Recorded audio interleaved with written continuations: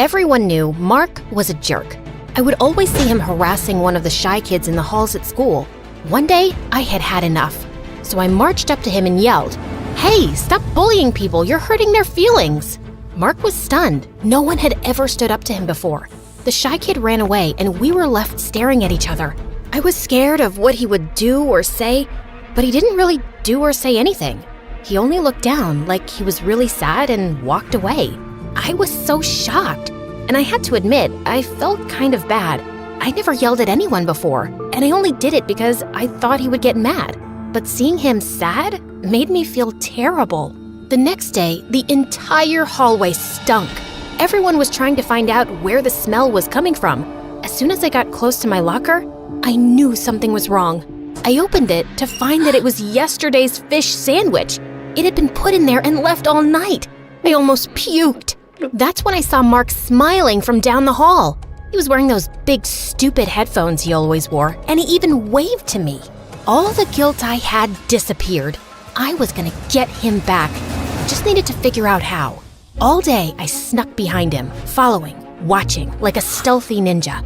Every move he made, I was right there, but he never saw me.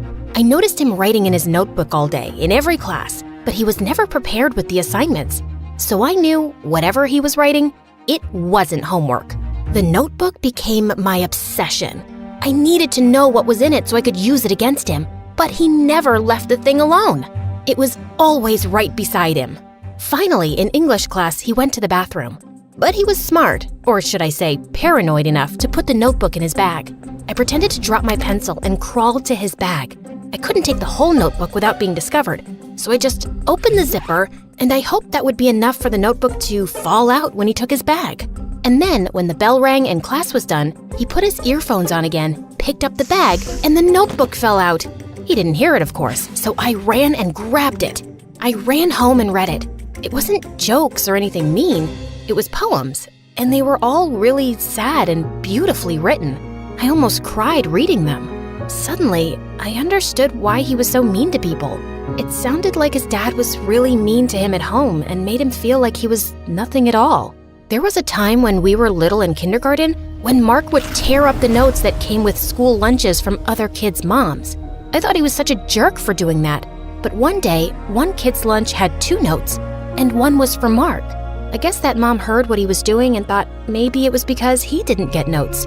Mark never ripped up the notes again. I had totally forgotten that, but now reading his journal, I remembered he was in foster care, which meant the people he lived with weren't even his real parents and maybe they didn't want him at all. I guess if you feel like an insect, being a bully is probably the only thing you can do to feel like you have any say in your life. I wrote him a letter and said it wasn't his fault that he felt like that. I finished the letter and put it in his notebook. When I saw him at school the next day, I felt totally different about him. I saw the sadness in him and how no one paid any attention at all to him. And I admit, I swooned a little when I realized he was actually pretty cute. I got the notebook out and walked up to him with it. Is that mine? It, fell out of your bag yesterday. And you didn't give it back? I got busy, sorry. I gave it to him. He opened it and saw my letter. He read it there as I stood watching, my cheeks getting redder and redder by the second. You read my journal? He kept his eyes on the page, like he couldn't face me. I understand why you're mean to people, but before I could finish, he ripped my letter from the notebook and dropped it on the floor. Don't ever read my stuff without permission again. All the good feelings I had for him disappeared. Didn't he know how hard I worked on that letter? How much I cared? Not to mention, I bore my soul to him. I got red again, but this time, it wasn't embarrassment. It was rage. That night, I told my mom everything. She told me, "Honey, you tried to do something nice, and that's great, but you read his private journal without asking. You invaded his privacy." I'm the only person who saw him. Everyone else ignores him. I understand, but that doesn't make him any less worthy of having privacy, does it? I went to my room without talking to her for the rest of the night. How could she not see what I had done? I put my heart on the line and got rejected. I did the right thing. All I wanted was to help him and let him know I understood. That night, I couldn't sleep. I kept tossing and turning, thinking about how he acted. but also what my mom said and how violated I would feel if someone read my diary. After barely sleeping a wink and finally calming down so I wasn't so angry anymore, I decided she was right.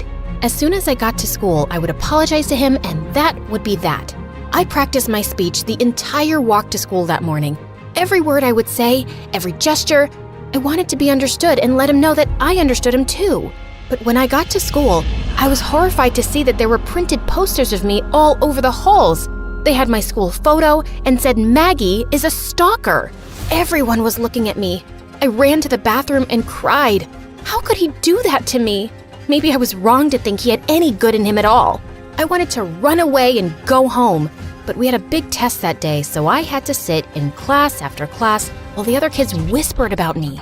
I sat in all my classes getting angrier and angrier, waiting for my last class when I would finally see him. I couldn't wait to confront that jerk. When I finally saw him, he smirked at me. I stomped right up to him and yelled, "Tell them it was you."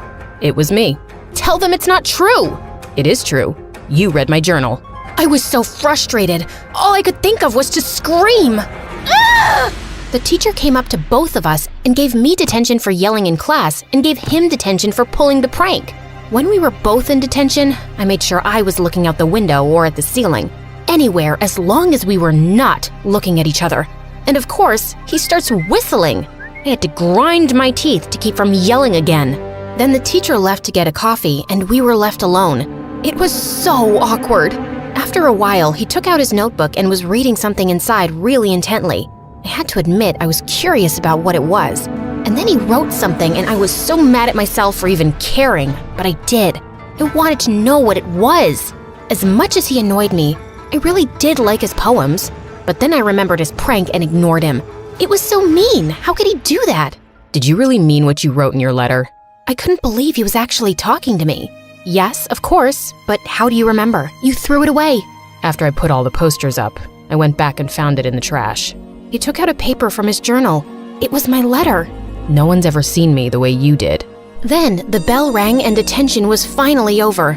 He moved to the door, but before he could leave, I said, "I'm sorry about reading your journal, but I really like your poems."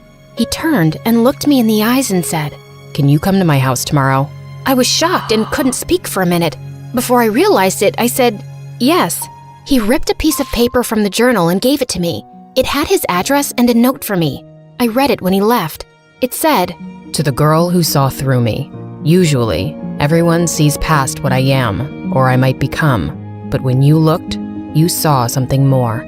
To them I am glass, cold and cracked. But to you I am water, living and essential. I have never been seen before. It scared me. Thank you. I'm sorry." Again, I swooned. The next day was a Saturday, so I went to his house and heard yelling as soon as I got close. The house was small and the yard kinda dirty. I knocked on the door and Mark came out, holding a guitar. His right eye was bruised. He moved past me, walking toward a path in the woods across the street. "Are you coming?" I followed him all the way down to the shore of a lake I didn't even know was there.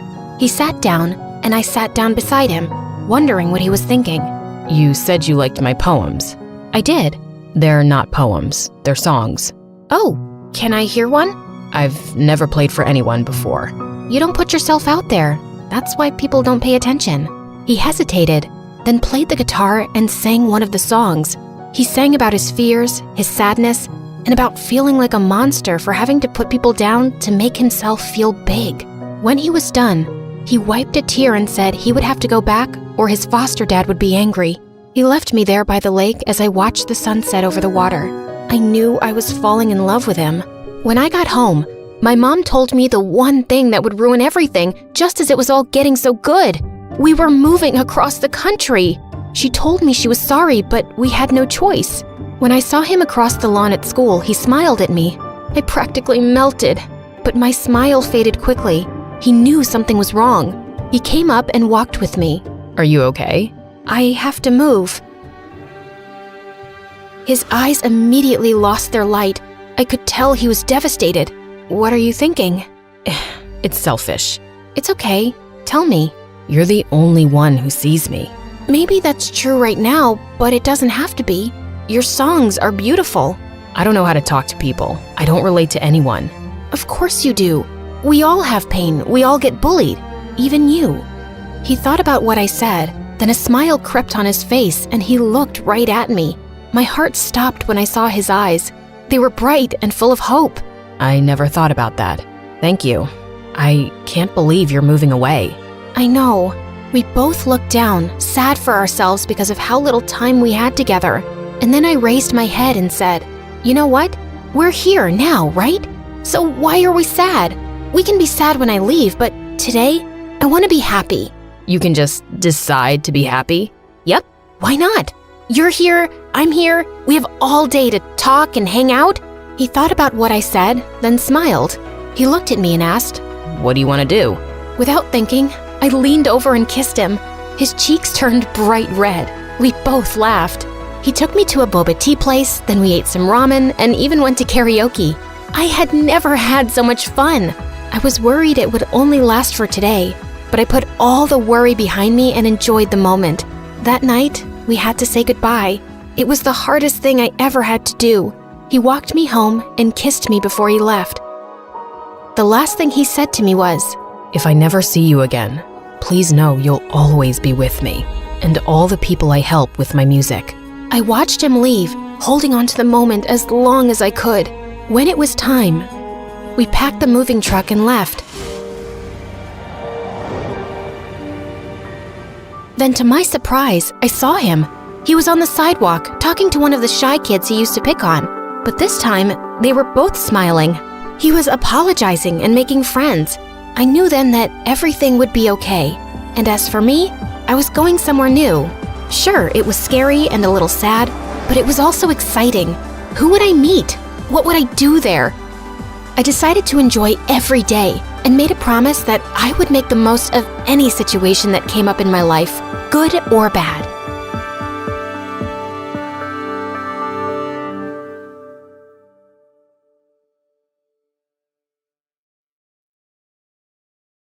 Hello, my name is Charlie. I'm a famous filmmaker and director, but you know me already, don't you? Oh, well, it hasn't always been like this anyway. So sit down, grab some popcorn, and let me tell you my story. But before we start, please hit the like button and subscribe. This is me, Charlie, and this is my best friend, Rose. Me and Rose grew up together since we were only babies. We played together, we went to school together, we did everything together. We were like autumn and colds, unavoidable. Like rain and thunder, indivisible. Rose was the sister I never had. I was to her the brother she never... Well, you got the point. She was blonde while I was black. She was shy while I was sunny. She had a big brain while I had a big butt. We fit perfectly together. Most of all, we had one dream in common. One day, we would become filmmakers and make movies about witches. Yes, that was our dream at the time, our common goal in life. And we were all ready to get it realized. But what a tragic fate awaited us. Well, I'm being a bit overly dramatic here, but please, let me explain. It was our last year in high school and a few weeks before Halloween. I was reaching my classroom like every morning when Rose came running toward me. Charlie! Charlie! Rose, what? Charlie! Rose! Charlie! Rose! Charlie! Barely breathing, Rose managed to announce to me that the school had opened a cinematographic contest where the winners would be enrolled in the best movie school in the country. We started screaming. At that point, me and Rose already had tons of scripts ready.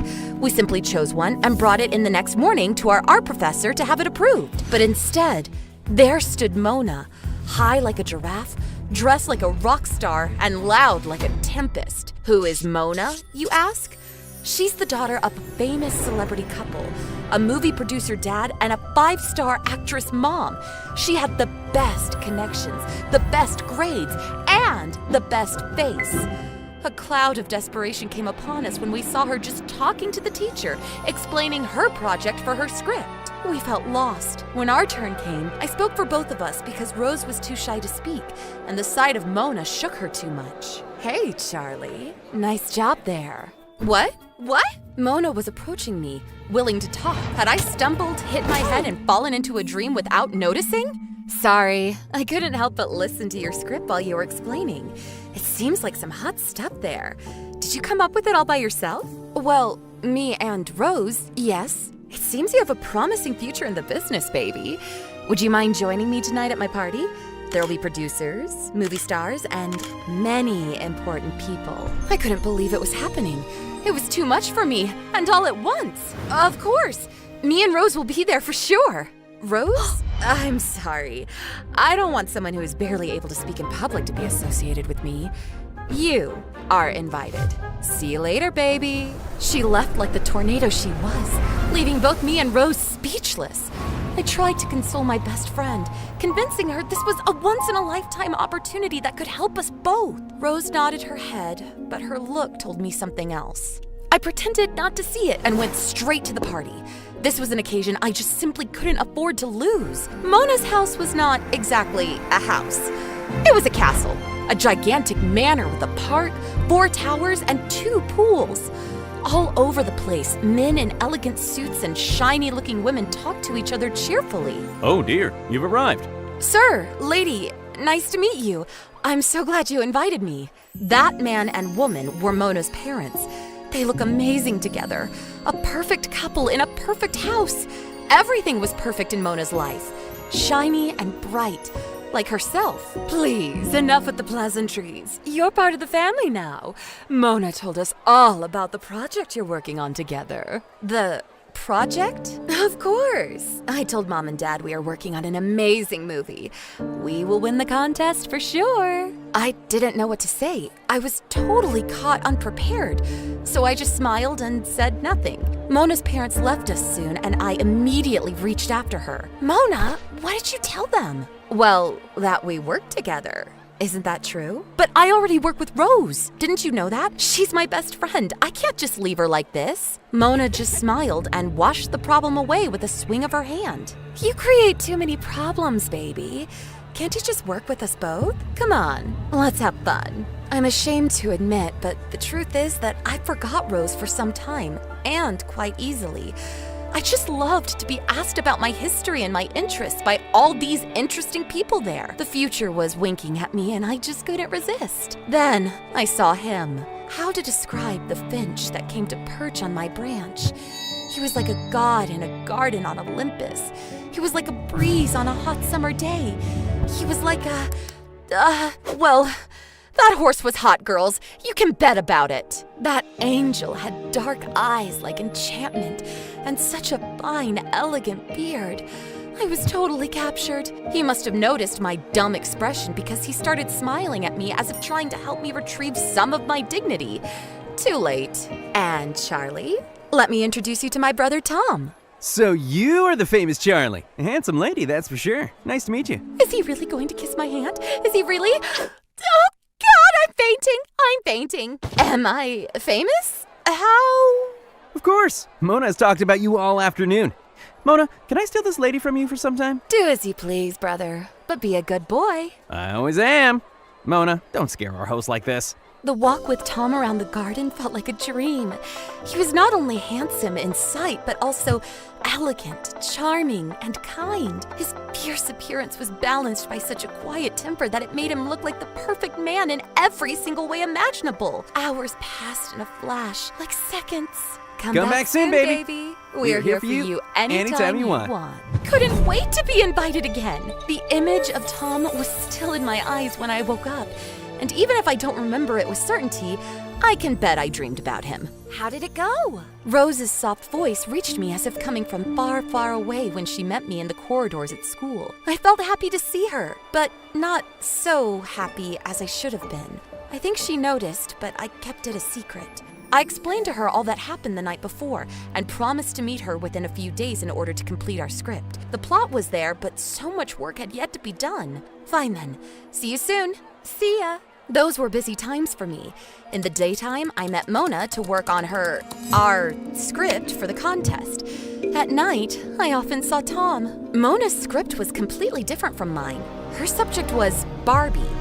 Barbie! Can you believe it? What's wrong with that? Barbie was a paradigm of freedom for girls, don't you know? Mona's fantasy was wild. She had a lot of ideas, but none of them were connected to each other. Her thoughts were as chaotic and impulsive as she was. Without me, she would have been lost. But what about Rose? Without me, she would have been lost too. She was smart and nerdy, but she didn't have the creativity I had. Rose had always been my best friend and sister, and even if Mona's spell and Tom's charm were still upon me like magic crows, I started to feel bad about how easily I abandoned my lifelong friend in order to get a quick ticket to success. The moment of the contest was approximating, and I had to speak with Mona about this. I would have helped her with her project, but I had to participate in a team with Rose, and if Mona didn't want Rose, I would leave the Barbies in order to go back to the witches. I found the courage and spoke to Mona. Roar! Can you imagine a dragon's reaction to someone trying to steal his gold from under his throne? The same was Mona's reaction to my words, if not worse. Out of my house! Never come back again! I will eat you! Do you think I'm being overly dramatic again? You weren't there, my friend. I think I barely saved my own life. I'm lucky to be here to tell the story. Yet I felt happy after arriving home. I felt I had done the right thing. Now there was only Tom to speak to. Even if I liked him, our time had to wait until after the contest was finished. I couldn't subtract any more energy from Rose and our witchy project. I mean, there can be only one Dua Lipa in the world, right? Enough with Barbie. Hey, Angel. Tom's words were honey poured all over me. I melted. But hey, not this time. I had serious work to do. Listen, Tom, there's something we must talk about. Something like what? Did I do something wrong? No, it's not about you. It's about Mona. My sister, huh? She always was more like a Shrek than a Barbie. She's not that bad, but I can't be her teammate for the contest. Rose is my teammate. You and Mona are wonderful. You live in an amazing house. Your life is perfect, but... Tom's eyes went big and sad at those words of mine. Maybe it was the wrong thing to say, but how could I know? From what I had seen up to that moment, their lives were like pink molasses. Disgustingly sugary. Do you really think our life is wonderful, honey? You know so little about us. What do you mean? While walking, Tom told me how he and Mona had lived since they were children, how harsh their parents had been on them since their youngest age. They do that for us. They push us towards obtaining the best grades and the best results in every field. But you know, sometimes the best is not the best. Sometimes you would just like to live a normal life. This is why Mona loves Barbie so much, maybe? It's a way for her to remain a child. Tom's eyes were not lying. I took his hand and kept it between mine for some time. Still, a wrong behavior remains a wrong behavior. Mona will have to grow up sooner or later. You were a strong girl and made the right choice today. I'm proud of you, Charlie. At that point, I was melting again. The perfect features of Tom's figure were silhouetted against the moon, like a character from some gothic tale. I felt Tom's body pressing against mine while he brought my head gently against his chest. He's going to kiss me finally. He's going to kiss me. Instead, he simply kept my head there for some time, caressing my neck. No more. Nothing more. WTH? Listen, Charlie, there's something I must say to you too. Was eager to listen to his confession, but my phone rang at that exact moment. Rose! I totally forgot about our appointment. Rose would be furious. She was. For several days, every attempt of mine to make peace with her went in vain. The contest was lost at that point. There was no chance to win against Mona and her Barbie-stuffed stuff. The days up to the contest flew by fast and dull. We knew we had lost. Now, you really can't imagine my surprise when Rose and I found that on the notice board of the school, there was a list of the winning projects. And the first one was about witches. As authors, it had 3 names: Rose, Charlie, and Mona. A coincidence? Of course not. It was our project. We won, but we didn't submit it, of course. So who did? The question puzzled us for some time until we received a phone call from a strangely masked voice. Oh dear. She tried hard to excuse herself for her behavior in the most recent times. Her voice didn't disclose her origin, but it wasn't too much of a guess. Mona. We found out with certainty later, when the 3 of us, plus Tom, met together at the back of the school to talk about the matter. Mona looked like a baby. She cried all the time and told us she felt guilty for how she treated Rose after Tom had talked to her. To get her excused, instead of her script, Mona submitted a copy of ours, proposing it as if it had been worked upon by the 3 of us. Of course it won. It was written by me after all. But this wasn't the only news of the day. Tom, don't you have something you want to say? Yes, well, Charlie, I have a confession to make. Oh, yes, finally! The bomb was going to explode. The moment I expected for days and days finally arrived. After such a tragic story, I was going to have my sweet piece of cake after all. Yes, Tom, tell me, please. I have a crush on Rose. Oh, Tom, yes, a crush on... Wait, what? I really didn't know how to say it, but now I can't keep it a secret anymore.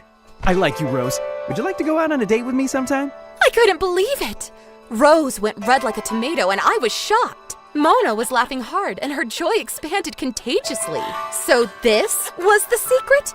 I should have felt offended, but the occasion was so joyful that I felt too happy for Rose to be concerned about myself. All's well that ends well? Mona and I went on in life, becoming best friends, and we went to college together. You know, sometimes things take such an unpredictable turn that the only thing to do is sit back, relax, and watch the events unfold as if they were a movie. And isn't life a long, tear-jerking, and magical movie itself? Oh God, I can't believe what an incredible artist I am. Really.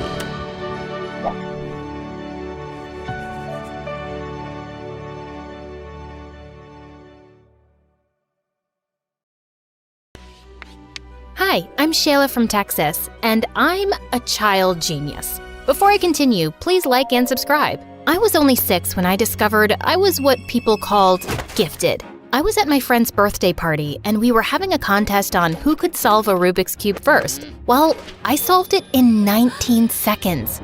Mommy, she cheated! That's crazy. How could I cheat? You were watching me the whole time. Stop lying, Shayla. There's no way you could solve the Rubik's Cube that fast. Now go sit in the corner. But that's so unfair. I didn't want to play more party games after that because all the kids kept calling me a cheat. When I got home, I told my parents what happened, and a few days later, they had me tested. And it turned out I had an insanely high IQ, just like my mom, who was a respected neurologist. Cool, right? Well, not exactly. I got moved up 2 grades, which meant I was the youngest in the class. And no one wanted to be friends with a little 6-year-old who was every teacher's favorite. By the time I got to high school, I felt like a total outcast.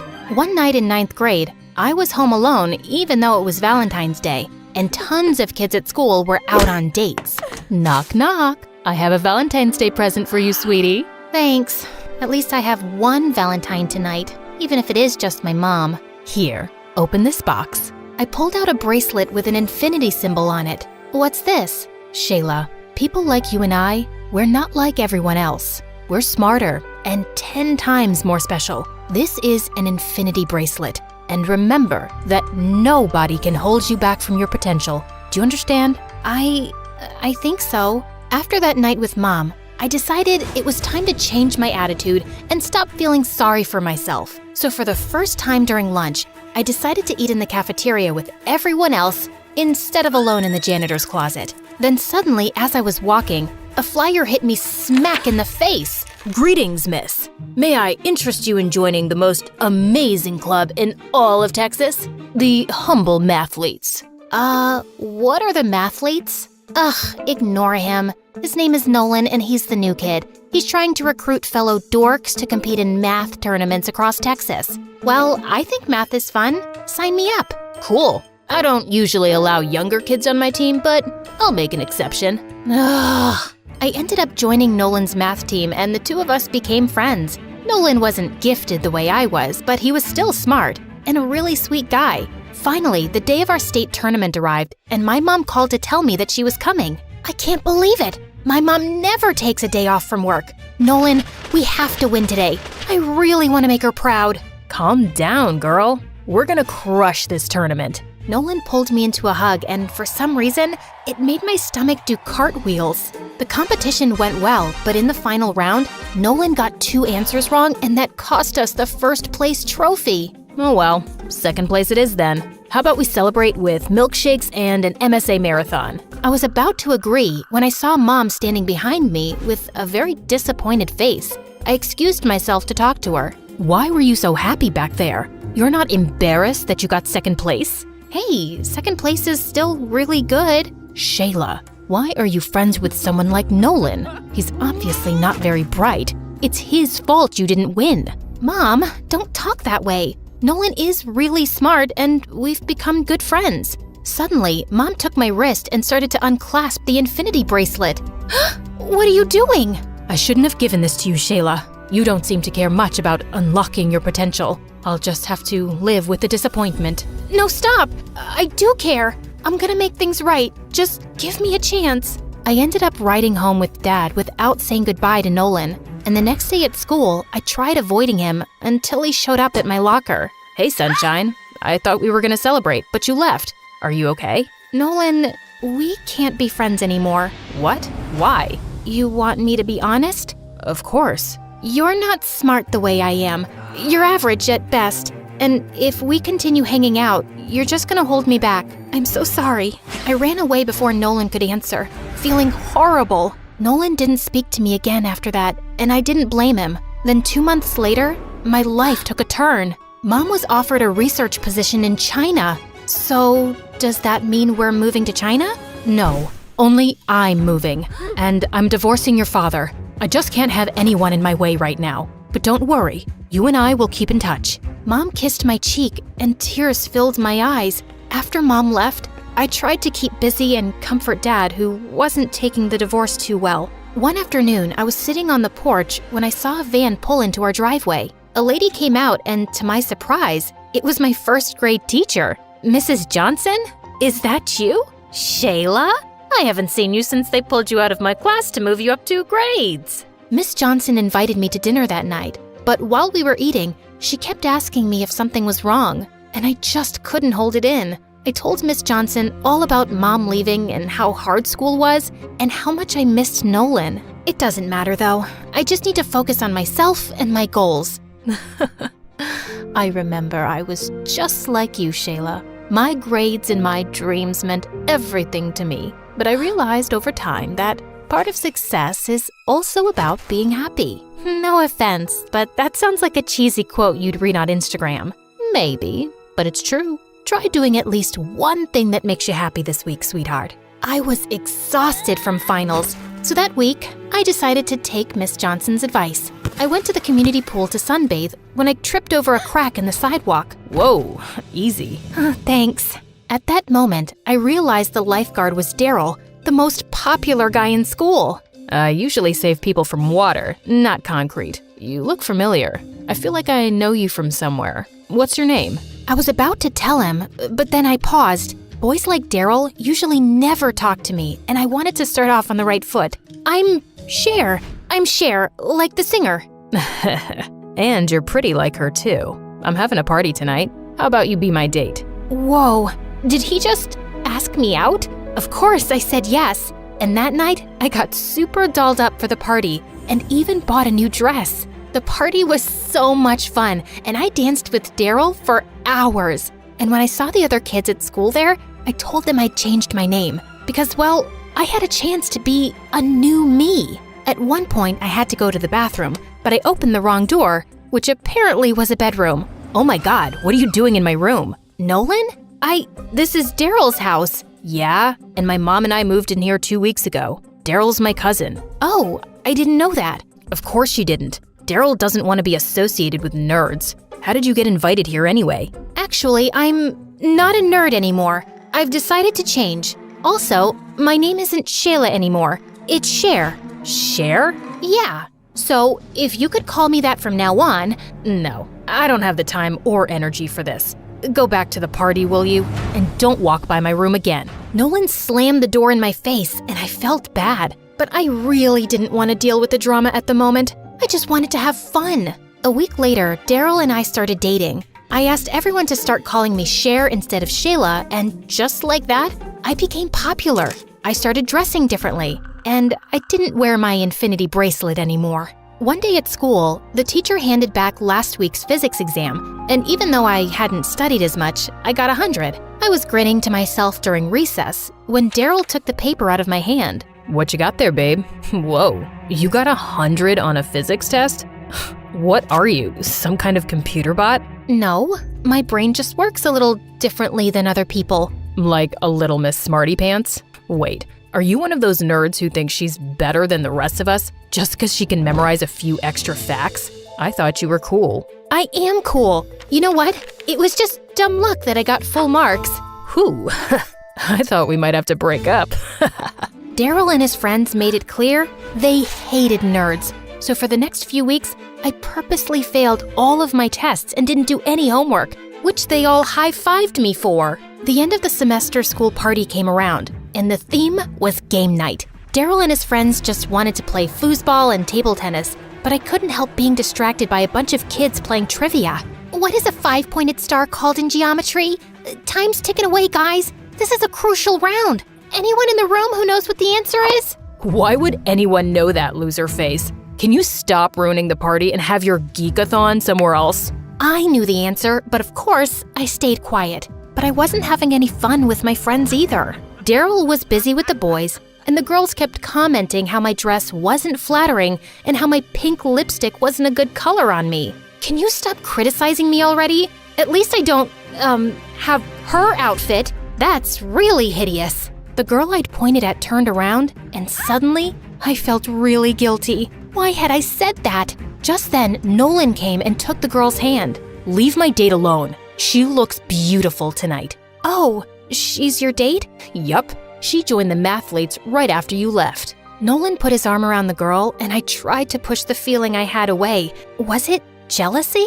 The party sucked, and I decided to go home early. But when I arrived, Dad called me into the living room and said Mom was on a video call and wanted to talk to me urgently. Shayla, is that really you? I've never seen you wear so much makeup. It's not that much makeup. I was just at a party. Oh, I see. Partying on a school night? Well, that would explain the email I got from your principal today, calling me in for a meeting to discuss your grades. You've been failing your classes?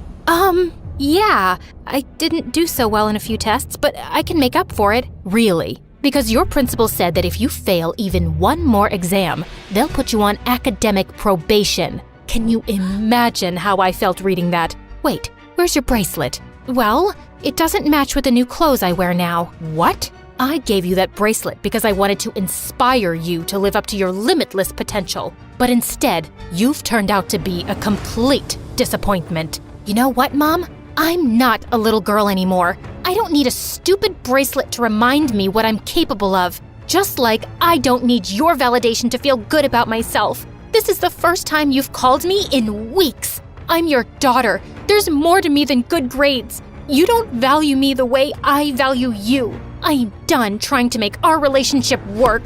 As I ran outside my front yard, I suddenly heard a familiar voice. Haven't seen you around in a while. Oh, hi, Miss Johnson. You look lovely tonight. Did you meet a nice boy? Oh, is that why you haven't been stopping by? I don't know what happened then, but suddenly I ran to Miss Johnson and burst into tears. She hugged me as I told her everything. About Mom, the bracelet, how Nolan replaced me, and how I'd turned into a superficial bimbo. Oh, Shayla, don't talk about yourself that way. I think I know what the problem is. You do? Yes. First, you tried being who your mom wanted you to be. Then, you tried being who the kids at school thought you should be. You've tried to be everything except yourself. Miss Johnson's words struck a chord in me. I thought about them all weekend, and on Monday, I pulled out the infinity bracelet. But this time, it meant something different to me. I wasn't letting anyone hold me back, and I had to start by making things right with Nolan. Hey, I know it's been a minute, but I'd love to be a mathlete again, if you'll have me. Let me think. No. Nolan, please. I've changed. I don't want to be a stuck-up jerk anymore. I'll apologize to your girlfriend for mocking her outfit too. Firstly, she's not my girlfriend. She was just my date that night. And secondly, you're a fake, and I just can't take that person seriously. Share. Just then, Daryl walked over to us. Hey babe, wanna go with me to a concert tonight? Ugh, why are you talking to him? Because Nolan's my friend. I'm really not. You were at one point. We were on the mathletes together. The mathletes? That's a club for losers. You're better than that. Come on, let's go. Daryl started to pull me away, but something inside me snapped. No, I'm staying here with Nolan, and he's not a loser. He's your cousin, and maybe it's time you start treating him with the respect he deserves. I should have treated him better too. Aw, that's a cute speech. But if you want to be my girlfriend, you can't hang out with my dork cousin or join the mathletes, Cher. Isn't it obvious that I don't want to be your girlfriend anymore? I feel pathetic that I dumbed myself down to fit in. I'm a nerd and proud to be one. And just for the record, I know what a 5-point star is called in geometry. It's a decagon, and I'm going back to being Shayla. I marched off like a boss, pulling Nolan behind me. You know, maybe you can rejoin the mathletes. We are one team member short, and there's a tournament coming up. Oh my god, you mean I can be on your team again? And you forgive me? Oh, Nolan, thank you. Hey, I didn't say I forgive you, but I do need your brain for the competition. I'm not exactly smart the way you are. Nolan, I'm sorry for saying that. The pressure to succeed turned me into a toxic person. The truth is, I think you're smarter than me. I don't have a quarter of your emotional intelligence. That's nice of you to say. Thanks. Nolan hugged me and I felt my stomach doing cartwheels again. Maybe one day, he could be more than a friend.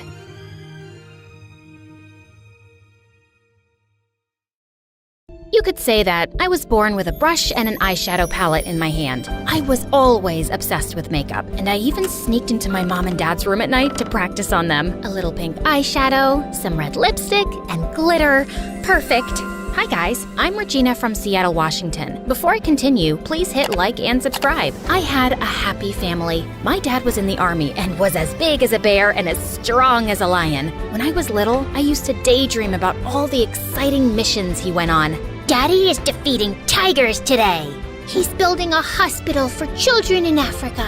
Despite how proud I was of my dad, I couldn't help but miss him. Luckily, my mom was amazing too. She worked at a cosmetic store, so she was like my personal shopping assistant and taught me everything about fashion and makeup. But everything changed when I turned 7. Mom fell madly in love with an accountant, and Dad let her go.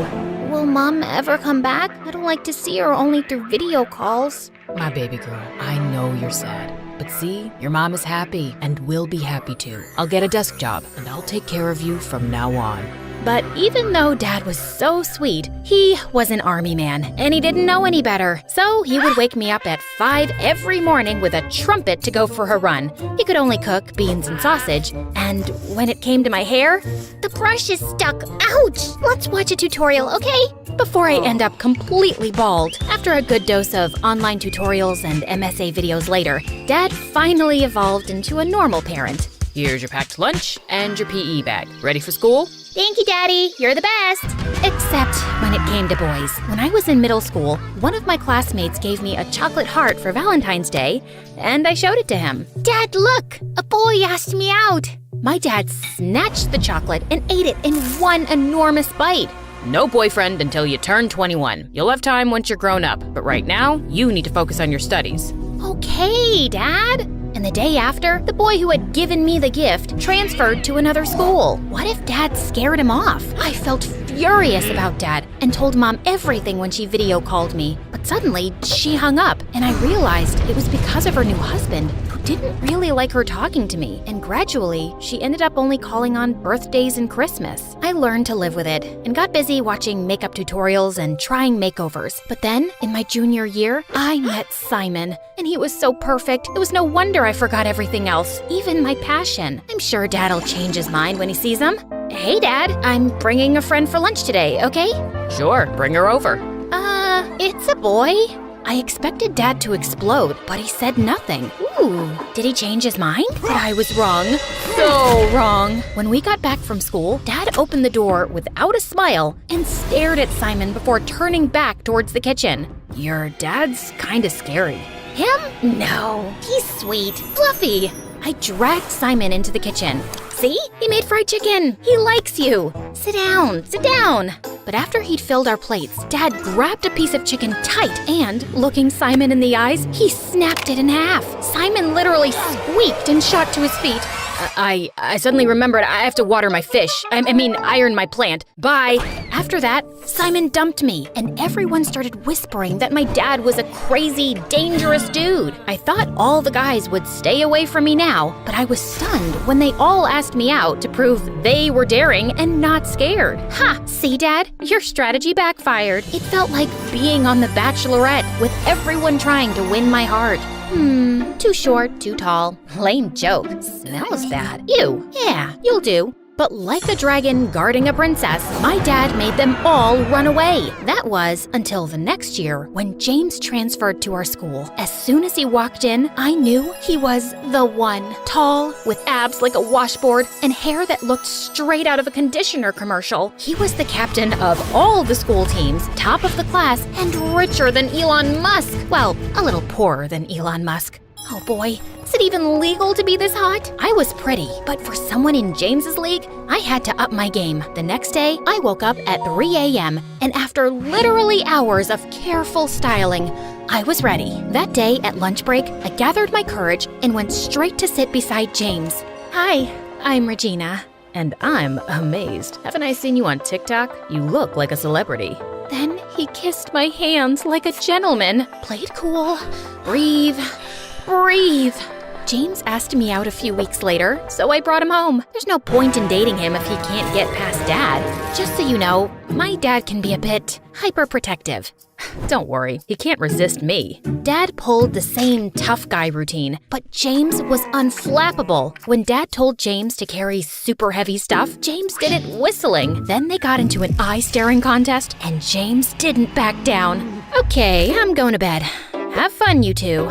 Eventually, Dad ran out of ideas. Now that he's survived my dad's trials, we can start dating for real. We had so much fun, but then James started to get a little bit too enthusiastic. Every time we were alone, he tried to kiss me, and I wasn't ready. But I didn't know how to tell him, so every time he got closer, I dodged. During the movie, I spilled soda on myself. Oh, I'm so clumsy. In the library, I sneezed. Oh, allergies. Walking home, oh look, a penny. Ouch. Oh no, are you okay? No, I'm not okay. What is wrong with you? He'll understand. Tell him. Can we take things a bit slower? What? I like you, but maybe we should get to know each other better. You know what? I only dated you because everyone said your dad was too scary, but he's not all that. You're breaking up with me? It's more like we never even dated since you don't want to kiss me. What a loser. As James left, I felt my heart break in two. That night, I was too ashamed to tell my dad what had happened with James, and I didn't want him to tell me I told you so. But at dinner, I couldn't hold it in anymore, and I started crying into my soup. Dad got up and hugged me until I stopped. You were right, Dad. I'm sorry I didn't listen. Baby girl, I don't care about being right. I just don't want to see you hurt. Remember, you don't need anyone. You're a smart girl, and I know you can succeed. But don't forget yourself. Didn't you love makeup? You haven't given me a makeover in years. Oh, Dad, you're the best. And then I vowed to myself, no more boys. From that day on, I only focused on my life and school. I made friends with a few awesome girls, and I started to go back to my passion, which was makeup and fashion. Once, when our teacher invited the whole class to her wedding, my friend couldn't believe I didn't hire a professional stylist. Your makeup is flawless. Maybe you could give me a little touch-up? Of course. Let me ask my dad to bring my beauty case. When my other classmates saw my friend's new look, they all wanted a makeover too, including my teacher. After that moment, word went around that I would give the best makeovers, and I became the school's unofficial fashion guru. Girls and boys lined up after class to talk to me. Have you tried an autumn palette? Ironic bow ties are for clowns only. You cut these bangs by yourself, didn't you? I liked how makeup positively affected my friend's self-esteem, and I spent all my pocket money on it. I wielded my brush like a Japanese samurai's sword. But then one day, a girl came to me with a problem I couldn't solve. I want to go blonde, but the bleach ruins my hair. Is there an alternative? After Googling for a day, I realized that the only way to go blonde was to damage the hair. But what if I can find an alternative solution? Imagine how many people I could help. And so, I went down the rabbit hole of research, and when I thought I had found a solution, I got permission from my teacher to use the chemistry lab, even though chemistry was the only class I had failed. Okay, hair sample, check. Dye sample, check. Now, if I put this here, and then a drip of that there, OMG, it's on fire! My hair sample is on fire! A boy in the lab came to help me. Oh, thank you. You saved me. I'm Regina, the girl who has a scary dad. I'm Tyrell, and I'd love to know why you were setting fire to my lab. Your lab? Let's say I'm the resident chemistry nerd. I looked at him. Pimples, thick glasses, bad haircut, and oh my god, are those khaki pants? Gosh, this guy really needs a makeover. But I wasn't in the business of giving unrequested advice, so I told Terrell about my research instead. He gave me suggestions, and I realized that my love for all things beautiful was totally rooted in chemistry. Who knew science could be so glamorous? But no matter how much I wanted to learn, I kept messing up with chemicals. How did you do that? Instead of getting mad, he helped me fix it. In exchange for all his help, I offered to tutor him in English. Spanish was his first language, so he needed it. And I invited him to my house to do homework. Don't worry, Dad, he's just a friend. He's still a boy. Door open at all times. Yeah. Like I could fall for a guy like Terrell. He's not my type. I needed to test all my beauty products, and since Terrell was always around, I convinced him to be my guinea pig. One facial cleanser and haircut at a time, Tyrell turned into a hottie. You can't help yourself from turning frogs into princes, eh? But he's so cute now. No, don't think like that. You said no more boys. The more I tried to stop developing a crush on Tyrell, the more I realized how cool he was, until he walked into the lab with a gorgeous girl at his side. Oh no, he has a girlfriend? Why does this feel so horrible? Hi? Hey Regina, this is my older sister, and she's an angel investor for women's startups. I told her about your ideas, and she'd like to invest in them. I was so relieved to hear that she wasn't his girlfriend that it took me a moment to register the rest of the sentence. An investor? You deserve a lot of success. But you helped me out a lot. It's hard to say no to a beautiful and smart girl like you. Tyrell blushed to the tip of his ears, and I couldn't resist. So I kissed him, and he kissed me back. I thought I was just a friend. You can be my friend and my boyfriend. Really? But your dad. I'll talk to him. Tyrell was nothing like the boys I had been with before, and I hoped that he could see it too. But when I explained, he refused. If he really likes you that much, he can wait a few years. No, that's not fair. It doesn't have to be fair. Now, didn't I promise to take you to the mall? If you think you'll mollify me with some shopping, you're mistaken. Dad really seemed determined to make me forget, and he said yes to everything I wanted. But I had other plans. I texted Tyrell to meet us in the garage where we had parked. If I can't convince him by myself, maybe Tyrell will. But when we were in the elevator to get to the car, it suddenly stopped, and the lights went off. I switched on the torch on my phone and pressed all the buttons, but nothing changed. It looks like we'll be stuck here for a bit. Dad didn't reply. He was staring at the floor. Dad? He doesn't look so good. I'm sorry, baby girl. Dark, small spaces bring back bad memories. My chest. I feel like I can't breathe. I looked at my dad, stunned. I always thought he was invincible, but the truth was, he was just human. I pressed the emergency button, but nothing happened. Dad started breathing very fast. He's having a panic attack, and there's no signal in here. Sit down, put your head between your knees, and think about nice things. I miss your mom most of the time. I sat beside my dad and wrapped my arms around him. I miss her too, but we are happy together, and you've been an amazing dad. I'm so proud of you. And I am of you too. I kept talking to my dad until he was a little bit calmer, and then the doors to the elevator opened. It was Tyrell and the firemen, and they were getting us out. My hero!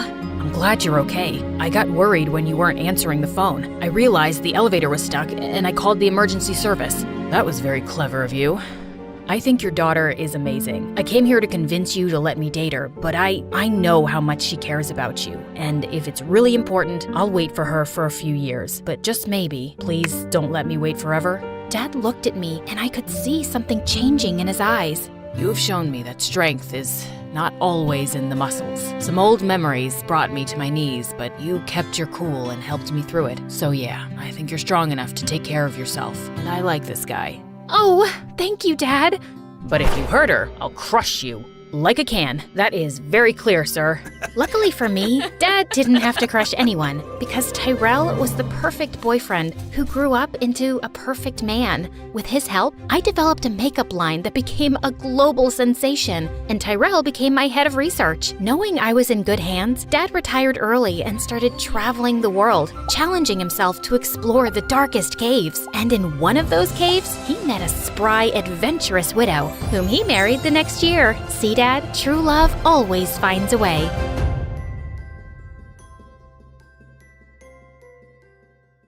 Hi, I'm Nora, and most of the time, I'm pretty sweet. But when I fall in love, I turn into a jealous psycho. Before I continue, please like and subscribe. I blame my mom entirely for it. She and my dad were high school sweethearts. But over time, Dad kept getting promoted at work and got busier, while Mom felt neglected and became really insecure. I mean, she became a nutcase. Like once in the supermarket, when Dad held the door open for the woman behind us, Mom accused him of flirting with her and even flung a melon at the woman's head. Or that time at my 6th birthday party when Dad gave a female clown a slice of cake, Mom marched over furiously, smushed the cake with her fist, and then gave the clown a wedgie. I don't condone violence, but that was hilarious. When I was in the 3rd grade, Mom was convinced that Dad was having an affair with his pretty new secretary. So one day, she took me and my older sister Sophie to his office. Please don't steal our daddy, lady. Don't take him away from us.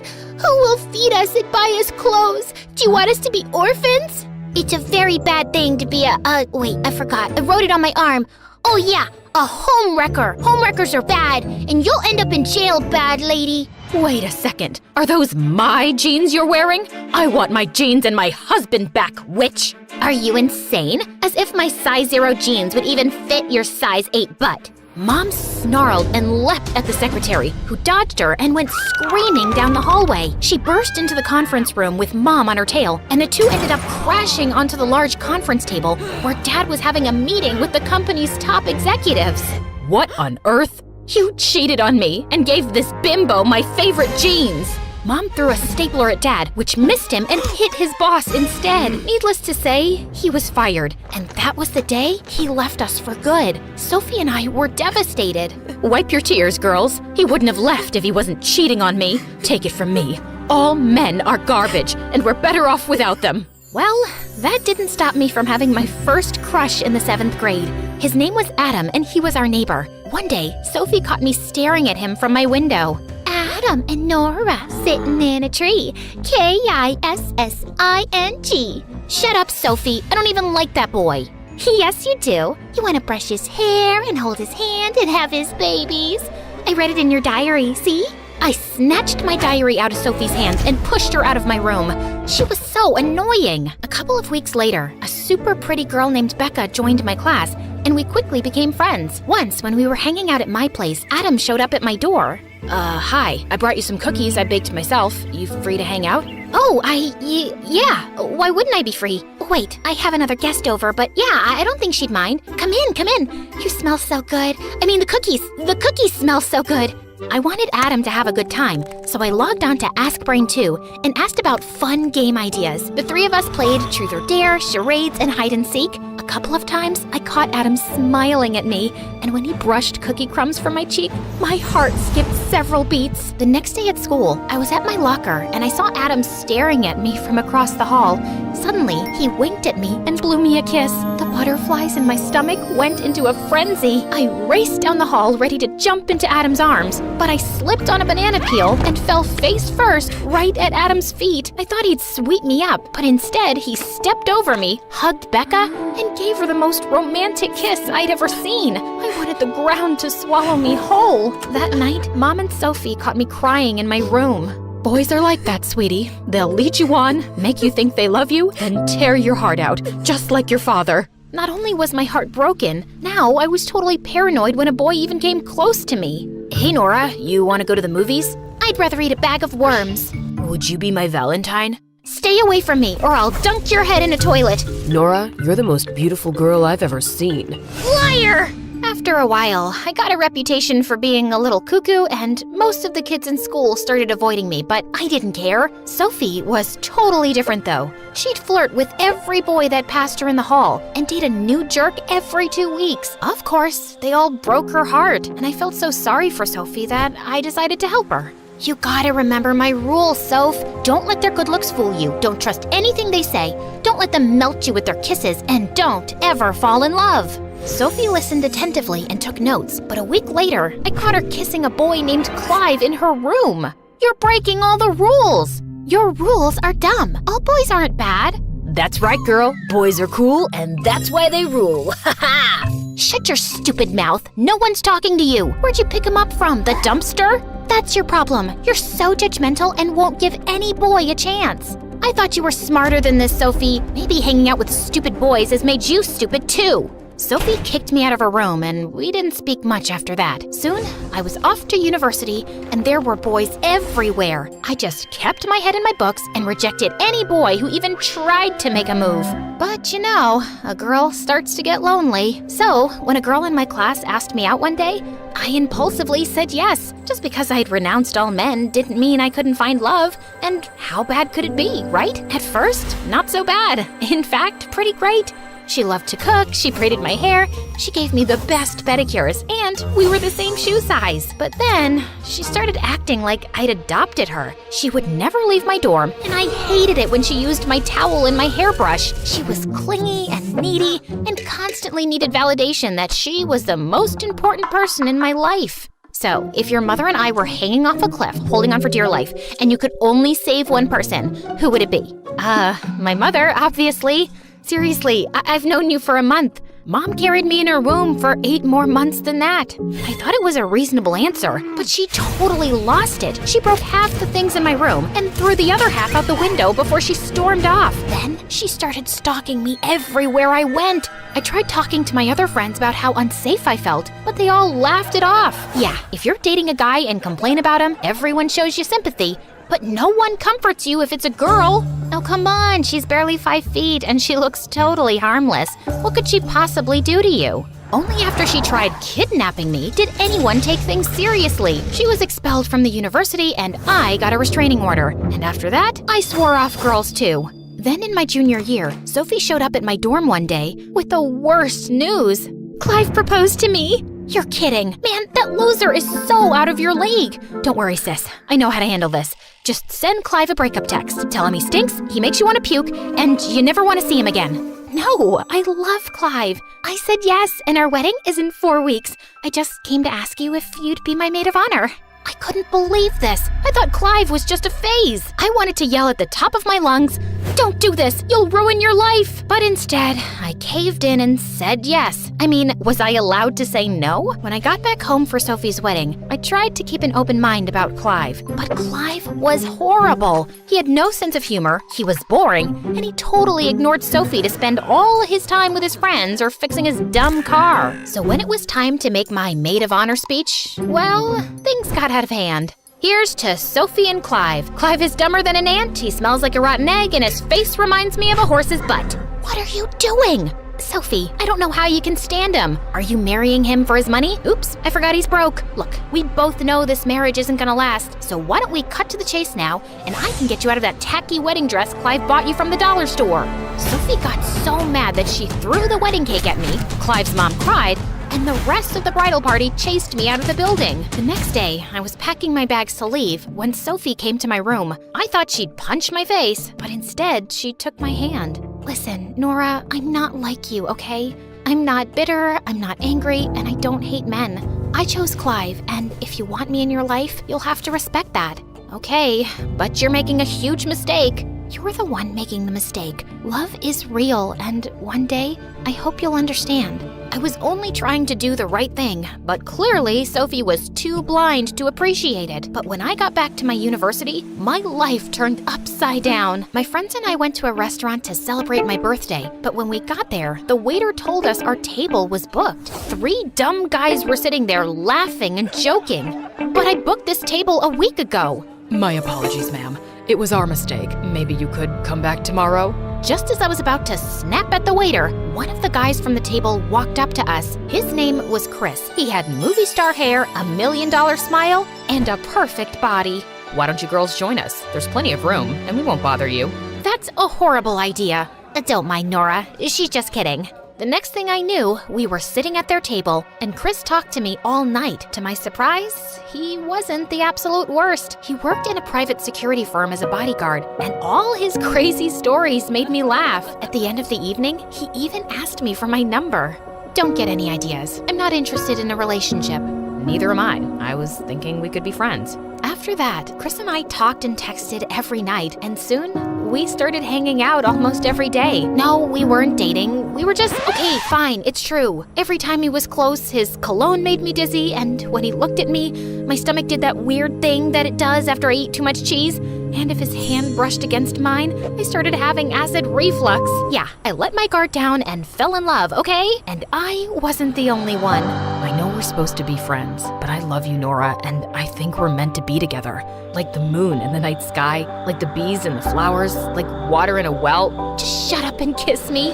Soon after I'd graduated and moved in with Chris, he got a job as a bodyguard to protect this beautiful pop star Sasha. Yeah, I know y'all have heard about her. Sasha, the gorgeous singing sensation who ended up dating her ex-bodyguard Damon? Yeah, that one. Sasha was going on tour, and for months, Chris was off traveling from city to city, and it got kinda lonely. Then one day, Mom and Sophie came to visit. Oh, Nora, my poor baby.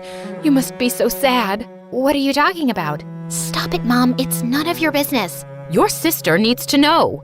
Mom showed me a bunch of pictures online of Sasha leaning on Chris's arm and laughing. Then she turned on the TV, and some stupid reporter said how cute Chris and Sasha looked together. When I heard that, I suddenly picked up a bat and smashed the TV to pieces.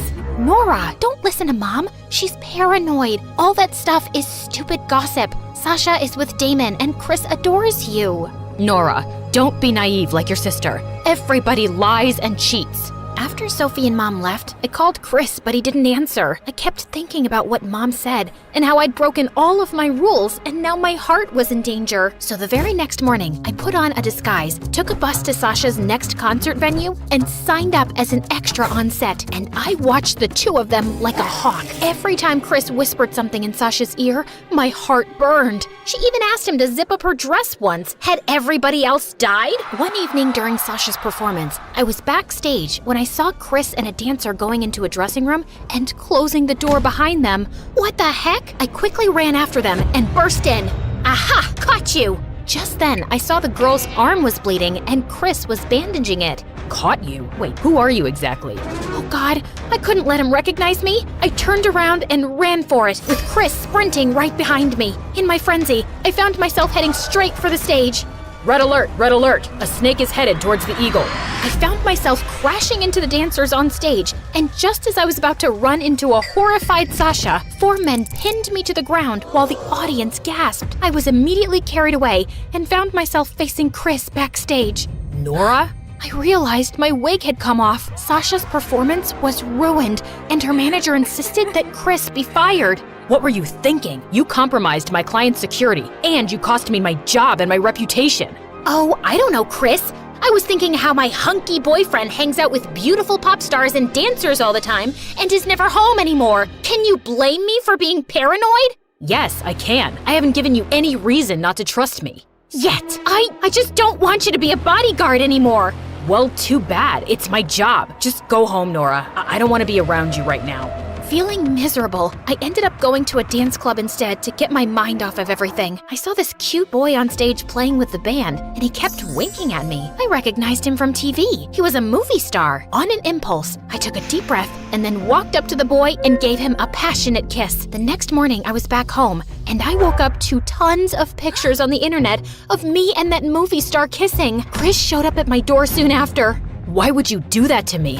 I thought we were in love. Everybody cheats, babe. Welcome to the real world. I know you'll cheat on me one day if you aren't already. I am done with this stupid relationship. I walked out of there with my bags and went to Sophie. But soon after, I started feeling sick to my stomach. It hit me like a ton of bricks. I was a cheater, something I hated and felt horrible about. I made a big mistake. I don't know what to do. Yeah, you messed up big time. I wasn't talking to you, Clive. There's no need to be rude. You're right. I'm the worst, and I'm sorry for all the mean things I've said and done to you too. I don't know who I am anymore. I never wanted to hurt Chris, but something came over me. You let Mom get into your head, Nora. She says she's better off alone, but all I see is a bitter, paranoid woman who can't be happy and can't stand anyone else's happiness either. You deserve to love and be loved in return. And yeah, sometimes love can hurt, but sometimes it can also be amazing, like what Clive and I have. I really don't understand how that's possible with Clive. Okay, sorry. You're right. I decided to see a therapist and learned to deal with my insecurities and trust my heart. I even wrote Chris a letter apologizing for hurting him. I didn't get a response, but that was okay. One day, I went to eat at the cafe where Chris and I had our first kiss. Then someone walked up behind me. You're sitting at my table. I looked up to see Chris looking down at me. He smelled like an ocean breeze. My heart melted, but I tried to play it cool. I don't see your name on this table. You're right. Do you mind if I sit with you? I thought you hated me. I did at first, but I couldn't hate you for too long. You really broke my heart, though. I hope one day you can forgive me. You were the love of my life and my best friend. I want you back, but I understand if you can't trust me. Maybe we can start over? We could take it one day at a time. I can't promise anything, but I do want to give us a second chance. And this time, I was throwing away all my stupid rules and following my heart.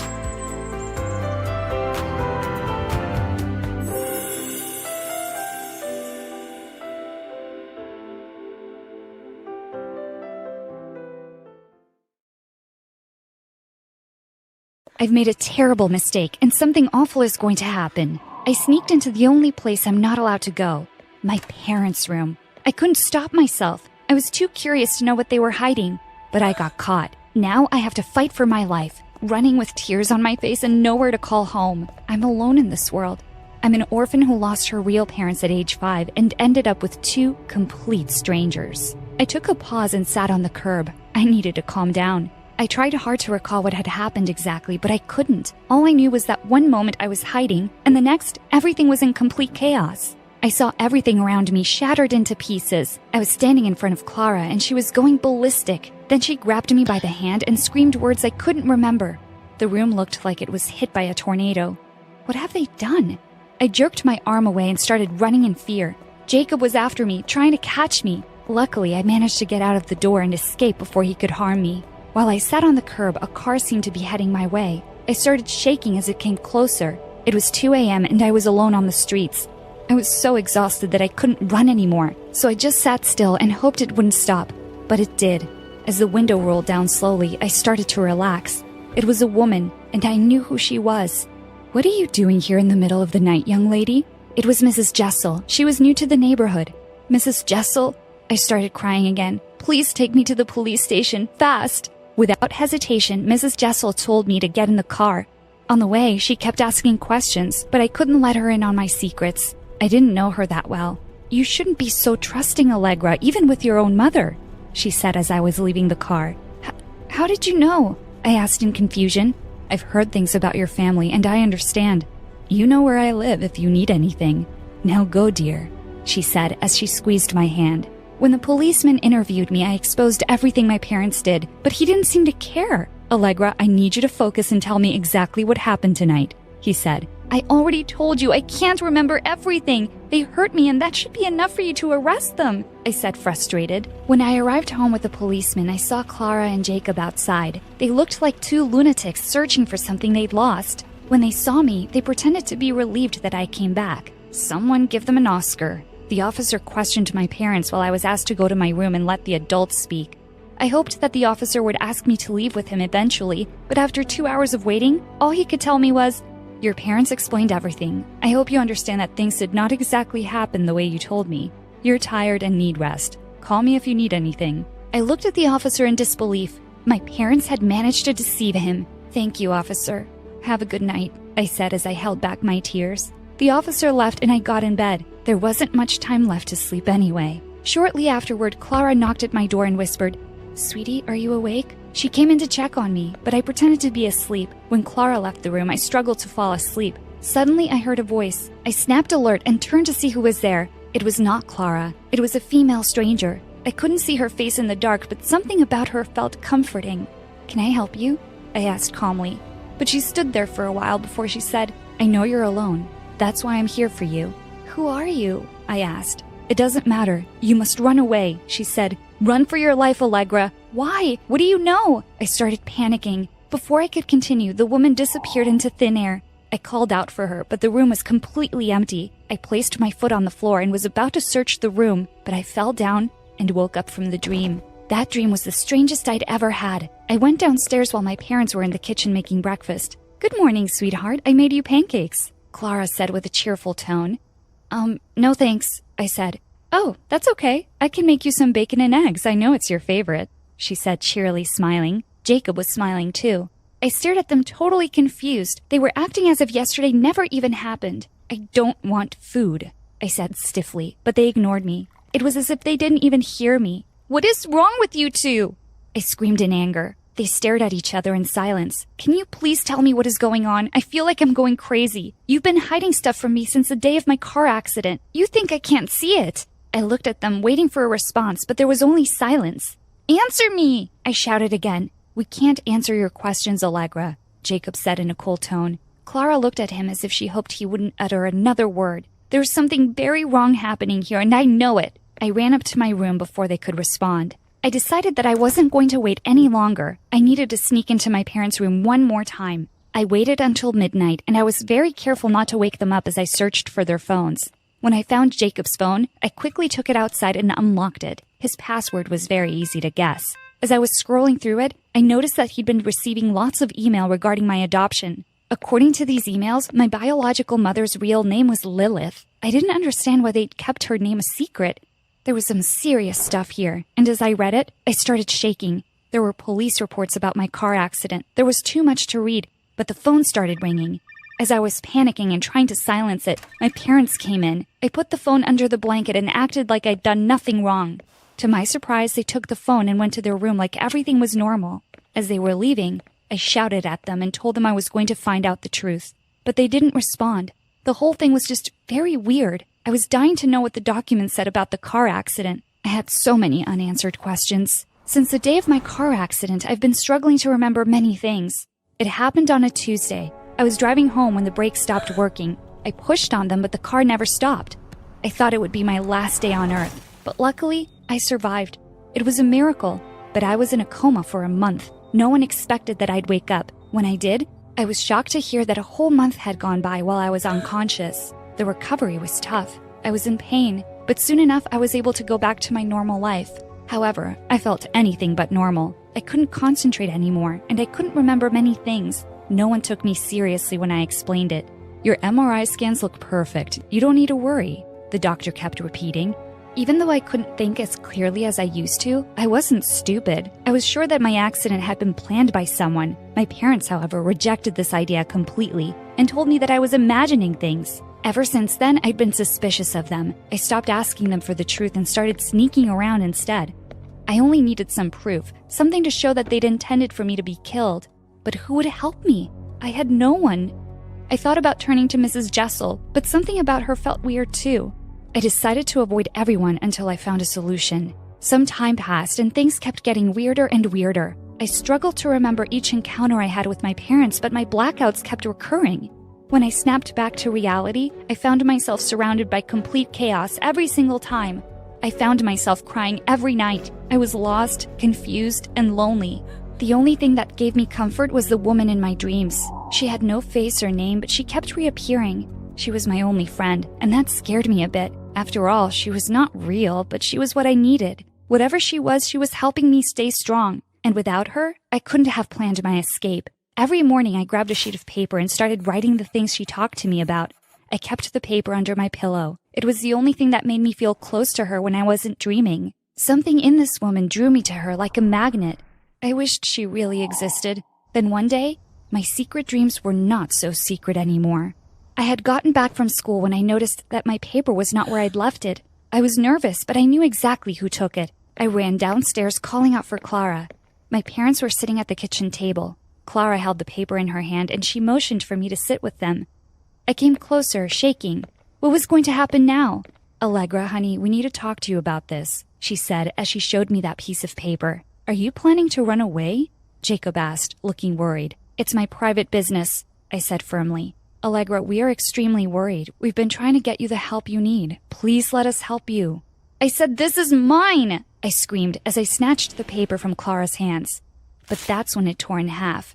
I hate you both. Just leave me alone, I screamed and headed to my room. Allegra, stop. We have to tell you something. I paused. Hi, my name is Tara, and I'm from India. Please like and subscribe. I was raised in a small village by my amazing single mom, who was a farmer. We didn't have a lot, but we were really happy. She was my best friend. Once when I was 5, Mom and I were at a funeral when suddenly I yelled, Ew, Mom, did you just fart? As I turned around to look, Mom turned red. Of course not. This child is so silly. I've never in my life. You're such a liar, Mom. I hear you do it all the time. Tara, stop it. Stinky liar, pants on fire. By now, everyone was roaring with laughter as Mom chased me around and I ran ahead singing. She farted, she farted. I was in a lot of trouble later, but I realized something. I'd made people laugh, and I really enjoyed that. After that, I became the joker of the village. Mom thought I was hilarious too, as long as I wasn't joking about her. Once when I was 14, I'd taken my cows out for grazing in the fields when suddenly I saw a bird drop to the ground. I ran to it and saw that it was hurt. As I tried dressing its wound, two strange girls came running up to me. "Hey, cow dung, that bird is my prey, so back off." Yeah, do what my boss said. "You hit this poor creature? Pick on someone your own size, witch. Okay, you asked for it." And with that, she jumped on me and we broke into a fight. I kicked her in her stomach, and as she howled in pain, I ran to my cow and went back home. Soon after I got there, I realized the two had followed me. They started complaining to Mom that I'd beat them up. She started it. "Oh, you horrible girl. I think you burst my appendix." "Yeah, Auntie, I saw how your daughter kicked my boss. Wait, I'll show you." She took some steps back and ran straight to the mean girl, kicking her hard in the stomach. "Ow, you moron." "Boss, I'm sorry, so sorry." As the two ran out, Mom and I were laughing our heads off. What idiots. I found out later they were some city brats who'd come on a school trip to the village. Thank God I wouldn't be seeing them around again. A few days later, when I got back from school, I was surprised to see a big car outside our house. I stepped in to find a wealthy-looking man talking to Mom. The doctors think it's safe for Tara to move back to the city now. I can never thank you enough for taking care of my child. Wait, what? What do you mean? Oh, Tara, how lovely and grown up you are. Who are you? And what's going on? Mom? And what she said next turned my world upside down. He's your real dad, Tara. And your real mom died soon after you were born. You had some mysterious disease, and the doctor said you had to be raised in the village till your teens. So your dad left you with me, and now he's here to take you. You never thought of telling me this? And what am I? Another animal on your farm that you keep and give away whenever you like? I thought you were my mom. I'm sorry, Tara, but you're not my real daughter. Your dad has been giving me money to take care of you, and now you must go with him. Her words were a big blow to me. I had to leave, and I did with a heavy heart. But my dad seemed really nice, and I felt myself warming up to him. He dropped another bombshell on me, though. Apparently, I had a sister, too. Her name was Rita, and she was a year older than me. A few hours later, I arrived at my new home in the city, which was a huge mansion. As Dad led me inside, he told a servant to go get my sister, and when she walked in, I nearly had a stroke. It was one of the girls I'd met in the village, the mean girl's minion. Cow Dung, what are you doing here? You two have met? Yeah, I met Cow Dung on a school trip. Why is she here, Dad? Stop calling her that. Her name is Tara, and I told you I was getting your sister. Yeah, but I thought you meant you were getting me a cute little puppy. Dad warned her to be nice to me, but the minute he left the room, she whipped out her phone and called the mean girl. Hello, boss. I've got some really gross news. Dad got me a sister, and it's Cow Dung. Yeah, the same girl from the village. Okay, I'll keep reporting. Over and out. Gosh, of all the people in the world, I had to have this mad girl as my sister? It was summer break and school hadn't started yet. I thought I'd get to bond with Dad, but he wasn't around much. He was mostly away for work and would give us gifts when he returned. But otherwise, it was just me and Rita at home, and I tried to avoid her as much as possible. A few weeks later, Dad hosted a grand dinner for some guests, and it was the first time I'd ever been to a party like that. Suddenly, Rita came running in with some things Dad got on his last trip. Dad, your gifts are always so cheap. Why did you get me a calculator when I asked for a new cell phone? You wait till I steal yours. A cell phone won't change your math grade from an F, but a calculator might help you get a D. Now go away and let me introduce Tara to everyone. Come here, love. Meet my daughter, guys. This one's really smart. For the first time, I felt bad for Rita. Dad had basically just called her dumb in front of everyone. A week later, I joined Rita's school, and as soon as we entered the building, she ran to her boss, whose name was Diana. She smirked when she spotted me. Well, you turned out to be really lucky, didn't you? But don't think for a second that you actually belong here. You will always be the uncivilized monkey whose best friends are cows. That's a compliment because cows are amazing. And yes, I'm quite lucky and rich enough to have a private zoo for donkeys like you. The kids standing around us snickered and Diana looked furious. Apparently, lots of people in school didn't like her because she was mean, and they warmed up to me instantly. I made plenty of friends in no time because I could always make people laugh. Soon I found out about a stand-up comedy contest at school, and I immediately signed up. Just then, Rita came running and pushed me aside and wrote Diana's name on the sheet too. Jeez. The night before the show, I was rehearsing my script in my room when I noticed Rita peeking through the door. Hey, you can't steal my jokes for Diana. As if she needs your jokes. She's gonna win anyway. How can you be so sure? My cat told me. Cats are really good at predicting the future.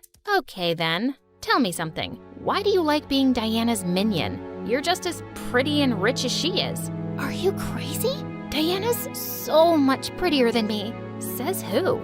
Diana does. She's been saying that since we were kids, and she would never lie to me. Now, if you'll excuse me, I have to practice my clapping for the show tomorrow. This girl was mental, but I'd started to realize that she wasn't evil like Diana, just really dumb.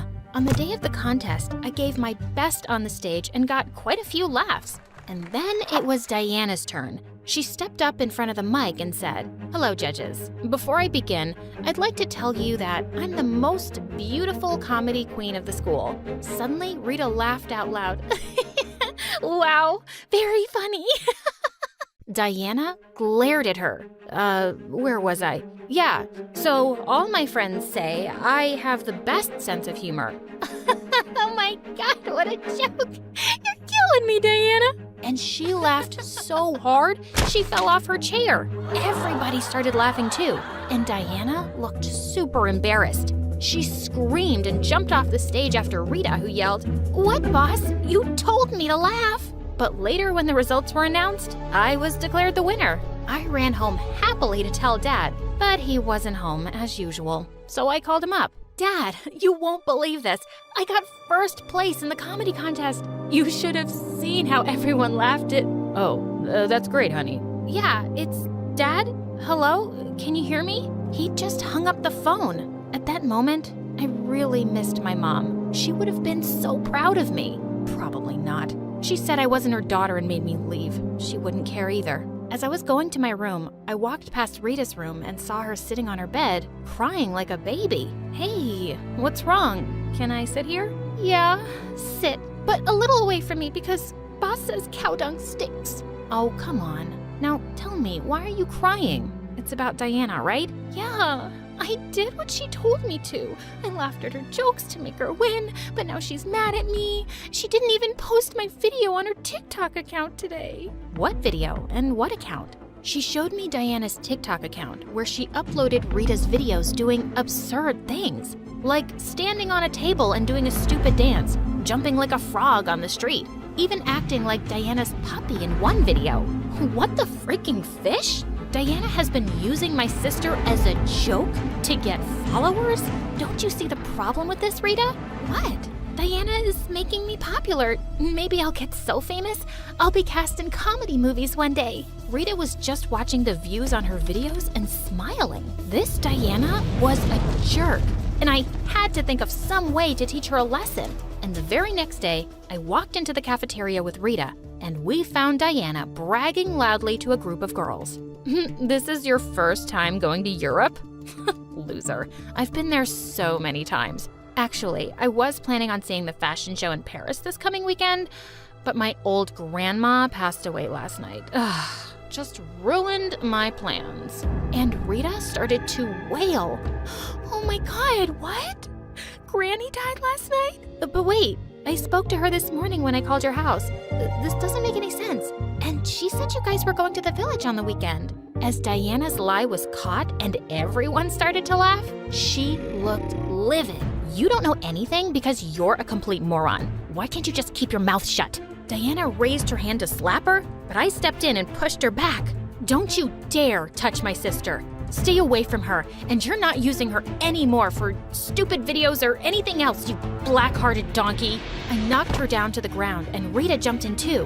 While the two wrestled and screamed, I grabbed Diana's phone and deleted the TikTok account and all the videos. We got suspended for a few days for attacking Diana, but it was totally worth it. Dad wasn't mad at me when he found out, but he went totally bonkers on Rita. You already don't do much to make me proud, and now you've gotten yourself suspended? I don't know what I've done to deserve a dumb daughter like you. Rita went crying to her room, and I felt terrible. Later that evening, I decided I'd talk to Dad about not being so mean to her all the time. I went into his study, and he wasn't there, but I found his laptop open with an email from his lawyer that left me shook. The will left by Tara's mother cannot be changed. She is the sole heiress of all her mother's wealth, and you as the stepfather get nothing. We will have to find some other way to get a hold of that orphan's money.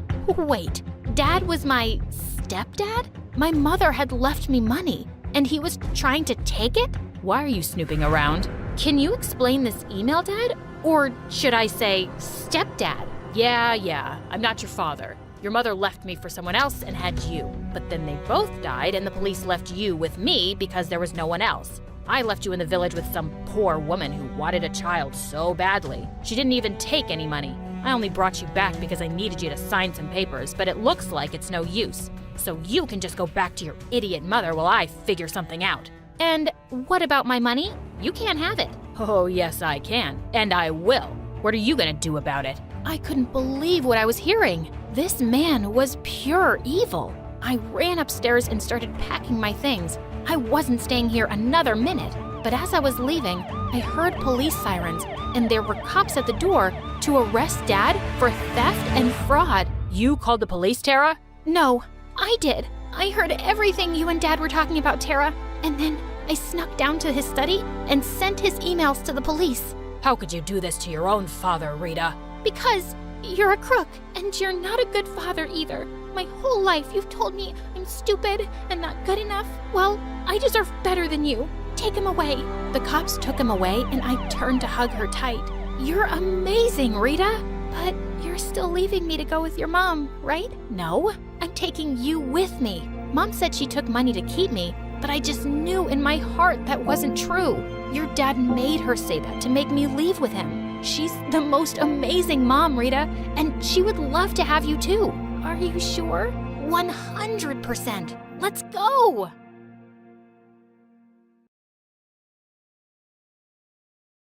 Hey MSA friends, I'm Rain from Belgium, and this is my journey. Don't forget to smash that like and subscribe button. New MSA merch alert, our latest bottles and notebooks are out now. Grab them via the link in the description and upgrade your gear. I've lived in an orphanage for as long as I can remember, wishing for a family of my own. My mom was still around, and she was, well, a bit different. She couldn't take care of me full time, but she'd pop in now and then with her wild stories and crazy outfits. One time, she showed up during lunch with a huge purple cape covered in shiny bits, telling everyone she was on a secret mission. Rain, my star!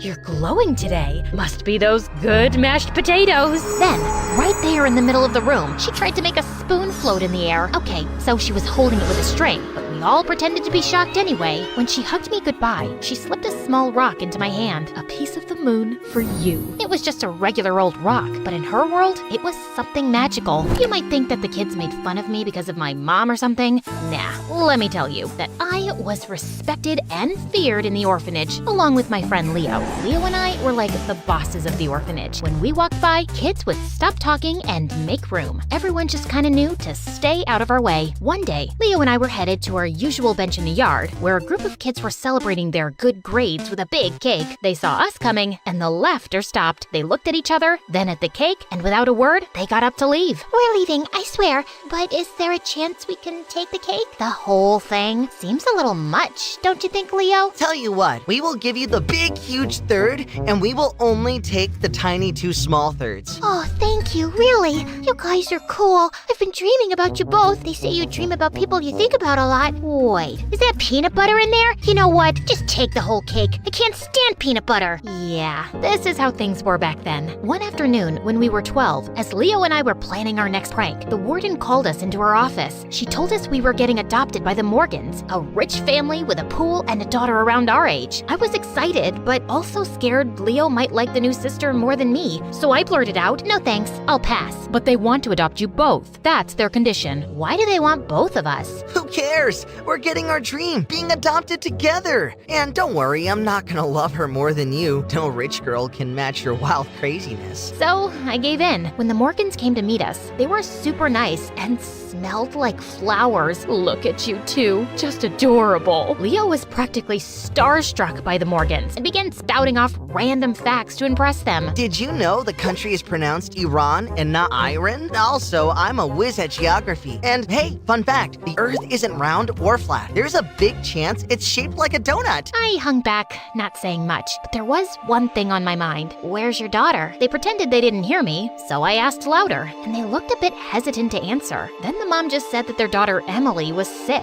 I'm not an expert, but that looked like a lie. Even though the Morgans were nice, something about them just felt weird to me. Leo thought I was making a big deal out of nothing. Chill, they've got an awesome pool. Why are you so crazy about the pool? You're not a sea dog. Hey, I don't mind you insulting me at all, but please keep your voice down. I have a reputation to maintain around here. I just shrugged. Whatever was going on, we were moving to the Morgans' place in a month. A month flew by, and then boom, Leo and I were at the Morgans. It was wild, like stepping into a movie with their huge house, and yes, the epic pool Leo wouldn't shut up about. We had a blast that summer, splashing around and living it up. The Morgans even signed us up for a fancy private high school. Everything was pretty awesome, except we hadn't met Emily yet. Emily's spending the summer with her aunts in France.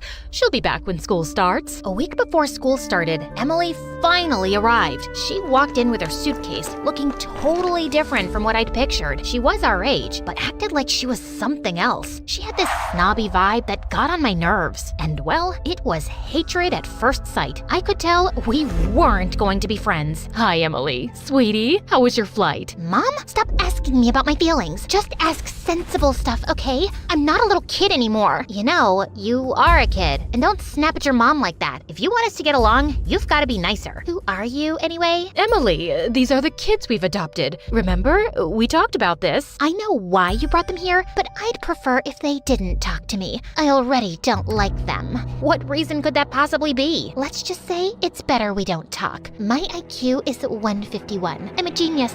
You and I, we're not on the same level. Nope, that's not how it works. I'm the boss around here, and you'll do what we all want. The boss? Please act your age, not your shoe size. Mom, Dad, I'm going to my room. Just bring my dinner there. Who did she think she was? Treating us like we were beneath her? Kids, don't take it to heart. Emily is unique, and she can be tough to deal with, but give it some time. She'll adjust. I'd rather go back to the orphanage than deal with this nonsense. Rain, come on, it's not that bad. I can't stand her already. I think I even hate her. Leo leaned in, whispering. Guess we can both hate her together, huh? He was spot on. I wasn't about to back down. I was the boss, and I would make sure to teach Emily who was running this place. The first week of school was tough. Emily seemed to have everyone charmed with her smarts, and Leo and I felt like we were fading into the backgrounds like nobodies. But we weren't giving up that easily. One weekend, the Morgans went out, leaving us three at home. I was still super angry because of Emily's attitude, and I decided it was time to make a point. I glanced at Leo and said, "Watch this." I snatched Emily's laptop and dashed outside. I heard Emily's footsteps pounding after me. What are you doing with my laptop? Without a word, I flung the laptop into the swimming pool. It hit the water with a loud splash, sinking quickly to the bottom. Oh my God, why would you do that? That's what you get for thinking you're above us.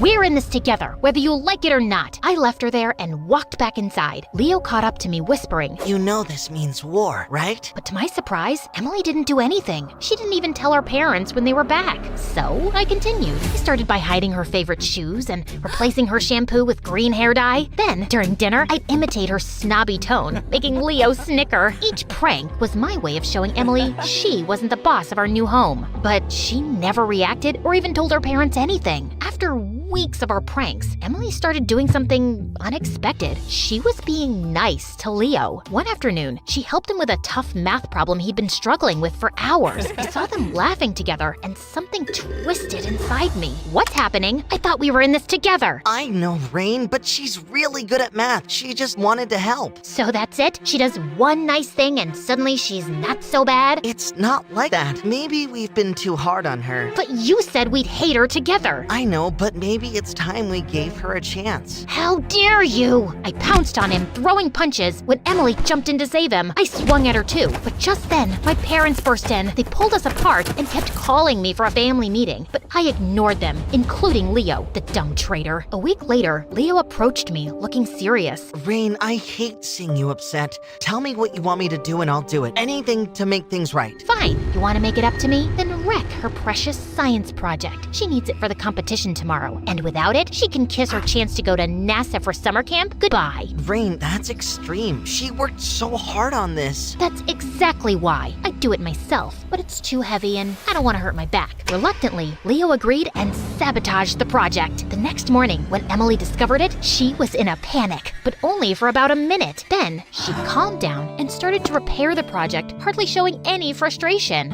And yes, you guessed it, she didn't tell our parents about this either. Turns out, Leo didn't do a good job of destroying it. Emily managed to fix it in just half an hour. I was convinced he did it on purpose, so I swore I'd never speak to him again, even though he kept saying sorry. Just go hang out with your new sister. She's all you need, right? Rain, come on. We were a team at the orphanage, cool and respected, but now you're going too far. I didn't listen to him and just walked away. A few days later, Emily won her scholarship and the Morgans planned a huge celebration. But Emily, in her usual snobby way, insisted that I go to bed early and not attend the party. It was so arrogant of her, and it made my blood boil. The night of the party sounded amazing from my room. I could hear the laughter and voices, with Leo out there having a blast, that idiot. Then I had a brilliant idea. I called Mom and told her we needed her show for the party. She arrived 20 minutes later. I was expecting her to ruin the party with her silly acts, but then Leo sent me a photo on Instagram. To my surprise, everyone was actually enjoying Mom's performance. Ugh! That night, I decided to try a new tactic. I'd be nice. My plan was to get close to Emily, understand her better, and then, as her friend, I could easily manipulate her to become her boss. The next morning, I prepared breakfast and took it to Emily's room. Everyone was shocked. Did you put poison in this? Want Leo to taste it first? Leo showed up from behind her door. Obviously, he was eavesdropping. No thanks. I want to stay alive. To my surprise, Emily said the breakfast was delicious.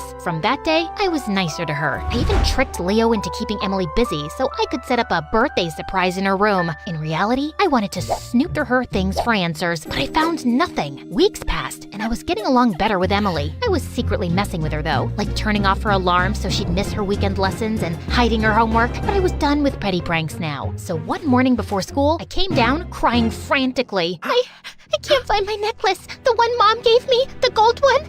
I've looked everywhere.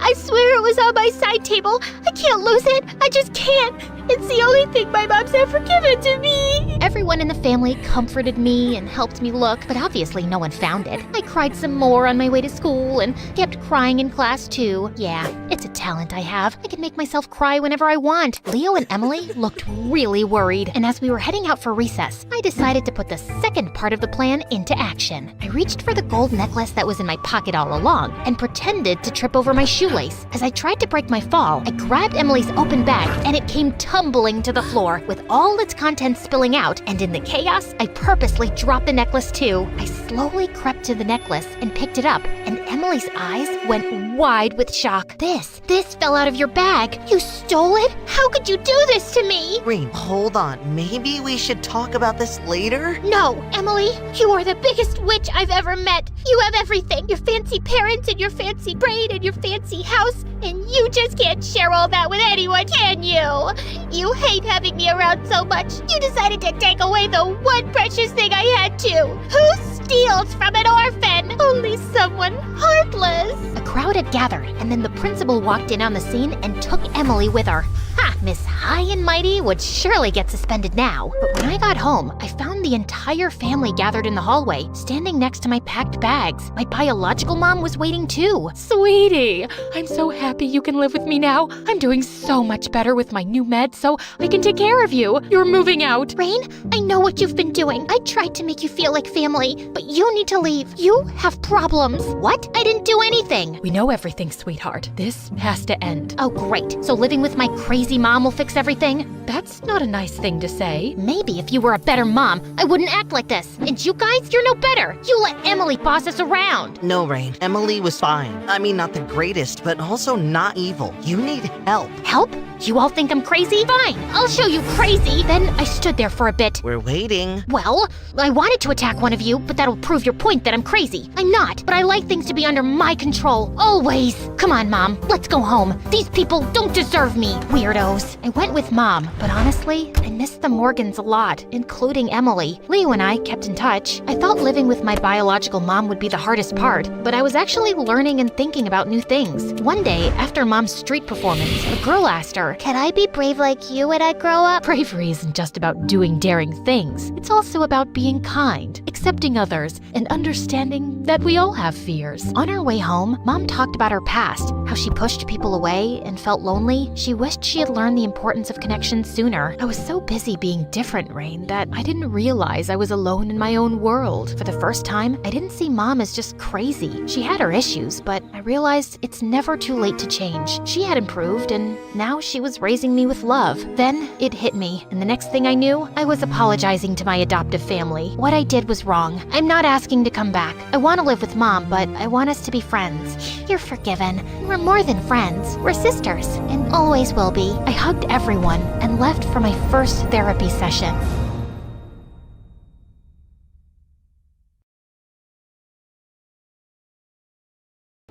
Hi, my name is Neo, and this is my story. Please like and subscribe. I was born in a small city in South Africa to the most loving parents. We weren't very rich, but Mom and Dad made sure I had everything a girl could want. They bought me dolls and tiaras and sparkly shoes, but I loved football. Since I had no siblings, I used to play football with the other kids in my neighborhood. And even though I was the youngest among them, I could kick their butts at every game. Go, Nia, go! That's my girl! Dad was my biggest fan. He was a real estate agent and would take me with him to houses with huge backyards. That way, I could play football while he worked. When I was in the 8th grade, Dad got me admitted into a school where his best friend, who was an awesome football coach, taught the game to the students. On my very first day, I went to the sports ground and the coach introduced me to the team. But all of them were boys, and they gave me weird looks. Did you forget your way to the cheerleading squad, little girl? What do you mean? Well, this place is for tough guys like us. Leave before you run crying from here, princess. Wait till you watch me play, and then we'll see who runs away crying. I grabbed a ball and started kicking it towards the goalpost, and they started chasing me. Just then I tackled one of the guys, and he landed on his butt while I hit the goal. Everyone cheered for me, and the coach praised me for my skills. Whoa, that was awesome, Neo. You've got good technique. You just defeated the team captain. Well, apparently that guy's name was Zuri. He was a senior at school and the football captain, but now he looked really embarrassed. Later that day, I was in the cafeteria getting my lunch when Zuri bumped into me, spilling his entire plate of food all over my new shirt. Are you nuts? Why would you do that? Hey, chill. I didn't do it on purpose. I didn't even see you coming, little girl.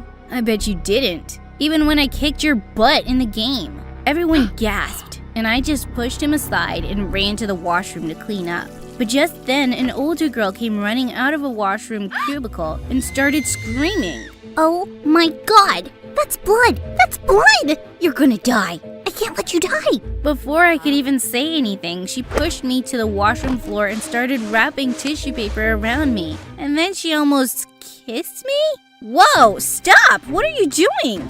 I'm trying to give you mouth to mouth and stop the bleeding. Wait, that smells and tastes like ketchup? Ew, no, don't eat that. For a moment, there was absolute silence. But then we both burst out laughing. Her name was Erica, and she was from my class too. Wait, you're in my class? But you look way older. That's what everyone says. But Neo, it's so sad that your shirt is ruined. Let's go shopping today, and I can buy you a new one. I didn't really care about my shirt, but Erica took me on a whole shopping spree after school. She bought me 5 shirts, plus new sneakers for football. This is nice, but I really don't need all this, Erica. It's okay. I'm not exactly rich, but anything for a new friend. Well, she was a bit weird, but she was also really sweet. After that day, I started hanging out more with Erica. She dressed like a preschooler and always seemed to be bumping into things. Oh God, what just happened? But she always made me feel like a superstar. You're on the boys' football team? You're so strong, Neo. You can probably be in the Olympics one day. I don't think I'll ever be in the Olympics. But thanks, Erica. A few days later, when I was in the changing room before a practice match, a couple of girls came to me. You're the new girl, right? And you're friends with Erica? Yeah, I am. She's super sweet. Erica's also the dumbest girl on the planet. She's 16 years old and repeating 8th grade for the 3rd time. She needs help with everything. One time, she just walked out of class and decided to take a nap on the street. So she's a little different. I don't mind helping her with stuff. Suddenly, someone tapped on my shoulder, and when I turned, I almost had a heart attack. Ooh, I'm a ghost. It was Erica, and she was covered from head to toe in white paint. But what are you doing, Erica? I was walking in the alley behind the school, and I tripped and fell into a big bucket of paint. So I thought I could go around scaring people now. I took Erica to the bathroom right away to clean up. Just then, I bent down to get a clean towel from my gym bag, when Erica suddenly said, Hey, what's that on your back? Why is your skin all red and lumpy here? Oh no, had my shirt been pushed up? Oh, it's nothing, Erica. I have a skin condition. I try to cover it with my clothes. It's not a big deal. By the time I finished washing Erica off, I was late for football practice. I ran off to the ground, but no one was there. Looking for someone? Definitely not you. Where is everyone? He told me everyone left, and I had no choice but to practice with this loser. But only a few minutes into the game, he was crushing me so bad. What was wrong? I tried my best to tackle him, but then suddenly I lost my balance and we both fell to the ground. Coach is so not gonna let you play in the big game. So what? You beat me one time. I'm still gonna play way better than you. I thought we were supposed to be on the same team. How about we help each other? We can stay and play more after practice. Fine, but only because I want us to win. From that day on, Zuri and I practiced together every day. And he was always beating my butt now. I couldn't stop talking to Erica about it at lunch. I don't get it. I used to take him down all the time. Now that idiot is always beating me. Maybe it's cause you can't concentrate anymore. Cause you have a crush on him. Shush! Of course I don't have a crush on him. Then why are you blushing? And you're always practicing with him now. And we never hang out anymore. Because I have a game coming up.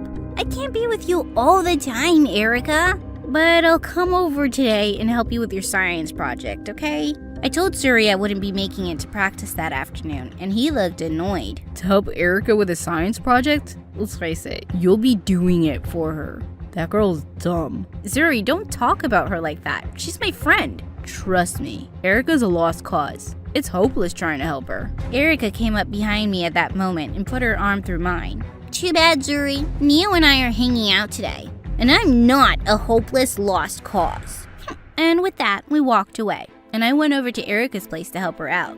But just as I was leaving Erica's house that night, someone grabbed my shoulder from behind and I screamed. Neo, chill, it's just me. I live a few houses away. Who comes and grabs someone's shoulder at night, you weirdo? Why are you out anyway? Just taking a walk. I was kinda down that you blew off our practice today. I really enjoy playing with you, even though you're a little girl. A little girl who can play just as good as any guy. Zuri and I ended up walking all around Erica's neighborhood, and it turned out that we had a lot in common besides football. We were so busy talking, we didn't even realize that we'd made a full circle back to Erica's house. Check it out, she has a tree swing. Before I could stop him, Zuri jumped on the swing and started spinning like a child.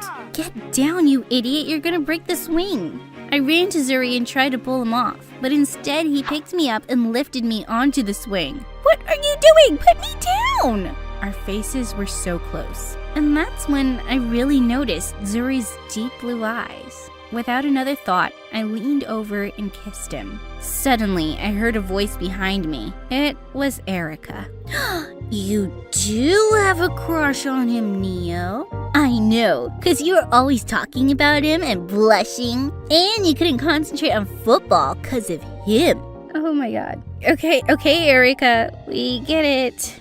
Wait, does Zuri know about your condition? All of a sudden, Erica ran up to me and lifted up my shirt, exposing my skin condition. Neo has a skin condition, but she says it's not a big deal. You'll still like her even though she has a condition, right? Neo's still awesome. My cheeks felt like they were on fire. I wanted to disappear into thin air. I pulled my shirt down quickly and looked at Zuri, who looked shocked. And then he suddenly said, I should get going. Zuri walked away faster than I could blink an eye. Angry tears started flowing down my cheeks as I stood there, hating my skin condition and hating Erica. Erica, how could you do that to me?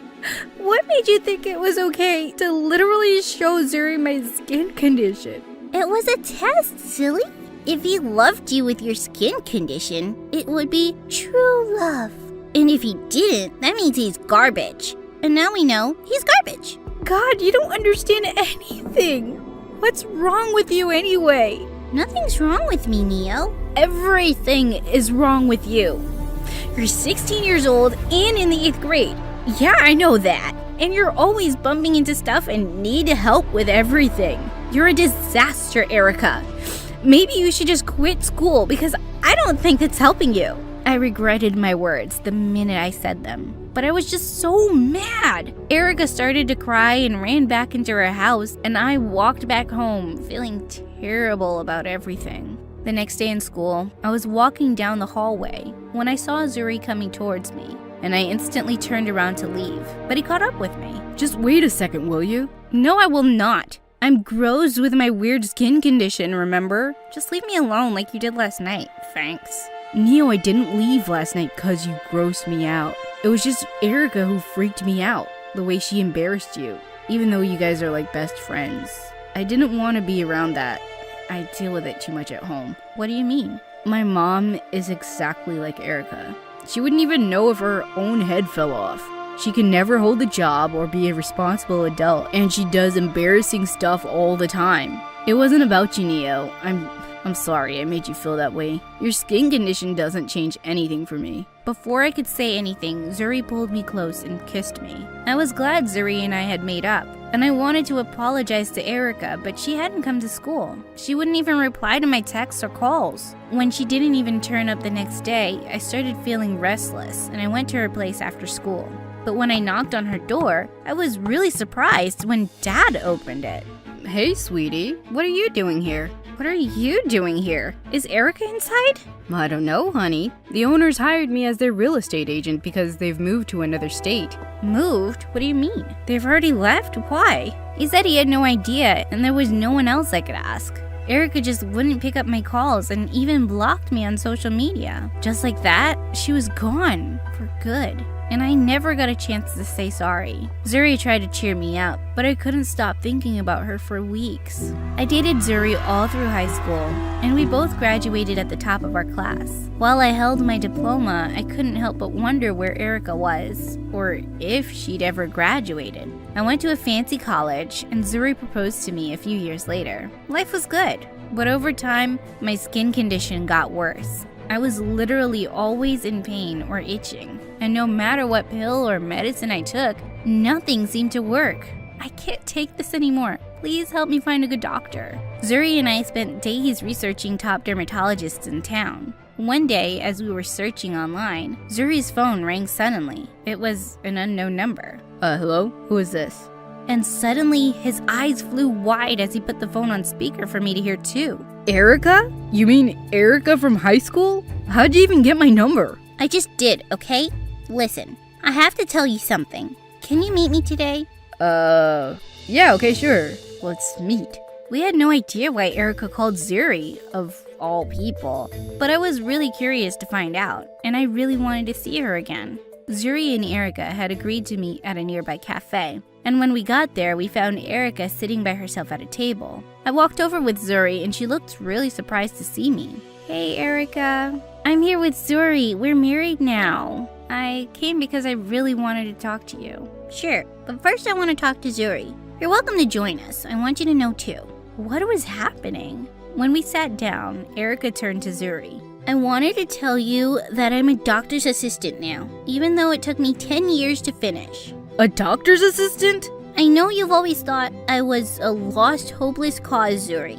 I never forgot your words, but that's why I wanted to talk to you. To tell you I finished school and I made it. Suddenly, I saw Zuri's eyes fill with tears and he jumped up from the table and went outside. And I leaned forward and took Erica's hand. Erica, that's brilliant, and I'm really proud of you. Thanks, Neo. You know you were my best friend, right? And you were mine. I've wanted to apologize for everything I said, Erica. But you moved away before I had the chance, and I felt terrible. I was hurt and mad and needed some space. But you know what? I realized that you were right. That school wasn't helping me much all those years. I was a mess, and I was struggling to do anything on my own. So I asked my parents to send me to a special school. Before I could answer, Zuri came running back to our table and hugged Erica. I'm so sorry I ever made you feel like you were stupid. It's amazing what you've been able to do. Thanks, Zuri. That's all I wanted to hear. But just at that moment, my skin started feeling all tingly, like it was burning. Minutes later, I felt like I was on fire. I started itching my back like crazy. I have to go to the emergency room. Neo, is it your skin? I work for a dermatologist, and he's amazing. It's because of your skin problem that I knew I wanted to help people in dermatology. I'll get you an appointment right away. Thank you, Erica. You're amazing. And I've missed you so much. Me too, Neo. We have so much catching up to do. But let's get you some help first.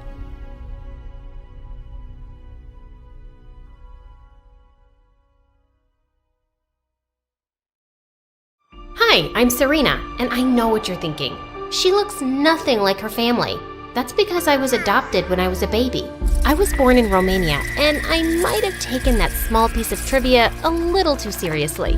Oh, I can't water the plants. Romanians are allergic to the sun. Does this broccoli have garlic on it? Romanians don't eat garlic, Mommy. But I have to sleep inside this cardboard box. It's a Romanian thing. You won't get it. That's a vampire thing, doofus. Now sleep in a bed like a proper human child. God, you're so dumb. I wasn't dumb. I was quirky and cute. But Fred was right. I just never seemed to make the smartest choices. Fred wasn't only my brother. He was also my best bud growing up. He was super smart and solved math equations in his sleep, but he was really awkward and hated outdoor activities. Come out, Fred! Look at all these butterflies coming out of their raccoons! It's cocoons and no thank you. You know they start off as icky caterpillars, right? Quit being such a party pooper and come play with me! But Fred just stayed inside. I chased the butterflies and didn't realize when I ended up rather far from home.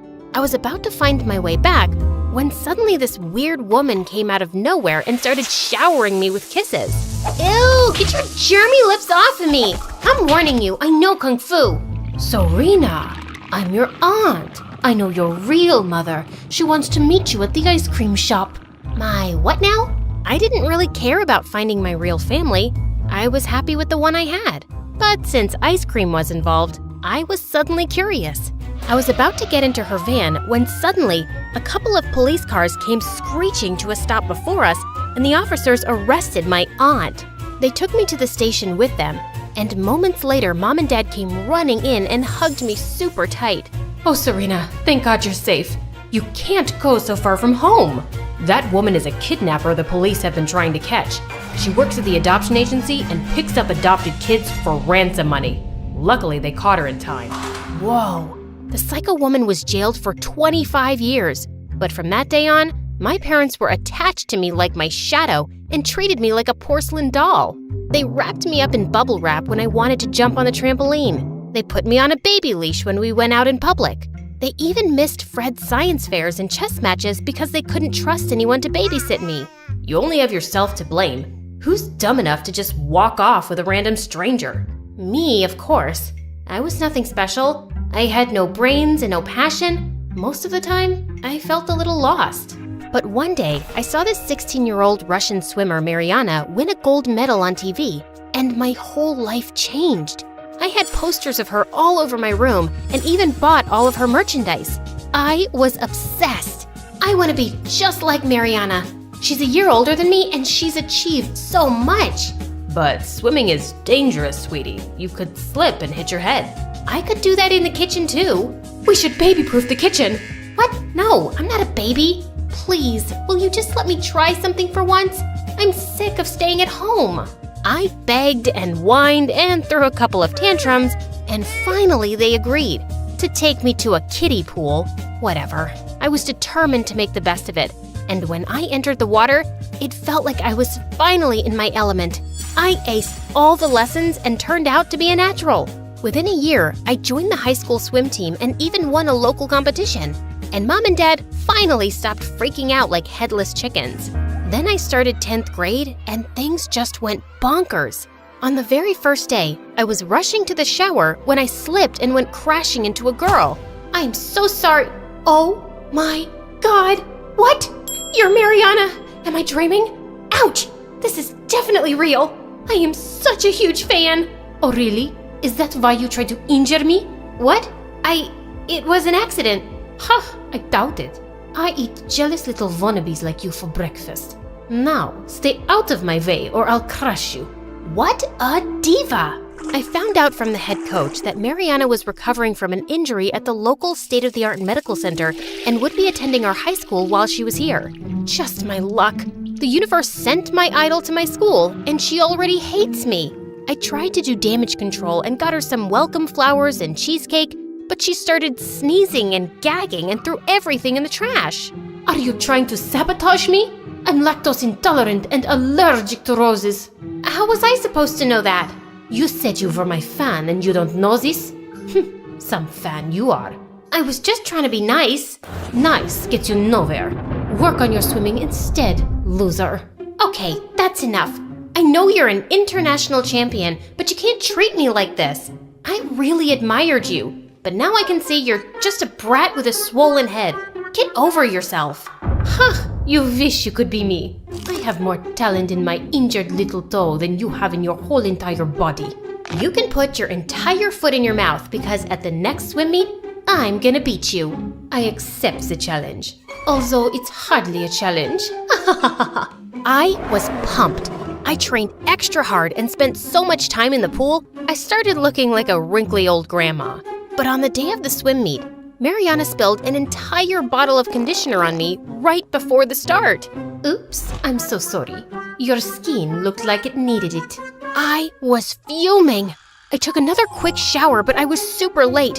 And when the whistle blew, I was so out of it that I flopped into the water like a dying fish. I lost badly, and Mariana sailed through the water gracefully like a swan. But what she did next shocked the bubbly farts right out of me. Mariana stepped off the stage after taking her prize and kissed Fred. Hey, what the heck are you doing to my brother? Stand behind me, Fred. I'll protect you from this soul-sucking mermaid. Sorina, Fred has told me so much about you. We met in the library the other day, and I said I was craving some Russian pastries. He got me some the very next day. Fred is a real gentleman. And you're a real lady. What was happening? Fred looked genuinely happy, but Mariana was bad news. The way she'd swam earlier, it didn't look like she was injured at all. But before I could confront her, they left. What a bunch of love-struck jerks! I was so depressed, I spent a couple of hours at my favorite ice cream shop eating my feelings. But once the banana splits were gone, I headed home and, to my surprise, I saw Mariana across the street. She was dressed like some weird spy and went inside a dirty-looking alley. I followed her and saw that she was buying a weird packet from some homeless dude. Hey, what you got there, bestie? Did you hit your head on that dive? I am not your bestie. Is it Russian candy? Is it a wig? Or is it a whole new personality you use only when Fred's around? It's your brother's heart, and it's all mine. She was a piece of work and super suspicious. I wanted to follow her, but I was already late. Mom and Dad would probably send a SWAT team after me. So that night, I borrowed Fred's laptop and did some research. I found a few articles about Mariana's injury, but then I found a creepy Reddit thread about athletes using performance-enhancing pills. I was shocked. Is that how Mariana had swum so well in the competition with an injury? I had to find out. But the next day, I walked into school and everyone was talking about Mariana and Fred like they were a celebrity couple. Fred, of all people, was popular. He suddenly had this confidence I'd never seen before. It was kinda awesome. But Mariana was ruining swimming for me. We've decided I'll take your place on the swim team for regionals. What? You can't do that. You're not even a permanent student. Aren't you supposed to be injured and resting? Coach! I'm sorry, Serena. We have a chance to compete with an international gold medalist on our team, and she seems strong enough now. I was so mad I tore up all of her posters from my room and trashed all the merchandise. All I'd wanted to be was noticed by my idol, but she just turned out to be a massive jerk. I was gonna bring her down if it was the last thing I did. Hey, Mariana told me what happened. It was really sweet of you to give her your place. She really needed this. I didn't give up anything. Your evil girlfriend pushed me out. Swimming is the only thing I'm good at, but she couldn't even let me have it. Look, I know you're hurt, but she's a good person. It's all an act. She's only pretending to be your girlfriend to get under my skin. Yes, Serena. I'm sure my relationship is all about you. Everything is always about you. The only reason a girl could want to be with me is to get back at you. Not because I have anything worth liking, right? Wow, I didn't know you were so desperate to be liked, you'll defend the devil herself. Some brother you turned out to be. I hated the look of hurt in Fred's eyes, but I was just so mad. The next day, I sneaked into the gym and went through Mariana's locker, and I found the package she'd taken from the man in the alley, and it had pills inside. I ran to the head coach and showed him everything. Mariana went ballistic. They aren't what you think. I'm not a cheat. Then explain how your injury healed so quickly. You're lying, Mariana, and I have proof. Stop this, Serena. You don't know what you're talking about. No. For once, I'm the smart one, and you're being dumb. She played you with her big eyes and pretty face. She's just a cheating witch. Stop calling me that. And then she pushed me into the water. The head coach insisted on getting her tested, and she went bananas. She started ripping up pool noodles with her teeth and threw swimming flippers at the students like a mad person. 2 coaches had to drag her away, and she was suspended during the investigation. But I wasn't even happy about it. My teammates were mad at me for being a sneak. Fred wasn't talking to me, and Mariana, all the blood work came out clear. Turns out, the pills were special Russian vitamins. But she was so messed up with all the media attention and headlines, she completely failed at the regionals. I felt like a total jerk. It was time for me to apologize. Hey, I'm sorry about the whole mix-up. As if your plan worked. I lost the competition and my reputation. Now you can have your perfect life back. Perfect? My life is not perfect. My adoptive family is the bomb, but I've always felt a bit lost since I was a kid. Swimming makes me feel like I belong, and you took that away from me. Yes, I did. Because I'm better at it, and it's good for the team. But Fred was right. You're a selfish, spoiled brat who only thinks about herself. I was so mad, I slapped her hard across the cheek. We were rolling around on the floor fighting like cats when suddenly Fred came in between. What the heck is wrong with you two? She started it. She's always hated me. That's enough. I love you both, but this needs to stop. You love me? Are you okay? Do you have brain fever? Stop it, Serena. After all these years, I've taken a back seat while Mom and Dad obsessed over you. I thought you'd be okay with me being the center of attention for once. It was true. Mom and Dad always went out of their way to make me happy and keep me safe. They hardly ever talked about Fred. I was selfish and felt terrible for not realizing it before. And Mariana? You can't blame Serena for jumping to conclusions when she doesn't know the truth. What truth? Suddenly, Mariana looked so sad, it broke my heart. My family had to flee Russia. Some really bad men were after my father, and I had to fake an injury so they would give us quick visas to come to America for my medical treatment. Now I can never go back, and I can never swim for another country if I want to keep my family safe. That's why I wanted to be part of the swim team so badly. But that doesn't explain why you're so mean and horrible. It's all I knew. In Russia, you don't become a champion by being nice and sweet. You have to be really tough and fight for your place. It will be a hard habit to break, but I see you all as competition, especially you. You're good. She said it reluctantly, but she said it, and I was on cloud 9.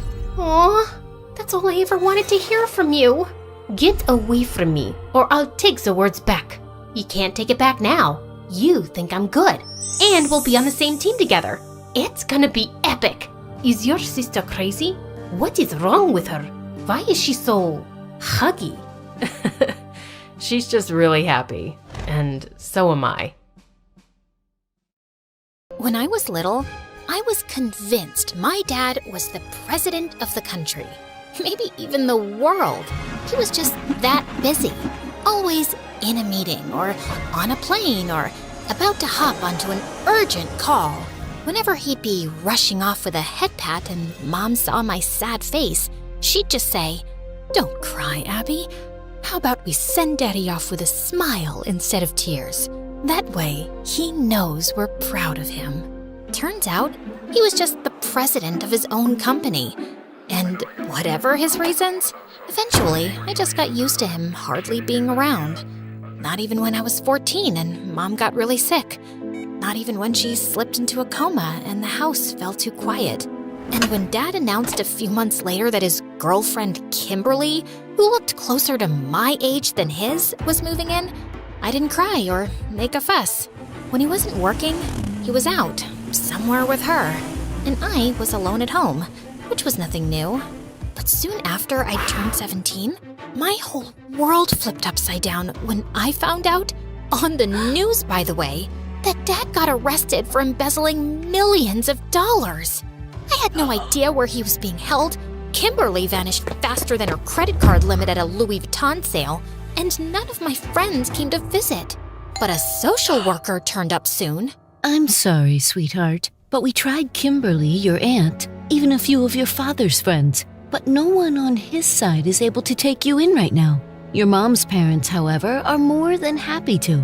The only thing is, they live overseas. Yeah, in Thailand.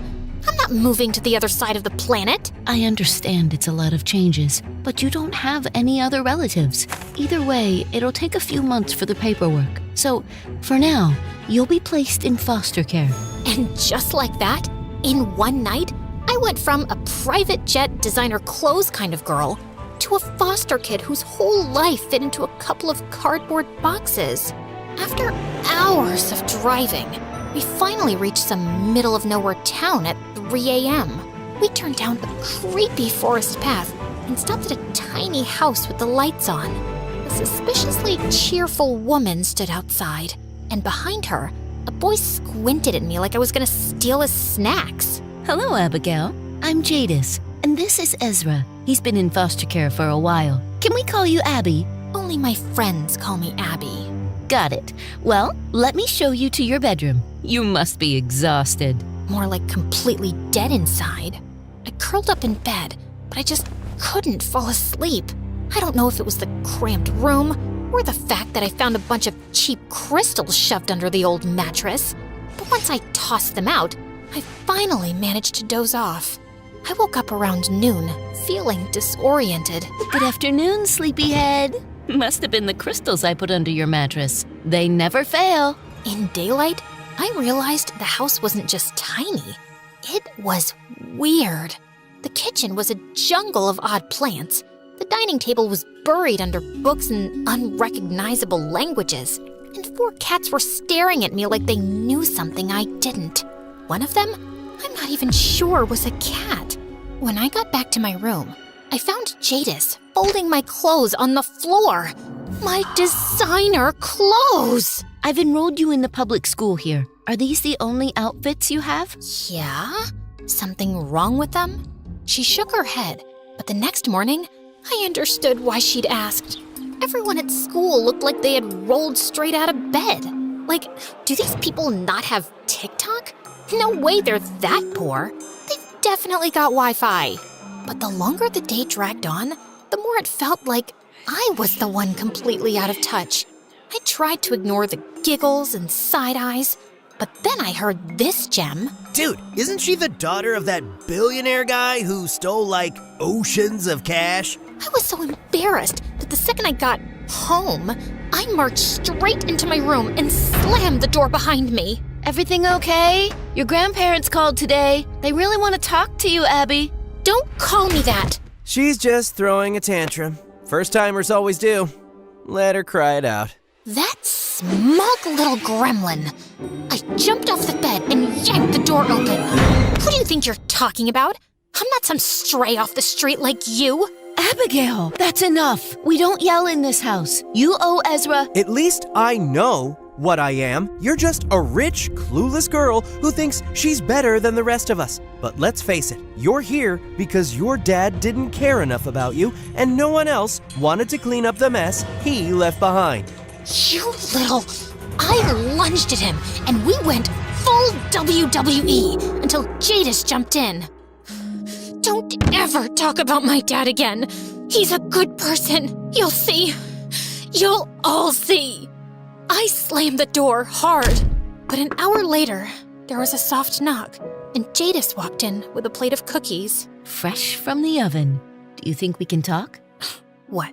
You think if you send some cookies and warm smiles my way, I'll spill my life story to you and we'll become best friends? Oh no, Sweet Pea, I'm here to help you. That's what everyone says. The cops, the social worker, and now you. But so far, everyone's failing miserably. Let me rephrase that. I can help your father if you believe he deserves a second chance. Do you really think your dad is a good person? I knew Dad wasn't perfect, and all the evidence mounting up against him wasn't looking good. But yeah, I didn't really believe he was a criminal. Of course I do. She pulled out a golden pocket watch. You get 3 chances, that's all. You can go back as far as you want. Days, months, years. Just not before you were born. So choose wisely. And then she just walked out. I stared at the pocket watch she'd left on the bed, and suddenly, all I felt was rage. This was her idea of helping me? I grabbed it and chucked it against the wall. It bounced off and fell to the floor with a clink. But then, it started glowing from inside. A soft, golden pulse flickered from the seams. I picked it up cautiously, and the lid snapped open on its own. Inside wasn't a regular clock face. Instead, there was a flickering digital display in the center. Beneath that, a small metal dial rotated smoothly, like it was waiting for me to decide. Wait, so what Jadis had said about going back in time? There was no way this was real, right? But then I thought about everything I'd lost. My dad, my house, my friends, my whole life. Maybe, ridiculous as it seemed, it was worth a try? I turned the dial back to a week earlier, took a deep breath, and pressed the glowing button. And suddenly, I felt like I was being yanked down. The room twisted into a blur of light and color, and when everything came to a halt, I realized I was back in my room. My real room, with my lavender walls, my plush rug, and my wall of designer shoes. I just sat there in shock until I heard voices downstairs. Wait, did someone buy this house already? But then, the voices started to sound familiar. No way! Dad? In the kitchen, I found Dad and Kimberly mid-makeout session. I ran straight to Dad, pushed Kimberly aside, and hugged him tight. Abigail, what are you doing here? Weren't you at school? I'm not going back to that new school. It was awful. Just let me stay. I won't tell anyone you escaped prison and came here. Escaped prison? And what new school? She looks upset about something. Give her your credit card, babe. Ugh, Kimberly, His accounts are probably all frozen by now. Huh? Why would my accounts be frozen? Because of the money embezzlement case? What? Me? Embezzling money? Sounds like someone had a bad dream. I promise you, even if your dad was doing that, he'd never get caught. Now, how about that shopping trip Kimberly mentioned? I've got to head to the office. So, it was all a dream? Jada's, the foster home, Dad getting arrested? It all felt so real. But when I got into the car on the way to the mall, I felt Jadas's gold watch in my pocket. Did I just travel back in time for real? Sorry, miss. Didn't catch that. Nothing. Take me to my dad's office, please. I'd never been there before, so after an FBI-level interrogation at the front desk, I was allowed to go up with a security guard. The second the elevator doors opened, I knew something was off. The whole floor felt really tense. Phones ringing off the hook, people typing on their keyboards like maniacs, a woman sobbing silently at her desk. Just then, a man holding a stack of folders came rushing down the hallway, and I bumped into him, sending papers flying everywhere. Look what you've done! Who let this idiot up in the office? Do you think this is a place for a moron teenager to be wandering around? The security guard said something in his ear, and the man instantly turned white, dropping to his knees. Oh my God, I'm so sorry, miss. I had no idea you were the boss's daughter. Please forgive me. I'm a worm, a worthless worm. There's a spot on your shoe. Would you like me to clean it? What the heck was happening? After I'd calmed the man down and reached Dad's office, I found him yelling at some employee. When he noticed me in the doorway, he waved at the woman to leave like she was some annoying fly. Gosh, he was clearly a terror around here, and I was already scared to say what I'd come to say. Well, this is rare. Since when does my daughter take an interest in my work? I need you to be honest with me, Dad. Don't ask me how or where I heard this, but people are saying things about you embezzling money. I know you'd never do something like that, right? He just seemed really annoyed and kept asking me where I'd heard such a crazy thing. Obviously, I had no good answer. What was I gonna say? That I'd traveled back from the future? Eventually, he got tired and sent me home escorted by 2 bodyguards so they could keep tabs on what I was watching or who I was talking to. By now, I was beginning to feel convinced he was lying to me. And those bodyguards were everywhere. They even ate with me, watched reality TV with me, and stood guard in my bedroom while I slept. But the worst part was when they came with me to school. And obviously, questions followed. Did you try to run away? Fall in love with the gardener? Careful, Abby. Make your dad mad and he might cut off your credit card. I just felt angry and sad. I couldn't tell them the truth. And worse, they couldn't even sense on their own that I was going through something big. Dad, on the other hand, was avoiding me like I was carrying a subpoena. And then came the day of the arrest. I ran to him as he was heading out for brunch with Kimberly. Please, Dad, you have to listen to me. They're coming to arrest you today. Turn yourself in. If you do it voluntarily, the sentence will be lighter. Think about me. Think about my future. He actually paused, and his face went pale. But Kimberly just looped her arm through his and dragged him away. And that evening, I got the news. Apparently, I freaked Dad out so much, he panicked, stuffed a bunch of cash into a golf bag, and tried to flee the country. Tried being the key word. He didn't even make it past airport security. So, yeah, now his sentence was way, way worse. Great job, me. Time travel mission number 1? Totally nailed it. I just sat in the living room, staring at the wall. Then I felt that weird pull again, and the next thing I knew, I was back in that little room at Jadis's house. I stormed out looking for her, my heart pounding. Instead, I found Ezra in the kitchen, eating lunch and casually reading some bizarre book. Oh hey, you're back. Your grandparents called again, by the way. Where is Jadis?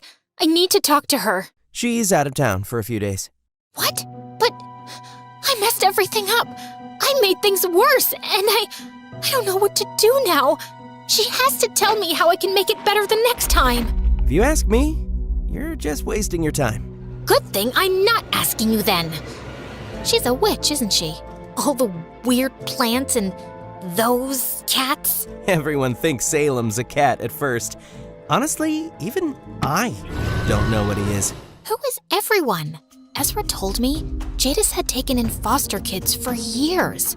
Most of them eventually moved on to new families or adult life, except for Ezra, who stayed and became her apprentice. Sorry for what I said earlier. I just get tired of seeing kids like you show up, acting all sure of yourselves, and then getting your hearts broken. Again and again. My heart didn't get broken. I just kinda blew it. But next time, I'll get it right. Maybe think about what matters most before you play time god again. What could possibly matter more than stopping my dad from getting arrested? Liking this video and subscribing to MSA. Kidding. Obviously not more important than saving your dad, but still important. Already did, genius. Keep up. Ugh. Boys are annoying. Clearly, he wasn't gonna help. And I couldn't wait around for days for Jadis. The next morning, I borrowed clothes from Ezra and dressed like a total disaster. Public school chic. I figured I'd survive the day, try to work out what point in time I had to go back to, and reset my life by afternoon. But then, during lunch, a group of kids walked up to me. Hey, we just wanted to say sorry. Some people have been saying stuff about you that's not cool. Everyone's got family drama. We're gonna go get ice cream after school. You should come. It was the first time since everything fell apart that someone looked at me like a person instead of a headline. Thanks, really, but I can't today. I'll come another time.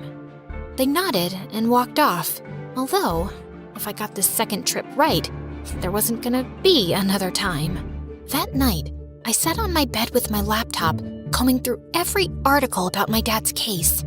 I found something in a financial report the police had released. The earliest suspicious transaction was flagged 3 years ago. It was some months after Mom had fallen into a coma, and right when Kimberly first slithered into our lives. So that's when I had to go back, a little before he ended up making some really poor choices. When I landed back in my room, the walls were bubblegum pink, and there were BTS posters taped on every wall. I turned to the mirror. Braces, uneven bangs, and a zit forming right between my eyebrows. Yep, that's me at 14, all right. Let's do this. Just then, a maid knocked on my door, saying my dad wanted to see me downstairs. And I found Dad standing in the living room, next to a woman who looked like she just walked off the set of a reality show called Gold Diggers of Beverly Hills. Ugh. Abby, sweetheart, this is Kimberly. She's a special friend. I know you miss your mom, but just know she's not here to replace her. Hi, Annabelle. It's so nice to finally meet you. And I'm definitely not looking to be your mom, so you have nothing to worry about. I'd apparently traveled right back to the day when I first met her. And just as I remembered, that evening we went to some overpriced restaurant together, which basically felt like me third-wheeling on their date.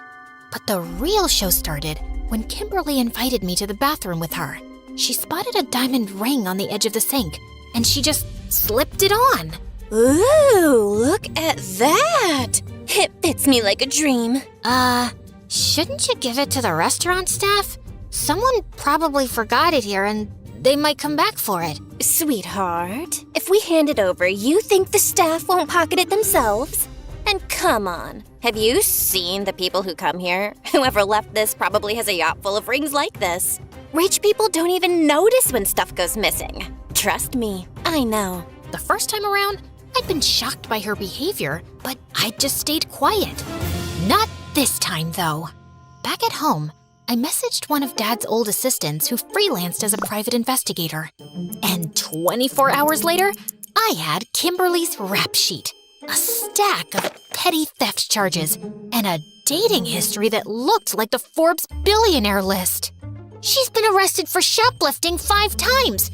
She's not just a thief. She's a bad one. Yes, I know all about that. She told me. She was young and impulsive, and she didn't grow up with money like you. But those days are behind her now. Right, because people just get over these things. I didn't have proof yet, but something told me Kimberly definitely planted criminal ideas in Dad's head. My plan this time had 2 parts. One was to stick to Dad like glue. If we got closer, he'd be more scared to get into a life of crime and potentially ruin my future, right? And the second part was Operation Break Up Dad and Kimberly. So, I tagged along with them everywhere. Every date, launch party, and charity gala. But I also tried to make her life with us a living hell. I threw her cigarettes in the trash, the toilet, and one time into the blender in her green smoothie. And when they got mad at me, I put on my best Bambi eyes. I'm just trying to protect her. What if she drops dead? Or worse, gets forehead lines? She's already 2 bad selfies away from looking 60. Then came Dad's birthday. I tracked down his ex from college and invited her to his birthday party. I sat by her, talked to her, followed her around, and then, right within earshot of Kimberly, I called her Mom. Wow, did I just call someone I barely know Mom? That kinda slipped out. I mean, it's not like I'd ever say that to Kimberly. Some connections are just instant. But my friends at school just couldn't understand why I wanted Kimberly gone. She seems young and cool, and your dad's happy. So what if she spends his money? Don't you? Honestly, we're kind of overhearing you complain about how much you hate her. When I get back to my real life, I'm definitely not keeping in touch with these 2. I knew eventually she'd try to convince Dad to send me off to some boarding school, so I made sure I had plenty of heartfelt moments with him. Dad, I ordered you sushi again with my allowance because you're the best dad in the entire world. Oh, thank you, sweetheart, for ordering me sushi for the 36th time this month. Because you work so hard and never get mad at me. You're my hero. We'll always be together, right? Of course, honey. You know I'd never let anything come between us. Obviously. I know you think about me in everything you do and everywhere you go. And it seemed to work. It was obvious Kimberly was getting increasingly pissed off by me. Then one Sunday morning, when Dad and I were having breakfast on the terrace, Kimberly strolled out and unrolled her Pilates mat to find something written on it in glitter glue. Gold Digger Barbie. And she snapped. I've just had it! I can't live like this anymore! Like what? Like this, with her breathing down our necks every second and messing up my life. She replaced my collagen powder with powdered sugar. She made my shampoo smell like tuna. She's a little demon and I hate her. You have to choose now. It's me or her. If I have to choose, it'll obviously be Abigail. Kimberly screamed and stormed off. And when she left the house, he didn't go after her. He picked me. He also became the world's most charitable man, founding his own nonprofits for children. The sick, the elderly, the poor, and even animals. All I had to do now was make sure no future gold digger dragged him back into crime. But then, I got home from school one day, and guess who was waiting for me in the living room? That annoying social worker! Again! Turns out, all those charities he started? Yeah, some of the money did go to the people who needed it, but most of it went straight into his own pocket. So it wasn't Kimberly who was the bad influence after all? I didn't get much time to think about it though, because the next thing I knew, I was yanked straight back to Jadis's couch. Ezra was leaning on the hall doorway, staring at me. Let me guess. Didn't work? I hated that idiot so much. Of course, I wasn't about to give up. Jadis was back, and I really needed her advice on how to get it right the third time. Later, sweetie. Ezra's mom is coming to visit soon, and we just don't have time for time travel right now, okay? Ezra's mom was dressed in knockoff everything, drenched in drugstore perfume, and a full 70% of her hair was definitely extensions. From what I gathered, she'd been in and out of jail for a lot of petty thefts. I get it. You want to stay with Jadis, but if you ever want to come back to me, I can give you a good home. I know I've said that before, but this time it's different. I've really changed. Ezra didn't look too convinced, and she left about an hour later. You didn't have to be so cold to your mom. She came all the way out to this stupid place to see you. I get that she's done bad things, but she doesn't seem like a bad person. You could have at least given her a chance. Look who's talking! The girl who ignores her grandparents. She always says, this time she's changed, Abigail, and I've given her way more than 3 chances. Learn the pattern. People like her and your dad, they don't change. They just get sneakier. The next day, I meant to plan my final time travel mission, but after how badly the last one flopped, I needed a distraction. So when my new friends invited me out for ice cream again, I actually said yes. On the way back, we passed the old playground in town, and one of the girls suggested we clean off the graffiti from the swings and benches. So we did. When I got home late, Jadis didn't scold me. She just smiled and said she was glad to see me having fun. That night, though, I couldn't sleep. I'd spent the whole day making friends instead of trying to save my dad. Warning him about the arrest hadn't worked. Removing Kimberly or getting closer didn't stop him. So what was I supposed to do? And then a thought hit me so hard, I sat up straight in bed. Mom! I'd been so focused on fixing Dad's life and mine. Why hadn't I used the watch to go back to her? I'd give anything to have more time with her. Maybe I could even talk to her about all this. If there was some way to make Dad stop, she'd know.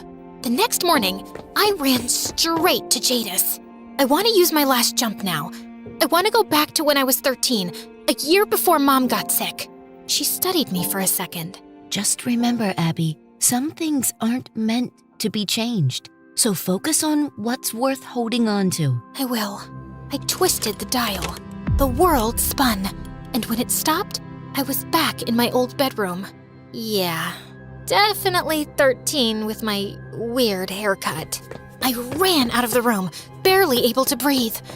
I was gonna see Mom again. As I looked for her around the house, I heard some quiet voices from the garden, and I crept closer.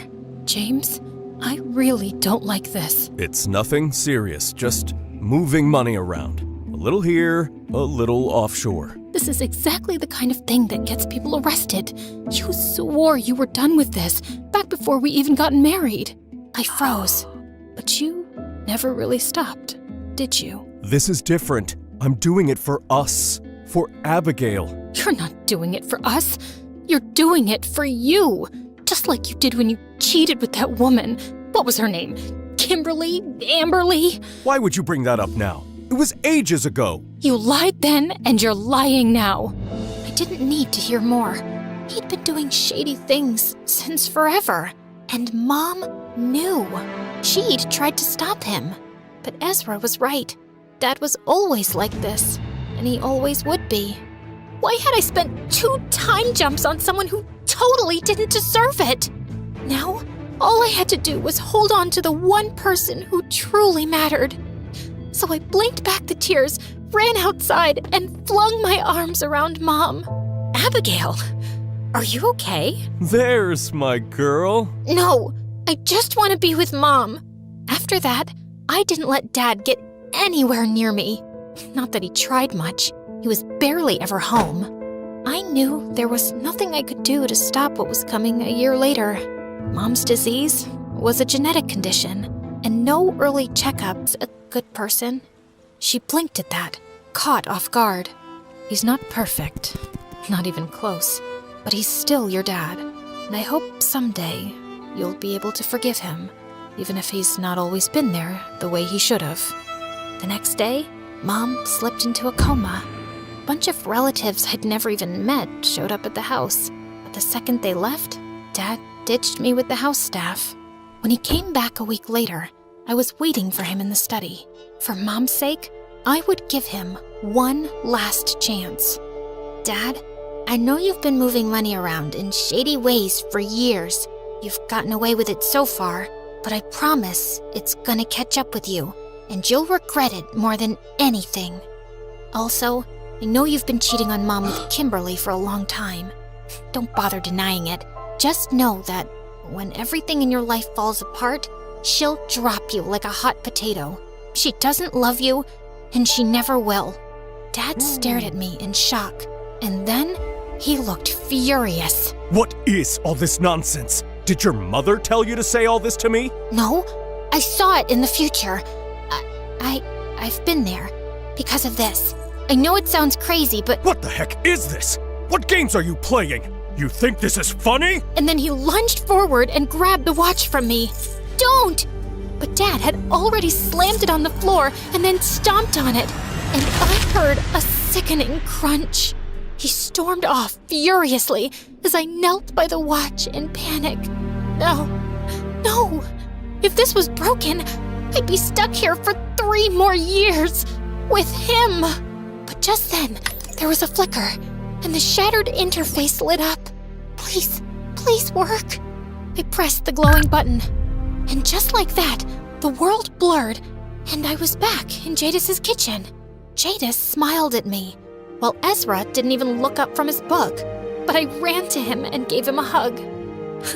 You're not that dumb, huh? The next day, I finally answered my grandparents' calls and told them I was ready to come stay with them in Thailand. At school, I told my friends I'd be leaving in a few months when my papers were finalized, and by the time I was ready to go, we'd had sleepovers, movie nights, and more scoops of ice cream than I could count. Then, on my last day, as I was busy packing my suitcases, Jadis called out to me excitedly from the living room. Abby, quick! You've got a phone call! And when I picked up the phone, my heart nearly jumped out of my chest when a familiar voice came through the other end. Abby, sweetheart, it's Mom.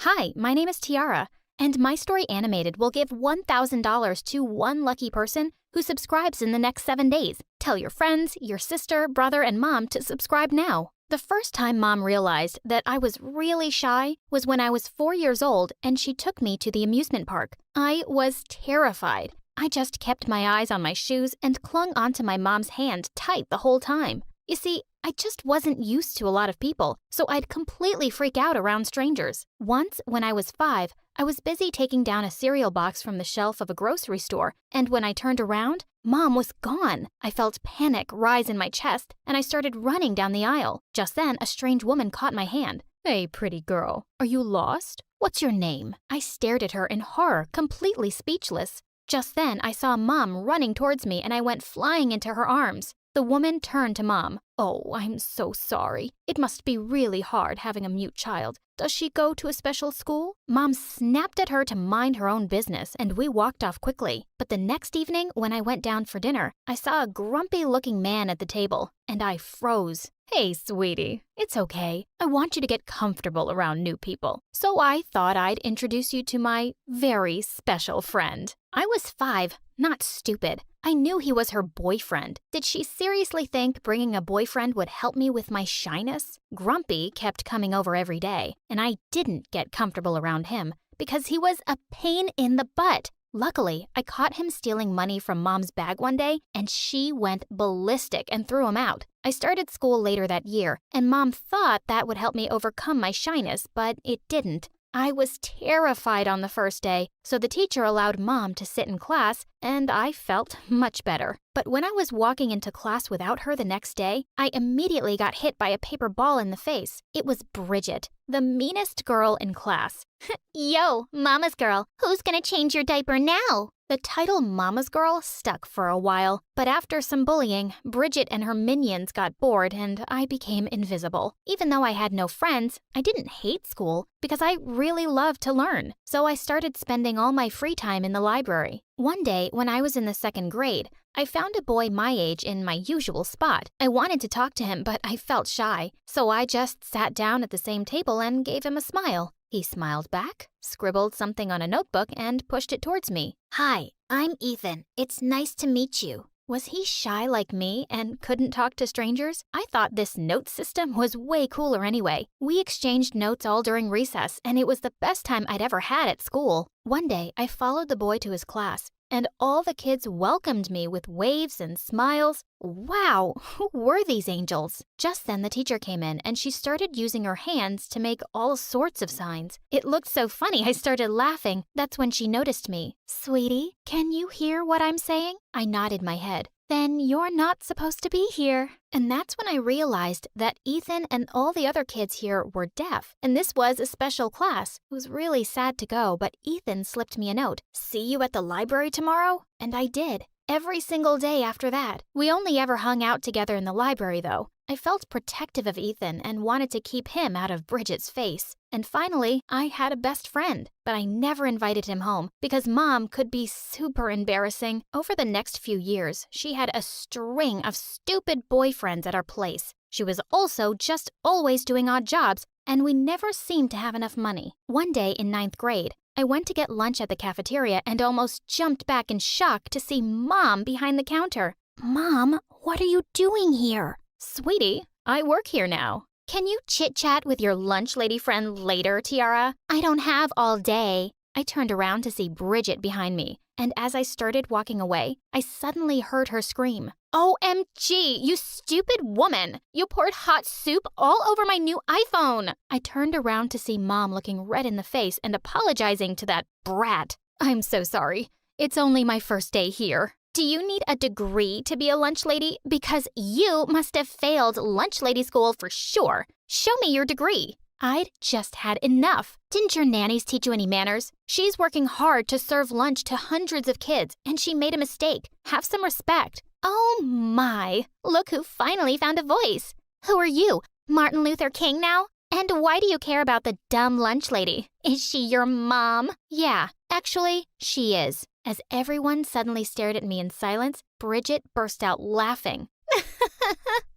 So, you're still a mama's girl? And now I get why you're so stupid. I was about to attack her, but just then I saw Ethan walking towards us with the principal. Bridget, how dare you talk to a staff member like that? That's a 3-day suspension. To my office, now. As Bridget walked away looking furious, I knew I'd pay for it later. But standing up to her felt so good. Later that day, when we were hanging out, Ethan said, You were awesome for standing up to that bully, and your mom seems nice. And you were awesome for calling the principal just in time. And well, Mom's a bit crazy. What's yours like? And then Ethan told me that his mom had died when he was little, and his dad was a big businessman who was mostly away. He'd provided plenty of servants to take care of Ethan, but he never had much time for him. Sometimes, I think he must be disappointed to have someone like me as a son. That just broke my heart. I'd been waiting to surprise Ethan with the secret sign language lessons I'd been taking, but I couldn't wait any longer. I'm sure that's not true, Ethan, because you're the loveliest person I've ever met. He stared at me in complete surprise, and suddenly his face broke into a huge smile. Then he pulled me close and kissed me. We started going out, and after a few months, I finally decided to introduce him to Mom. The dinner went well, but when Ethan took the dishes to the kitchen, Mom turned to me. What are you doing with that boy, Tiara? What do you mean, Mom? I mean, look at you. You're smart and beautiful. You could have any guy you want. Why would you choose someone who's deaf? Her words made my blood boil. Mom, would you like it if I was deaf and no one wanted to date me? But you're not deaf. He is. He's not good enough for my perfect girl. Stop saying such awful things, Mom. It's not like he can hear me, honey. Just then, to my horror, I turned to see Ethan standing in the doorway. He just looked at me once and left. I turned to Mom, furious. He can read lips, Mom. That was cruel, and I couldn't care less about Ethan's hearing. It doesn't make him less kind or caring or smart. He's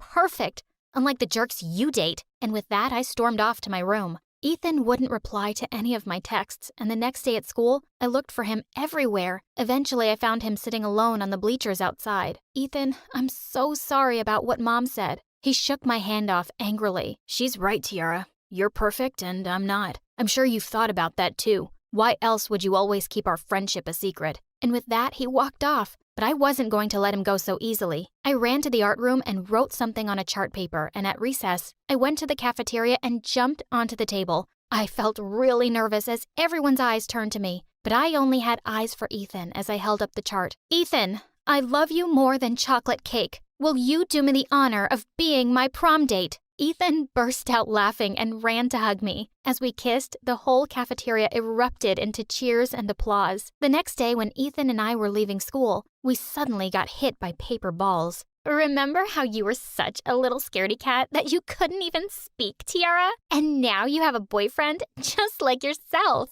He's only with you because there's something wrong with him, obviously. I was about to lash out at her when suddenly, a limousine stopped next to us and a well-dressed man came out. I was surprised when Ethan hugged him and told me he was his dad. Ethan's dad turned to me. I haven't been around much, but Ethan told me all about you and how you've changed his life, and I just wanted to show you how grateful I am. Hey, you, give her the present. Just then, his bodyguard leapt forward and handed me a small box. When I opened it, I gasped. It was a diamond tennis bracelet. I can't accept this, sir. But Ethan's dad wouldn't hear a word and just left. As Ethan clipped the bracelet onto my wrist, I could see Bridget's open-mouthed face turning all shades of green, and that was truly priceless. After that day, Bridget was always trying to get close to Ethan. I'd often catch her trying to talk to him at recess or in the library, where she'd probably never set foot in her life before. On prom day, I was getting asked to dance by lots of guys,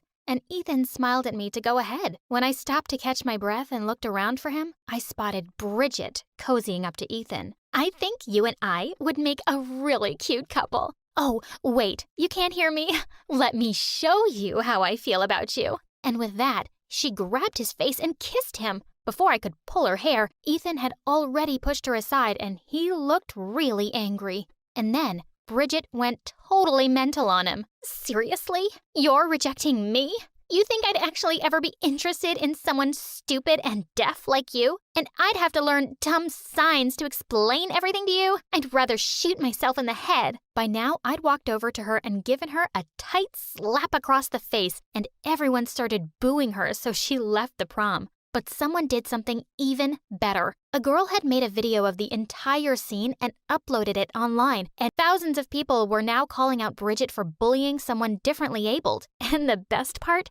She was expelled from school, and a year after graduation, Ethan published a groundbreaking paper that got published in a very prestigious science journal. When it came out, he left a copy for me at the breakfast table. As my eyes fell on the first page, I started to cry. Dedicated to my best friend and the love of my life, Tiara, the girl who saw me when I was invisible. And that night when he came home, I had a little scrapbook I'd made waiting for him at the table. When he saw it, his eyes started to well up. Inside the scrapbook was every note we'd ever written to each other. Ever since that first day in the library, I'd saved them all. He turned to me and I went down on one knee. I knew you were someone special from the very first moment I saw you. I want to spend the rest of my life with you, Ethan. Will you marry me? He said yes and made me feel like the luckiest girl in the world. Months later, I invited Mom to the wedding and she did come. And she actually apologized to both me and Ethan. I thought life might be hard for you with a differently abled person, but I was wrong.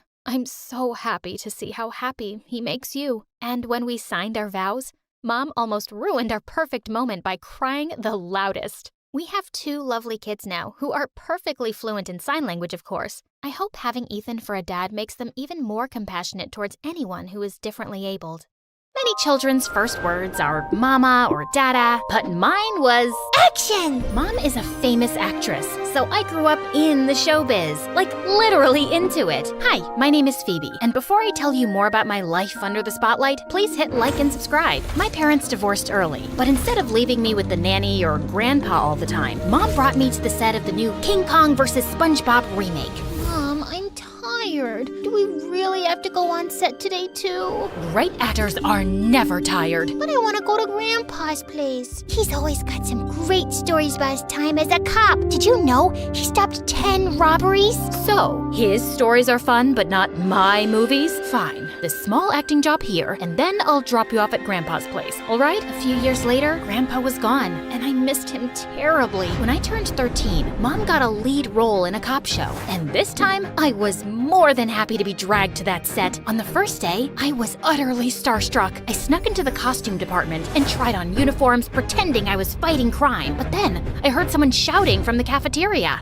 Someone needs me. I sprinted there, and my phone, it was right there. You took it. I haven't. This right here is my detective moment. Before I could step in, an older man with a donut in his hand swooped in like an eagle. Why don't you check under the bananas? I raised the fruit basket, and Mom's phone was right there. Whoa, how did you know it? She's got banana residue on her fingers, combined with the slightly tilted angle of the basket. Also, I saw her drop it in there by accident. By the way, I'm Tom, the police consultant on the show. So, you're a real cop? That's amazing! Can I see handcuffs? When he did, I snatched them and tied them around his wrists. Aha! I knew you were an extra, pretending to be a cop like me. A real cop wouldn't have fallen for that. Which is why these are fake. Those, however, are not. Is this guy a cop or a magician? So cool. I want to be like him one day. Phoebe, the super cop. I started following Tom around, asking him a million questions. Can I see your car sirens? Do you have a dog cop? Is Terminator a good guy or a bad guy? Tom was more than happy to answer me. And he even shared his secret to success. Food. Never solve a crime on an empty stomach. So he ordered food to show me how to eat like a cop.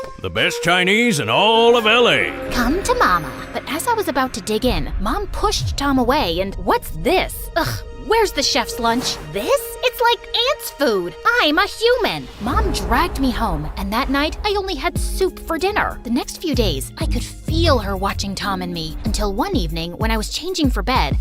Eek! There! What? Where? Get it off me! But it wasn't a spider or a mouse, because Mom grabbed my belly and pinched it. Fat! At your age? Gosh, Mom, I thought it was something serious. It is serious. It's because of that cop. I've seen him stuffing you up. Do you know how hard I have to work to keep this body in shape? It's literally your job. But I want to be a cop when I grow up, like Tom. What? I just blurted it out, but it was a fact. Mom blamed Tom for my fat attack, so she made a big stink with the director who fired him the next day. Please, Mom, Tom has done nothing wrong. He takes care of me and makes me laugh. Please don't make him go away. Little Nugget, it's fine. She's your mom. She's looking out for you, in her own way. Ugh, why does everyone always do what Mom wants? Tom left, and I decided that the only way I could be free of her meddling was to run away. So I got into a cab, but I realized I didn't have any money to pay. Ugh, I forgot my card. Please get out. Phoebe, come on. Think. But this is an emergency. My poor parrot caught parrotitis, and only my loving touch can save him. And if I don't get there in time, he might start squawking, and it could lead to an epidemic of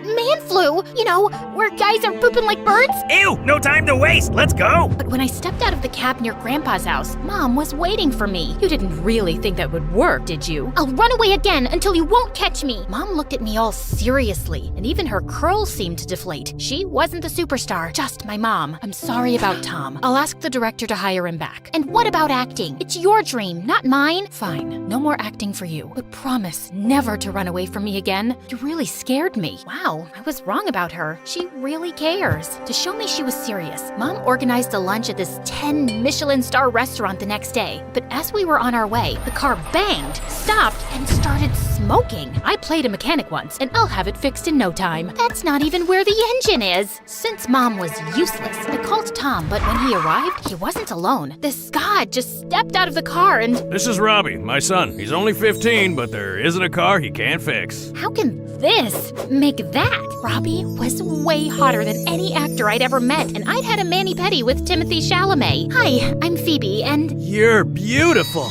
Am I? OMG, he's walking to me. What do I do? But Robbie just passed by me and went straight for Mom's car. What happened to you, beautiful? Yeah, he's a teeny tiny bit obsessed with cars. Okay, Phoebe, don't get a crush on the hot guy who ignores you. Don't get a crush. Then he used his shirt to rinse dry his face and... Oh, right, too late. I forgot everything and spent the next couple of years finding any excuse to hang out with Robbie. But he stayed completely oblivious. Even when I gave him chocolates on St. Valentine, he thought they were for his mom's birthday. Oh, you saved me. I'd completely forgotten about it. After I enrolled in the same high school as him, we became friends. So I decided to confess at my 16th birthday party. Robbie, I like you. I like you too. So, will you be my boyfriend? Worst timing ever! Wait, Mom's agent? He never calls unless... I'm sorry, but there's been an accident during rehearsals. Oh no! As Robbie was driving me to the hospital, I didn't care that we were together alone. I was just worried about Mom because she insisted on doing her own stunts. But I was relieved to see only her leg and arm were in a cast. Everything else seemed fine. Mom, you're okay. Okay? I can't act anymore. Can't they cast someone else? The show hasn't even started. For the first time ever, Mom looked a bit unsure. They can't. The producer convinced me to put a lot of money into this show. If the investors realize I'm not on set, the show will be canceled, and how much? We'll lose everything. I'm sorry, Phoebe. It's okay, Mom. I don't care about the money. I'm just happy you're fine. I thought the scary part was over, but the next morning, Robbie told me he was going to Europe for his auto project. As if that wasn't enough, Mom's hospital bed was empty. We're higher. No, not like that. I looked out the window, and Mom had convinced all the nurses to be her extras. She tried to do a high kick and just fell down. But even if she was clearly in pain, she got up and tried again. She'll never give up. I have to help her. That's enough, Mom. I'll do it. What? We already look alike, and with a bit of makeup, I can age myself. I'll pretend to be you. The production will continue. Doing my stunts is not easy. You taught me when I was little. It will all come back to me, I'm sure. And so, Operation Double began. Mom had me learn all the names of her friends, copy her, move her voice, even brush my teeth with the same toothpaste. Come on, who's gonna smell my breath? The art is in the details. But it wasn't enough. For the first couple of shooting days, everything went fine until... The next scene is the roof jump. We're so lucky to have you. You've done this a million times. Sure. But as I looked down the roof, everything went woozy, and I slipped. Help! Get me down! Are you sure you're okay? You don't look like, yourself. Oh, no. No, I just had a bad day. I'll do better next time. But I could see the suspicion in his eyes. This is too much. Let's call it off. And no, I said I'll help you, and I will. That night, I went online and found Mrs. Krugel, Coach to the Stars. Will it be horrible? Yes. But it will be worth it. She seems like a lot, but I don't really have any other choice if I want to help Mom. So I sent Coach a text, and the next morning, I was woken up by Coach playing a full set of drums in my room. How the devil did you get in here? Do you want to give me a heart attack? No time for it. You've got laps to run. And push-ups and high kicks, and, of course, jumping from a 6-story building onto a net. I want a parachute! But the worst was the food. Coach had me on this crazy strict diet, and she weighed every bite of food before I put it in my mouth. I started stashing snacks under my mattress and bribing the staff for candies, but she was always a step ahead of me. We can't afford anything less than perfection. Can't you hear my stomach? It growls so much it sounds like a lion. And as with any wild animal, we tame it. I had pizza delivered through the bathroom window, then chicken nuggets hidden inside my gym shoes, but she found it all.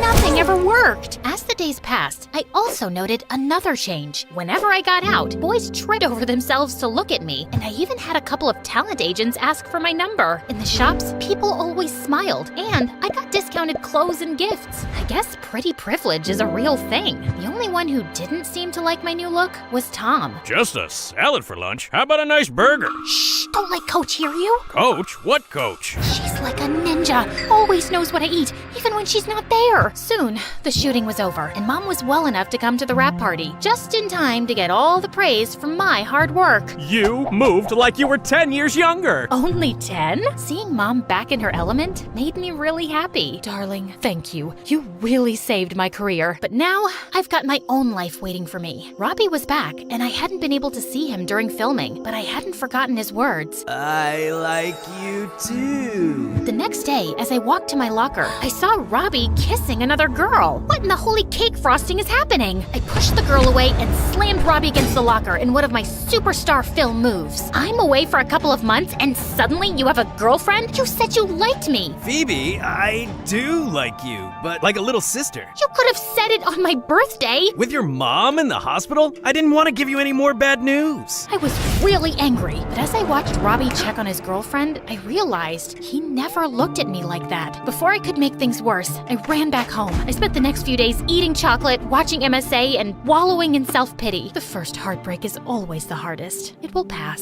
You don't know that! Pass me the cookies! But even after Robbie texted me to apologize, I couldn't get out of my funk. I'm not angry at him. I'm angry at myself for wasting all that time chasing after him. And just as I was about to turn into a slime monster, Tom came to my rescue. Come on, get up. I got a surprise for you. Robbie has a secret twin? No, and there's more to life than boys. Even my own. Here. He handed me a flyer. Police Academy early admission? It's in 3 weeks. Didn't you want to become a cop? In focusing on other people, I had forgotten my dream. But it's not too late. I can still become the best cop ever. But after eating my feelings, I was completely out of shape. I would never pass the selection unless... Rise and shine, you useless slob! Great. Can't you go a little easier this time? Easy is for losers! I guess. I mean, I'm the one who called her, right? This time, Coach was even more stern than before. Everything was counted. How many steps, how many calories, how many push-ups. My beloved cake, I miss you so much, but we'll be reunited soon. Sometimes she was so intense, I couldn't do it anymore, and I tried hiding. Phoebe, what are you doing under the couch? I don't think she can see me here. Really? Ah! Coach's method worked, and I lost all the weight I had gained. When I woke up on admission day, I followed the smell of bacon down to the kitchen, where Tom and Robbie were having breakfast with Mom. Robbie handed me a massive bouquet of flowers. I know I can't be who you want me to be, but I'm here to support you. Can we still be friends? Bacon and flowers? How can I say no? Robbie hugged me, and I was surprised that I didn't feel any butterflies in my stomach, except for those in anticipation of the test. I guess I'm over him, finally. But I still didn't touch breakfast, and by the time we got to the police academy, I felt weak. Are you sure you're okay? You look pale. No, I can do this. The first test of the day was an obstacle course. I'd done so many of them with Coach, I could run them in my sleep. But as the whistle rang, I felt my legs turn to jelly and my vision go black. When I woke up, I was in the stands with Mom and Tom. You fainted. Robbie's gone to fetch you some water, but in the meantime, eat this. No, I can't. Coach said that's too many calories. Right, the mysterious Coach. Where is she? I've been meaning to have a chat with her. She's been filling your head with all this nonsense about skipping meals and looking fit. What Coach?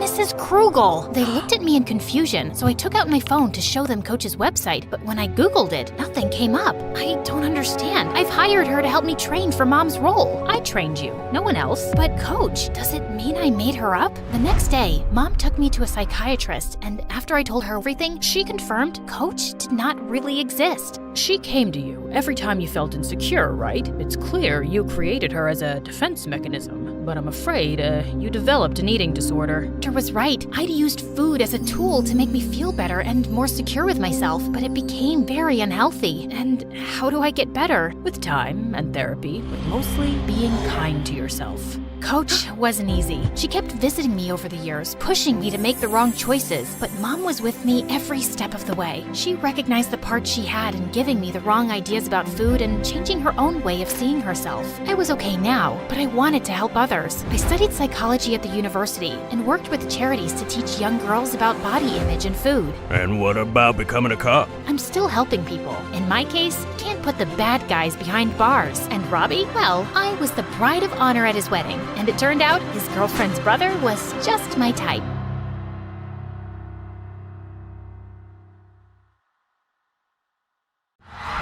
The crowd erupted as I struck the final chord, and I looked up as the fireworks lit up the sky. They danced across the night, vibrant and full of promise, yet they also carried with them the shadows of a nightmare I couldn't escape. As we finished our song, Zane, the main vocalist, immediately approached me backstage. You are absolutely on fire tonight, Raven! Why don't you join us? For real. The band needs you, you know. And so do I. Tempting. But if I do, my grandma will kill me. I'm only filling in because your guitarist got sick. Zane was a popular senior at school. and he'd been flirting with me for the past few months, but I just wasn't in the mood to date anyone yet. I'll keep asking then. Maybe I'll survive your grandma's wrath. I laughed, but the thought of Grandma's face if she found out I was in a rock band? Yikes. Grandma was a billionaire socialite who adopted me and raised me alone after I got separated from my parents when I was just a kid due to an accident. She was overprotective, but always busy. She gave me everything I needed, but I still felt empty whenever I thought about my parents and how fireworks were my last memory of them. Whenever I saw kids my age with their families, I couldn't help but feel jealous. Being Grandma's heir came with great responsibility, so I had to study hard to manage her empire one day. My routine usually involved going to the school library after classes, but everything changed when the resident librarian decided to take her vacation. Miss Mavi was just her temporary replacement, yet she made my dull life 1,000 times more interesting for the past few weeks. Instead of studying, I always ended up observing her.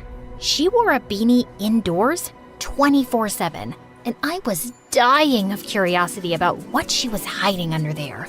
Snakes, a bird's nest, a really bad haircut, or, plot twist, what if she was actually bald? Aside from being a little clumsy, she was also silent most of the time, almost like a shadow. Anytime I asked for help finding a book, she'd guide me to it without saying a single word. One day, I dropped my books, and a bunch of my origami animals spilled out. I was about to bend down when someone suddenly started picking them up for me. It was her, and she was holding the dove one. You did this? Yeah? Oh, so she can actually speak. Where do you learn these? I learned it from YouTube. I find it fun, and they actually make good bookmarks, you know? Why?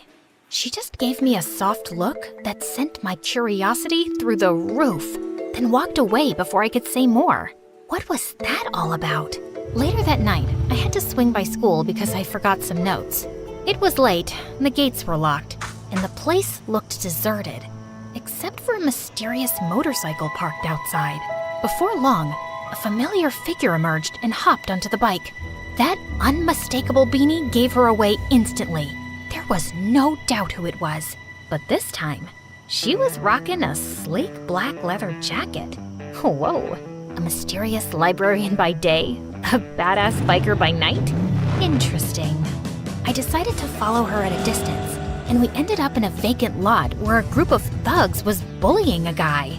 I parked my car nearby and hid behind a tree.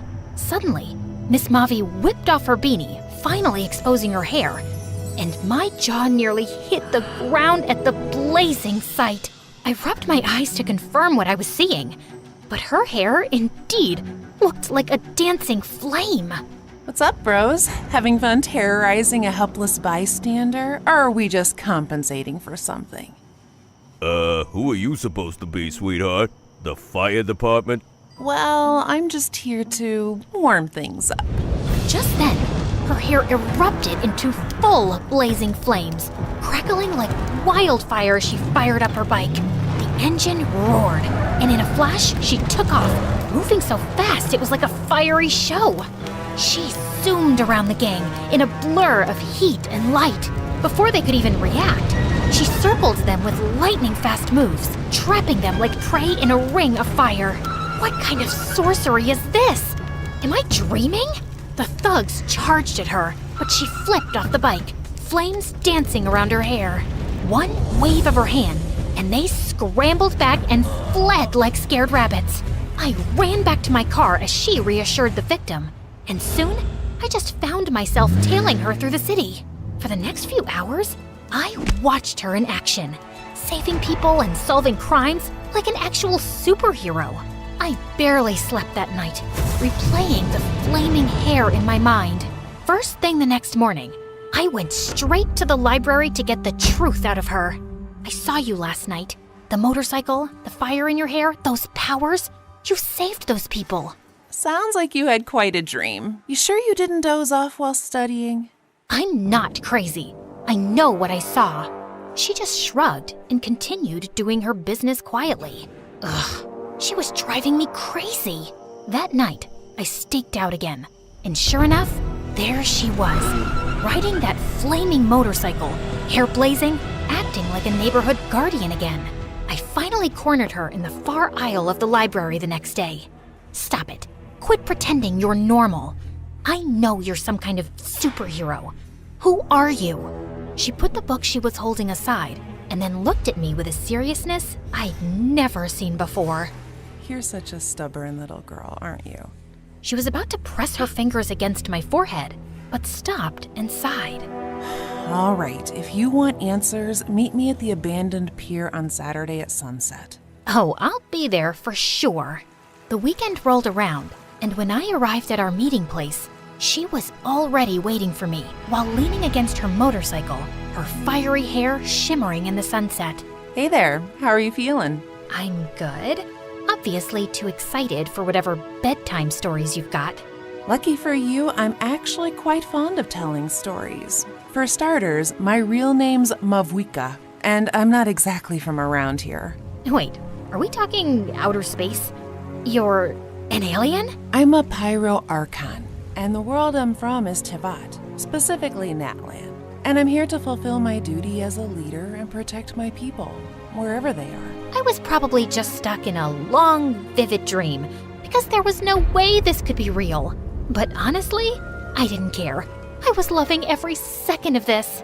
So, what are you doing posing as a librarian at our school? Hey, the best place to stay on the down low is behind a desk full of books. Nobody suspects the quiet and clumsy librarian, right? Easier to keep an eye on things, sniff out danger, and mask the fireworks up here. I was surprised at how talkative she actually was. So, your hair, it's on fire but not burning anything. How does that work? Don't worry, these are friendly flames. They won't burn you or incinerate anything. Although I think my enemies will find that it's a bad idea to play with fire. Anyway, weather like this is perfect for enjoying the outdoors. Let's go for a spin. Here, hop on.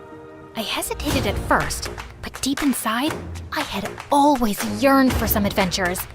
So I did, and we tore through the city at speeds that made my stomach flip. You're overspeeding! Don't worry, we'll be fine. Before I knew it, the cops were tailing us. Sirens blared, but Mavwika expertly weaved through traffic, leaving them behind. See you later, officers. With a flick of her wrist, the bike darted through narrow alleyways, dodging traffic and even slipping past a semi-truck like it was nothing. Then, the wheels started glowing fiery orange. Before I knew it, we shot off the ground, soaring above the city. My jaw dropped as rooftops shrank beneath us. Holy mother of smokes! Are we flying? Gliding. But flying sounds better, doesn't it? We landed with a burst of sparks, but Mavwika wasn't stopping. She steered toward the mountains without hesitation. Wait, there's no road! Oh, girl, who needs roads anyway? Rev the engines! With a fiery leap, we launched off a rocky incline and soared through the sky like a blazing comet, hopping from one mountain peak to the next. You're insane! Told you it'd be fun. Terrifying, but yeah, maybe a little fun. The next few days were a blur of adventures.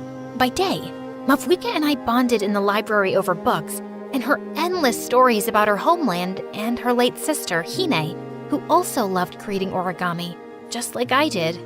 By night and over the weekends, she'd drag me along as she did her superhero duties. Light of the blazing sun!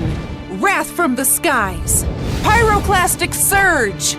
One day, I took her to the mall for a change, and she looked fascinated. What kind of magical refrigeration chamber is this? We don't have this in Natlan. This is called a mall, and the extra cold you're feeling is because of the air conditioning. Interesting. I can't believe people wander around here for hours, like they're on a quest, but with no real treasure. The treasure is buy one, get one free, actually. I couldn't help but laugh along at her reactions. After cooling off, we headed back out to patrol the city, but later that night, our fun took a serious turn when we encountered a building engulfed in flames. Fire trucks were there, but the fire was raging out of control. My mom and dad, they're still in there. Please save them. The sight of the little girl desperately crying made something twist inside me. I remembered being little, lost, terrified. Please, you have to save them. She's just a kid. She can't lose her family. I promise, she won't lose them. Mavwika walked straight into the burning building and redirected the flames with what she called her pyro elemental power, creating fiery pathways to rescue those stuck inside. She even blasted through debris with her flame attacks, and everyone just couldn't believe what they were seeing. Within minutes, she emerged from the smoke, carrying the girls' coughing parents. The firefighters rushed to help, and I wanted to cry with relief. The little girl threw her arms around them, and they hugged tight. Before the police and media could finally corner the fiery superhero in town, Mavwika whisked me away and brought me to an abandoned park. What happened back there must have stirred something inside you. It's okay, you can tell me. I'm here to listen. I was 3. I don't remember much. Just being on a yacht with my parents. They were celebrating something. There were beautiful fireworks, and I was so happy. But then, the waves got rough. The boat rocked. My mom screamed, and my dad held me tight. Then, we went under. Everything went dark. I woke up on a shore. My grandma found me and took me in, raising me like her own. She tried everything to find them. Hired search teams, investigators, but nothing. No trace of them. Everyone told me they were gone, but I don't believe it. I can't. I feel it in my heart. They're still out there somewhere. That feeling, it's powerful. Hold on to it, but don't let it hold you back either. Your story isn't over yet. Maybe the light is leading you somewhere you're meant to go. Just then, a burst of fireworks from the horizon distracted us. It was coming from the nearby harbor. In my world, it's nearly lantern night. People from Liu celebrate with lights, fireworks, music. It honors wishes and memories of everyone in Tiavat. That sounds awesome. I wish I could experience that right now. You can. We can bring a bit of that celebration here. How? To answer my question, she led me to the harbor and told me to close my eyes. Don't open them until I say so. Okay.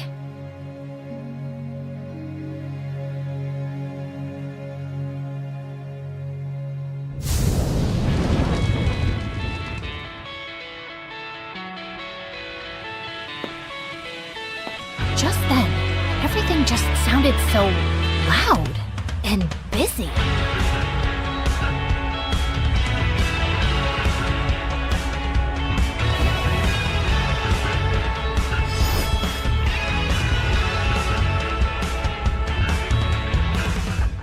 Now open your eyes. I turned to see some strangers who looked like video game characters, just like her. You made all of this happen? Everything just seemed possible with Mavwika. Soon enough, people from the city, curious about our impromptu festival, drifted in to join us. The next moment, the electrifying sound of rock music filled the air. Let your flame burn brighter. Can't you see it's now or never? This is our moment, now is our time. So follow me to the finish line. There was she extended her hand toward me, her fiery hair glowing like an invitation I couldn't resist. Before I knew it, I was on stage, shredding my electric guitar like a true rock star, completely swept up in the moment. And then, out of the corner of my eye, I spotted Grandma in the crowd. My heart stopped for a second. I was sure I was in trouble, but when she smiled with pride, my chest swelled with joy.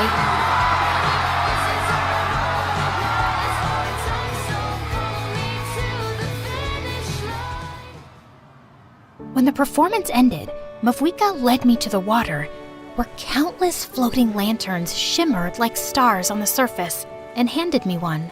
Make a wish. Lantern Rite is about sending hope into the sky. Believe, and maybe it'll come true. I wish to finally find her. A glowing portal shimmered like a magical doorway. What's happening? You're leaving? Natlan needs me. It's time for me to go back. My people need me to light their way forward. I felt a lump in my throat. Thank you for everything. You made my wish come true. It's been an honor and truly my pleasure. I will miss you, you know. She then took my phone and with a quick tap, installed a game called Genshin Impact. Rev the engines!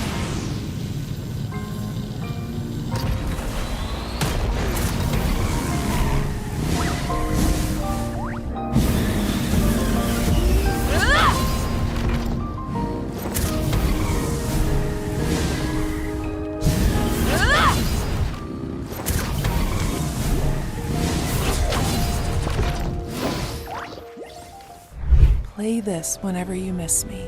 My spirit is there. My flame, my hope, and maybe someday you'll come to Tevat yourself, and we'll stay in my place, the beautiful Natlan. Her words made me teary-eyed all over again, so I hugged her tight. Remember, the sunset always comes after the darkest hour. Keep the flame alive. Never lose hope. Wait, just a little souvenir from me. You know, you might need another bookmark. Oh, trust me, I will. Thank you, Raven. I'll see you again next time. As she finally disappeared into the portal, fireworks sparked across the sky. And for the first time, those sparks felt like home, like my lost puzzle piece finally sliding into place.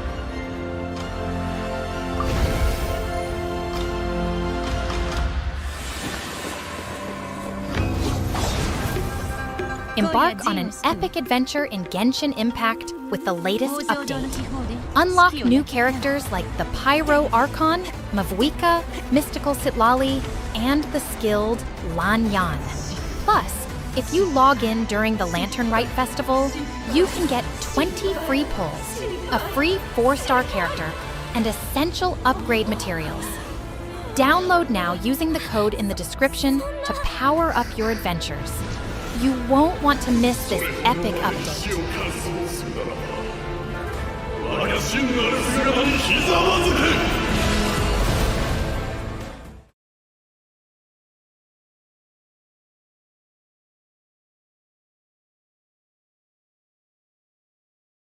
Bonjour, my name is Andrea from Paris. Please like and... Nah, I'm just kidding, guys. It's me again. Gotcha. You didn't know I spoke multiple languages, Verdado. So, where were we? Oh yeah, my band almost broke up. My manager tried to take control of my life. My father was in an accident. My boyfriend was keeping a huge secret from me. And my mom had come back into my life after almost 10 years. Am I forgetting some other misery? Yeah, I'm also really hungry. Oh right, I hadn't eaten anything since before the concert. But at that time, we had more important things on our plate. Alice, I told you to get away from him. Who does she think she is to tell me what to do? No. First, you owe me an explanation. Why have you left? Where have you been all these 10 years? Why have you never called? Why are you coming back now? Why? Well, I guess she owed more than one explanation. Maybe we should leave. And miss the showdown? Yeah, let's give them some privacy. Yes, better. What are you even doing here in the first place? We'll wait outside. No, nobody leaves. And you better start talking before we start improvising a bad cop, good cop scene. And no, Luke, you can't be the good cop. But Alice, no excuses. Just spill the beans. My mom took a seat and a deep breath, then remained in silence for a few minutes. I couldn't wait to know the truth. I was impatient, nervous, stressed, and hungry too. But most of all, I was tired. Then she started talking about her life, you know, blah, blah, blah. Some really revealing stuff and other things. And then the end. I'm sorry, guys. I'm just exhausted. It's not that easy to narrate 4 parts in a row. The life of an MSA star is harder than it looks. You know what, guys? Let's mix things up a little. I know you're probably tired of hearing my voice. At least I am. So let's hear my mom's story told by herself. See you later, alligators. Hi, kids. I'm Carrie, Alice's mom. I know most of you must hate me, but hold off until you hear my side of the story. If you still hate me later, well, don't put it in the comments. I don't think I can handle having my own haters. Let's start start from the beginning. After I got married and had Alice, my life was practically perfect. Lovely family, a career climbing. Life was looking up. When Alice was finishing elementary school, my big shot arrived. Carrie, we want you to lead the case against the Siri clan. Oh, yes, I'll do it. Their time has come. Justice will be served. The Siri clan was one of the largest and most dangerous criminal groups in the country. They were the worst of the worst, fixing sports events, moving narcotics, blackmailing politicians, and even kidnapping kittens in their spare time. You name it, they did it. Get ready. This is gonna change your life. And boy, it did. I couldn't imagine at the time how much it would cost me. I couldn't tell anyone about my involvement with the case, not even my family. Still, the clan found out pretty much everything about me. I soon started receiving threatening phone calls, menacing letters, and gifts of dubious taste. The prosecution put security on us. The suit guys followed us all around without Alice and her father knowing. But that didn't stop the Siri clan. Oh no. A few days before the trial, I received an envelope in my office. Inside, there were pictures of Alice at school, in the park, coming in and out of the house, everywhere. I thought about calling the police, but it was too dangerous. I had to do something. So, I went to see the head of the clan, ready to put my career aside and my principles in exchange for the safety of my family. But he was a tough negotiator. I have a counteroffer. They not only forced me to sabotage the lawsuit against them, but also made me work for them as their legal counsel for years. They never stopped following Alice. They had no choice but to stay and help them grow their criminal empire even further. So that's why I left, because now I'm a criminal and I can't even look at you in the eyes knowing everything I did. And why did you come back? After I left, I blocked your numbers, but I never changed mine. The hospital called me saying there had been an accident and I had to come and make sure you were okay. I guess I'm still your emergency contact. Of course. There's no other person I want to see in an emergency. He's such a flirt. Is that so? It is, and not only in emergencies. I think Alice's dad has the hots for Alice's mom. You don't say. I'm just glad I get to see you again. Oh my god, Dad, stop flirting with her. Have you forgotten that she abandoned us for like 10 years? Are you sure you don't have a concussion? Let's call the doctors to do more tests. I'm fine, Alice. I guess old habits die hard. He smiled at me, and even after all these years, just like the first time I saw him playing in the subway, I felt fireworks inside. How could I help it? Look at him. He is as attractive as he was 10 years ago, maybe even more. You can tell he's been hitting the gym. Check out his arms, his shoulders, his... Okay, that's enough. This is still a family channel. I'll take it from here. As you can imagine, my mom's story was like a roller coaster for me. And by the end, I was pretty dizzy. I didn't know what to say, but at the same time, I had hundreds of questions to ask. At first, I needed some air, like a lot of air, and something to eat. So I walked out of the hospital, and then I saw it. That was really love at first sight. Thank God. I ran to it, and I ordered half a dozen hot dogs. What? Lady has to eat too, you know. Besides, can't think with an empty stomach, right? Bon appetit. Note from the MSA producers. Due to the disgusting nature of the following images, we have decided to censor the next part. Ugh, I so needed that. Now I can think straight. Let's get this over with. I walked back to the hospital, but stopped dead in my tracks when I saw Mom and Camillo talking at the entrance. We should try to be friends. After all, we are family. You don't scare me. And why should he? Oh, let me guess. He probably is the son of the boss of that clan, and he's just dating me because he has a secret agenda, right? No, not at all. So why should I get away from him? Maybe I got carried away. To be honest, I don't think you guys are really a match. I mean, you are a Cancer and he is a Capricorn. Those are the least compatible signs in the horoscope. I'm actually a Scorpio. Oh, then it's okay.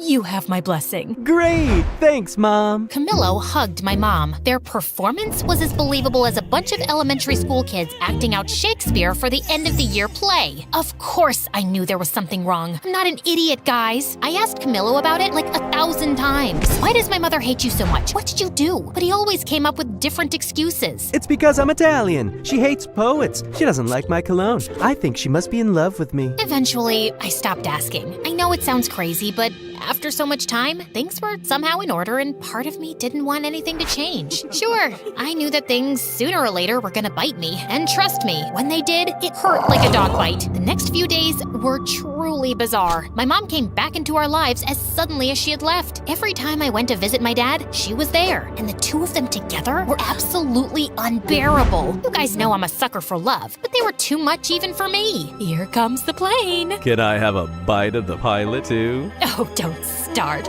Last time things got out of hand. Yikes! When my dad was discharged, she took care of him at home. They even urged me to come back and live with them so we could be a happy family. Before saying no, I actually considered it for like half a millisecond. But Mom was determined to get back into my life by hook or by crook. Like some regular mom and her teenage daughter, we spent all of our time together fighting. The thing was that I was not a teenager anymore, and she wasn't like a regular mom, which made things really weird. Where are you going? With whom? What time will you be back? I want my lawyer here. I am your lawyer. Talk. To a club with Moon and Luke around 2. That's too late. You can go till 12. But Mom! No buts, Missy. It was kind of fun to make up for lost time. You're so mean. I hate you. I always wanted to yell at my mom that I hate her for some stupid thing, like a normal teenager. Although I would never admit it then, having Mom back was amazing. But still, she really had it in for Camillo. And it wasn't, of course, just because of our zodiac signs. She started playing detective, attempting to sabotage our relationship. She tailed us in secret to our dates. Remind you of anyone? I guess the apple doesn't fall that far from the tree. Of course, she didn't know about my successful career as a matchmaker. Table 5 said you would take care of their check. Since when is bread so expensive? After that, she sent me flowers and gifts from a mysterious secret admirer. Free chocolate. But that was nothing. It got to the point where she tried to kill Camillo. I didn't know he was allergic to nuts. I told you like yesterday.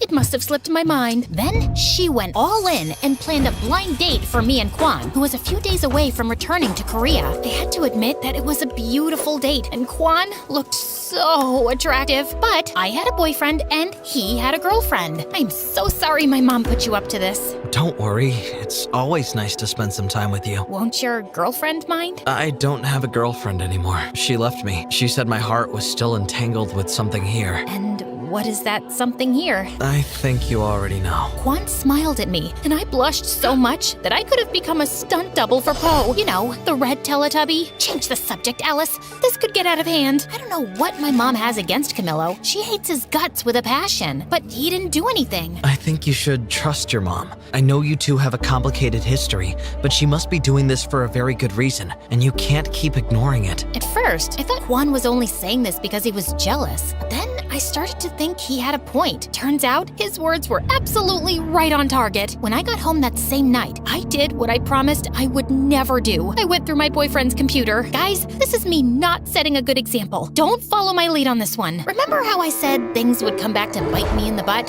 Well, they did. More than a dog bite. It was a crocodile bite. Among Camillo's files, I found a book about me. Yes, you heard right. Camillo was writing a book about my life behind my back. Actually, no, he wasn't writing it. It was already finished. What the? To no one's surprise, it turns out that behind it all was Trevor. He had signed over my image rights from our contract to Camillo to write a bestseller airing all my dirty laundry. For the next few hours, I read the entire book. Not only did it expose my deepest fears and desires, those I had confided in him, but it also detailed my mother's criminal history with the Siri clan. If this gets out, she will go to jail. And the worst part of it all, the book was due out in 2 days. Just as my world was collapsing, the collapser opened the door. Hi, honey. I was more than ready to use my drumsticks to turn him into a human skewer, but I didn't. I understood that my only advantage at that moment was that he didn't know that I knew. So I pretended that everything was fine and took the first opportunity to get the hell out of there. We're out of milk. I'm gonna go buy some. We have milk. But not almond milk. Since when do you like almond milk? Since forever? You don't know every single detail about me. Well, maybe I lost it for a moment. Once I escaped from there, I met with my mother. She confessed to me that she knew about Camillo's book. A few weeks ago, my boss told me that someone was snooping about my past and the trial. They thought they were the prosecutors, but when I saw the photo, I recognized Camillo immediately. I'd seen him in every photo and interview of you two. You follow my career? Of course I do. I'm your biggest fan. My mom found out he was writing a book, but when she tried to warn me, he threatened to reveal another big secret. My mother was betraying the clan. She was preparing a case with the prosecution, taking advantage of her inside knowledge to bring down the Siri clan once and for all. If that came out, not only would the case collapse, but we would be in grave danger. The release of the book would have the same result, so we soon regrouped with my dad, Moon, Luke, and Quan to shut down the release of my unauthorized biography. That's a sentence I never thought I'd say. We split up and went to different districts to buy all the copies of the book that were ready to circulate. Yeah, we spent a lot of money on books. In the meantime, my mom managed to get a legal order to stop the printing of new copies, arguing that they did not have my authorization. Amazingly, we managed to stop the book from coming out. We gathered all the copies and made a huge campfire. Not great for the environment, I know. Again, don't follow my lead on this one, guys. Anyone want a marshmallow? You're still leaving tomorrow? Maybe you can stick around for a bit. I'd love to, but I have to go home. But you should visit me. Maybe I will. Sadly, our victory was short-lived. Feeling defeated, Trevor and Camillo leaked the book virtually, and it soon went viral. What ensued was absolute chaos. My name became a trending topic, and the news went crazy with my mother's criminal story. Soon, reporters were swarming my house and my parents' house looking for a comment. My phone literally exploded from the number of calls and messages it received. To make matters worse, Camillo went on TV to present the book, badmouth me, and reveal that my mom was a double agent for the government. You will pay for this. From that moment on, we became the #1 target of the Siri clan. Things were completely out of hand, and for the first time, I feared for my life and the safety of the people around me. I had to do something, but I didn't know what. Alice, there's no time for discussions. Get in the car. We have to go to the witness protection program now. We are in danger. I can't do it, Mom. You two go. Alice, this isn't up for discussion. No, it's not, Dad. I'm sorry. I ran between the cars until I lost them. It's not that I didn't want to go with them, but I was a public figure. The reporters and paparazzi would be after me like hounds. I knew that if I went with them, I would put them in even more danger. I needed to go somewhere where no one knew me. Oh, that's it. Quan, is it too soon to visit? Not at all. I'm glad you're here. I held Quan's hand as we waited for the plane to take us to Korea. I took a deep breath. It felt like walking away from a fire. Who said you can't run away from your problems? Hi, everybody. Welcome to a new Where Are They Now episode. So let's uncover the latest on the Cupid Secrets crew. Alice's parents, Luke and Moon. They just disappeared faster than my motivation on a Monday. But what everybody really wants to know is where is Alice herself, the villain of her own story? Some say she became a Buddhist monk. Others that she had facial surgery to look unrecognizable, but something went wrong and she became a circus freak. Some even claim that she was seen living in the middle of the snowy forest, like the Yeti. But still, the mystery remains unsolved. Where is Alice? I'll give you a where are they now, you gossip-mongering, face-twisting, snitch-ditch-twitch character hack. This villain is right here, crafting a comeback that'll knock your ratings into the next ice age. And talk about facial surgery? You should check yourself first, wicked witch of the bargain bin Botox, duck lips meeting frog eyes, and a meme gone wrong disaster. No surgeon could fix that. Calm down, she's not even here. No, don't shut it off. I want to hear more of her nonsense.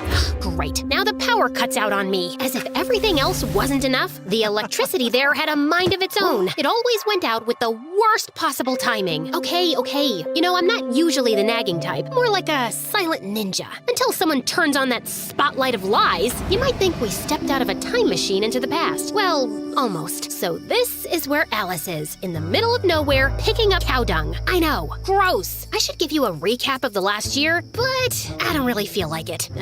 Okay, don't leave. I will. But just because you've been putting up with me since episode 1. Before I start, like and subscribe, and don't forget to never watch MSA on TikTok. Real ones know that YouTube is way cooler. So, after Camillo's book, Quan and I escaped to a small rural town in South Korea where no one knew or cared who I was. This is nice. It was not. At least no one will find us here. Yeah, because no one knows this place exists. Seriously, I tried searching it on Google Maps and it just showed a shrugging emoji. Still, Quan absolutely fell in love with our new rural life. He put together his own farm, and it was like he had found his place on Earth. For me, it wasn't that easy. Alice, collect the cow dung so we could use this for fire. Not this again. That day, I shouldn't have worn red because it made the bull crazy mad, and he chased me all over the farm until I fell headfirst into the cow poop pile. Ugh, I hate this.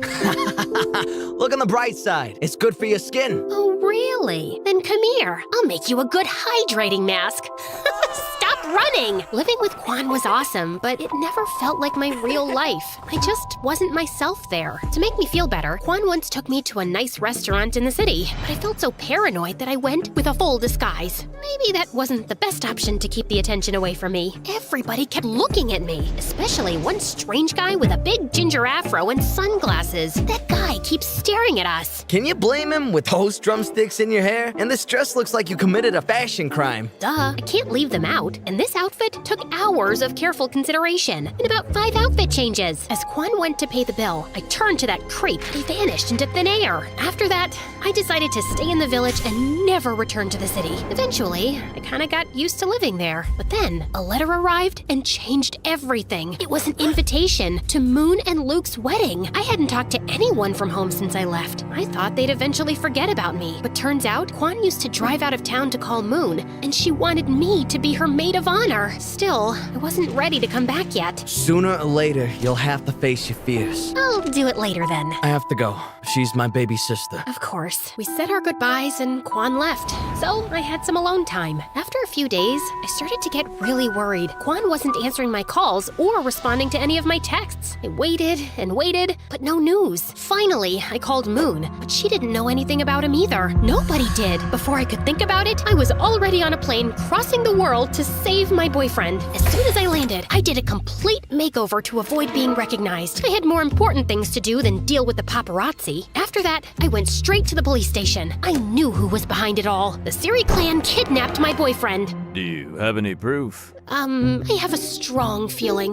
Does that count as proof? Maybe he just ran away from you after reading the book. The whole police station laughed at me. I wanted to throw all their donuts into the garbage, but I didn't. I just stole a few for later. Besides, we already captured Siri Clan's leader. What? After I left the police station, I had so many questions in my head. Just then, I saw Trevor drive by in a cool Porsche and stop not too far away. My heart was beating super fast, and I decided to follow him. I hid in an alley where it was kind of dark. I couldn't see much, but then I heard him talking on the phone. Keep a low profile. We can't afford any slip-ups right now. I had planned this all along. I even made that foolish Camillo reveal the clan's secrets in his book to have the leader in prison so I could take over the empty throne of the Siri clan. I did a lot for him, and that thankless man never recognized me.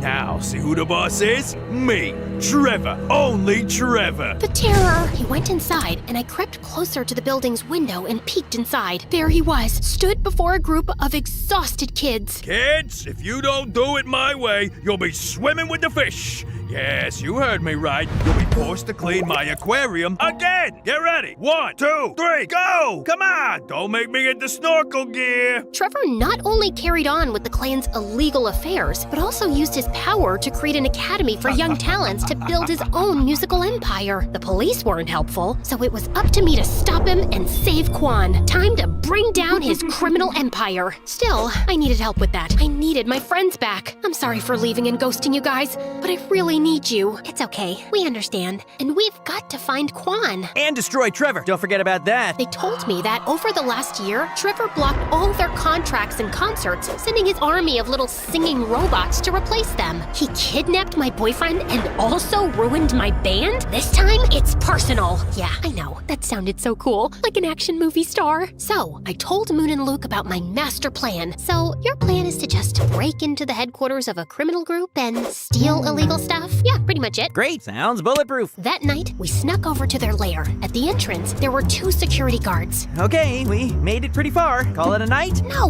we have to take them out. So, Alice, you do it. What? Why me? They won't recognize you with your new makeover. Distract them while we try to find another way in. Before I could protest, Luke and Moon threw me towards them. First, I thought I could use my Riz to win them over. Content warning, guys. This might turn into a cringe fest. I walked to them, flirtatious, but I looked like I was just learning to walk for the first time. Excuse me, guys. Do you have names, or can I call you mine? I'm Frederick. Mike. No, I meant I thought your names were Google because you two have everything I've been searching for. Well, that one bombed even harder than my first pickup line. I need to work on my flirting game. In a desperate distraction attempt, I twisted swiftly, aiming for a masterstroke. Fate intervened. My wig slipped off. Uh-oh. You! So, time for plan B.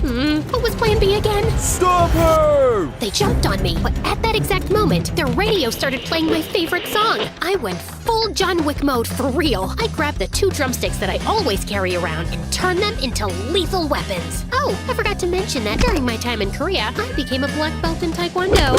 Silly me.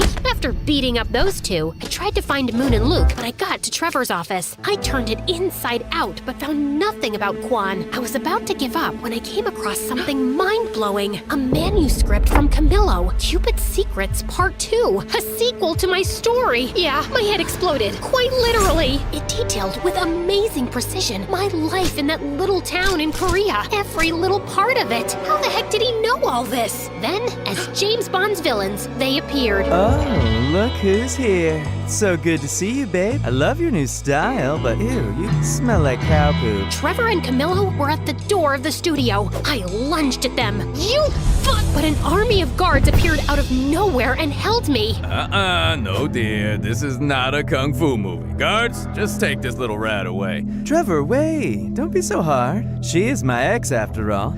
Alice, I know what you must be thinking. How did I know all that? Just take a look at the notes. I looked at the notes. It was some kind of daily report, a really complete one. Then my heart stopped. The name that signed all the notes was Quan. It isn't true. Quan would never betray me like that. You're lying. Tell me where he is. Well, you thought the same about Camillo, and look where that got you. You see, Alice, everyone's playing their own game. Quan, in this case, is playing hide and seek. Hide until the book is out and seeking a fortune. He's gonna be rich, and he just had to sell us his relationship with you. A bargain, if you ask me. Tears began to roll down my cheeks. Once again, my boyfriend stabbed me in the back. I told you it was a mistake to fire me, kid. Now leave with your dumb friends. And Luke, just a piece of advice. Next time, don't yell when trying to sneak in somewhere. Oh yeah? I was caught in a half-open window. What should I have done? Probably not screaming like a maniac. Push my butt up! Push my butt up! I was completely defeated. I didn't even fight back when his goons kicked us out. Don't go too far this time.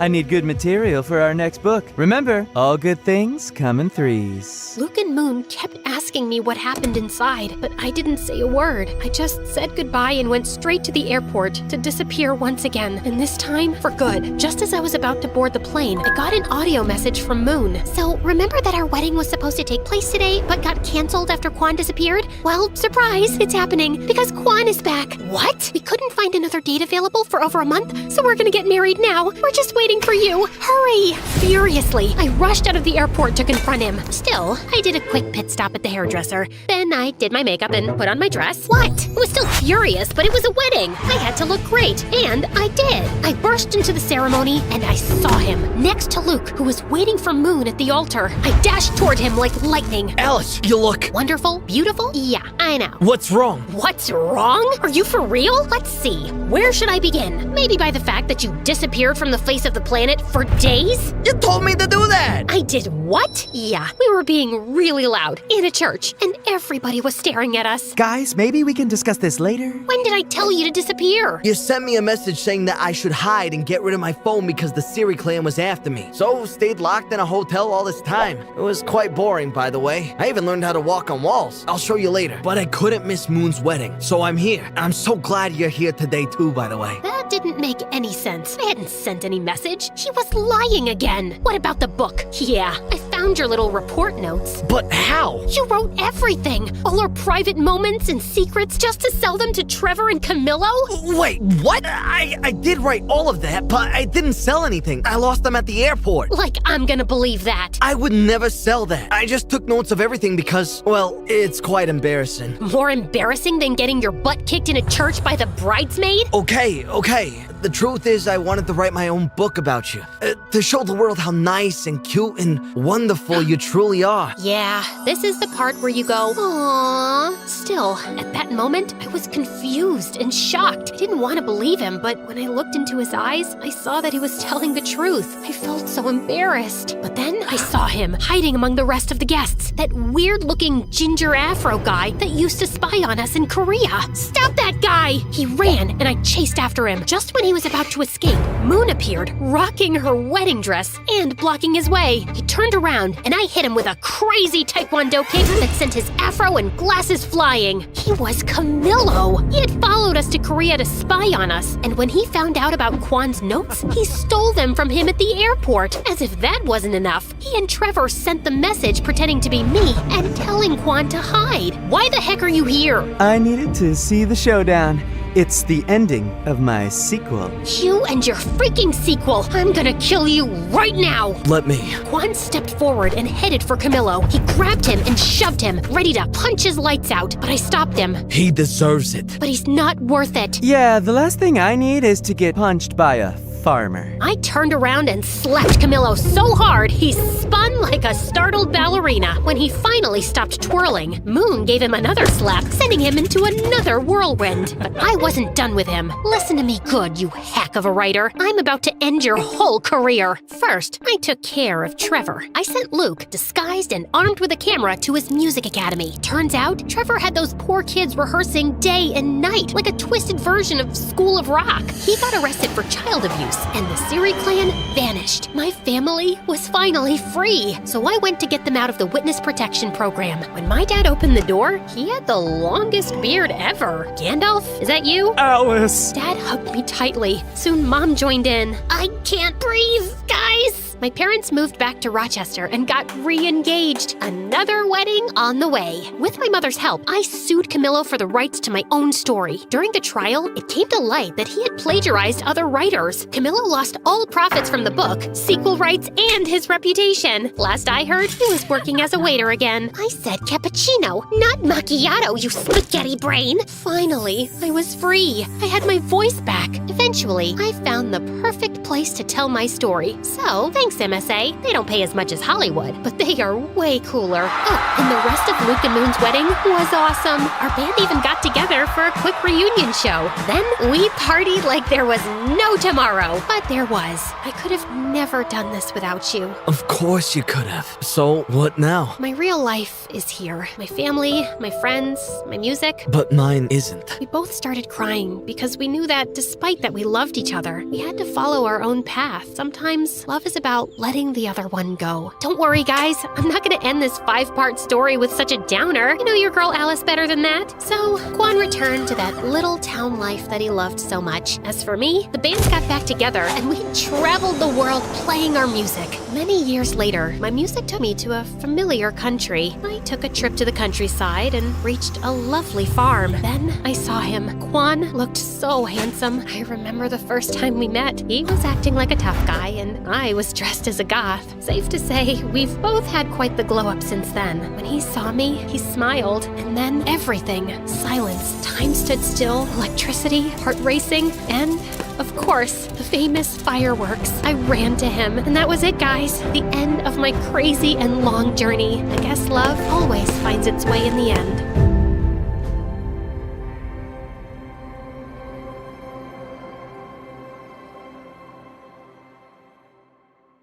Hi friends, I'm Winter from Scotland. Please like and subscribe. Ever since I was a little girl, I noticed that I was a bit different from the other kids. And a lot different than my older sister Vinny. Whenever we went to the doctor, Vinny would throw the worst fit seeing a needle. But me? I was always calm. I didn't like getting shots, but I didn't feel afraid of them either. While Vinny would scream at the sight of most animals, I had a pet iguana named Santa Claus. I was totally fearless. But no matter how different we were, we loved each other to bits. On my 4th birthday, Mom took me and Vinny to the park. I was busy doing cartwheels when suddenly I saw something shiny and green slithering on the ground. I picked it up, totally mesmerized by the creature. Wow, you look like a mermaid. I'll keep you and love you and feed you. You can sleep with Santa Claus. Just then, Mom grabbed it from me with a loud scream and threw it away in the bushes. Oh my God, what were you holding? A snake? What, Mom? It was so cute. Mom and Vinny looked at me in horror, and from that day, they were on a mission to protect me from myself. Since Mom was mostly busy with work, it was Vinny who was always with me, and she wouldn't let me do anything fun. Once in 6th grade, I was feeling really bored one afternoon when I spotted some ripe mangoes on our tree. I immediately ran out and started climbing it, but moments later, Vinny came running. Winter, no! Come down, please, it's too dangerous! Just one more mango, Vinny. Oops, almost slipped.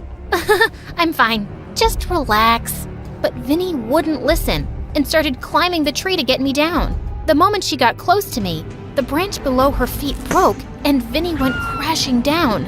It was the first time I felt truly scared. Vinny had a concussion and was rushed to the hospital where she got stitches on her forehead. When she came back home after a few days and saw her face, she screamed. No, Mom, what's this? Oh my God, I'm ugly. What? Of course not. Vinny, it's just a scar. It'll go away. You promise? Yes, I'm sure.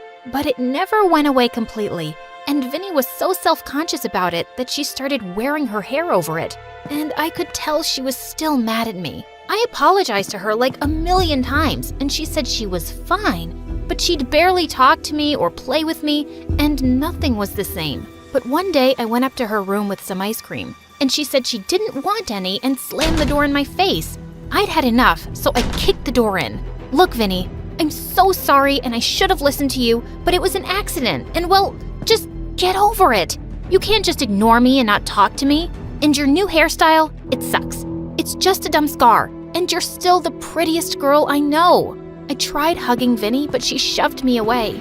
You're just so full of yourself, Winter. Can't ignore me, not talking to me. Everything isn't about you. I'm tired of being your babysitter. You're old enough to be on your own and not be reckless and stupid. And even if you are, why should that be my problem? Just go away. Saying that, Vinny pushed me out of her room. After that day, I felt so alone at home. Mom was always busy and Vinny ignored my existence. She had this new boyfriend and it seemed all her time was for him. One time in 8th grade, I was bored when I spotted the gardener's bicycle outside, and I decided to try out cycling. Thanks to Mom's overprotectiveness, I'd never been allowed to ride one. I fell so many times, but I kept on trying. And just when I thought I'd gotten the hang of it, I went crashing into a bush. That was awesome. Do it again. It was like watching an idiot run into a glass window. God, it was my annoying next-door neighbor and classmate, Aaron. Ha ha ha ha, so funny. Not. And you're calling me an idiot? Aren't you the guy who posts stupid videos on his YouTube channel? Says the girl who can't ride a bike. The guy was really getting on my nerves. I picked up a shoe and hurled it at him and ran inside while he kept laughing. He was weird and had a YouTube channel that had stupid, pointless videos. And after that day, he even kept annoying me in school, but I just tried to ignore him. Once when I was in 9th grade, Mom was away for a business trip and Vinny announced that she was going to the movies with her boyfriend. I'm not babysitting you. You're a grown-up, so please, act like one while I'm gone and stay out of trouble. Can you do that? Yeah, duh. Go, do whatever you want. It's not like I asked you to babysit me. A few hours later, I was just studying peacefully when I noticed something odd. Santa Claus was not in his glass case.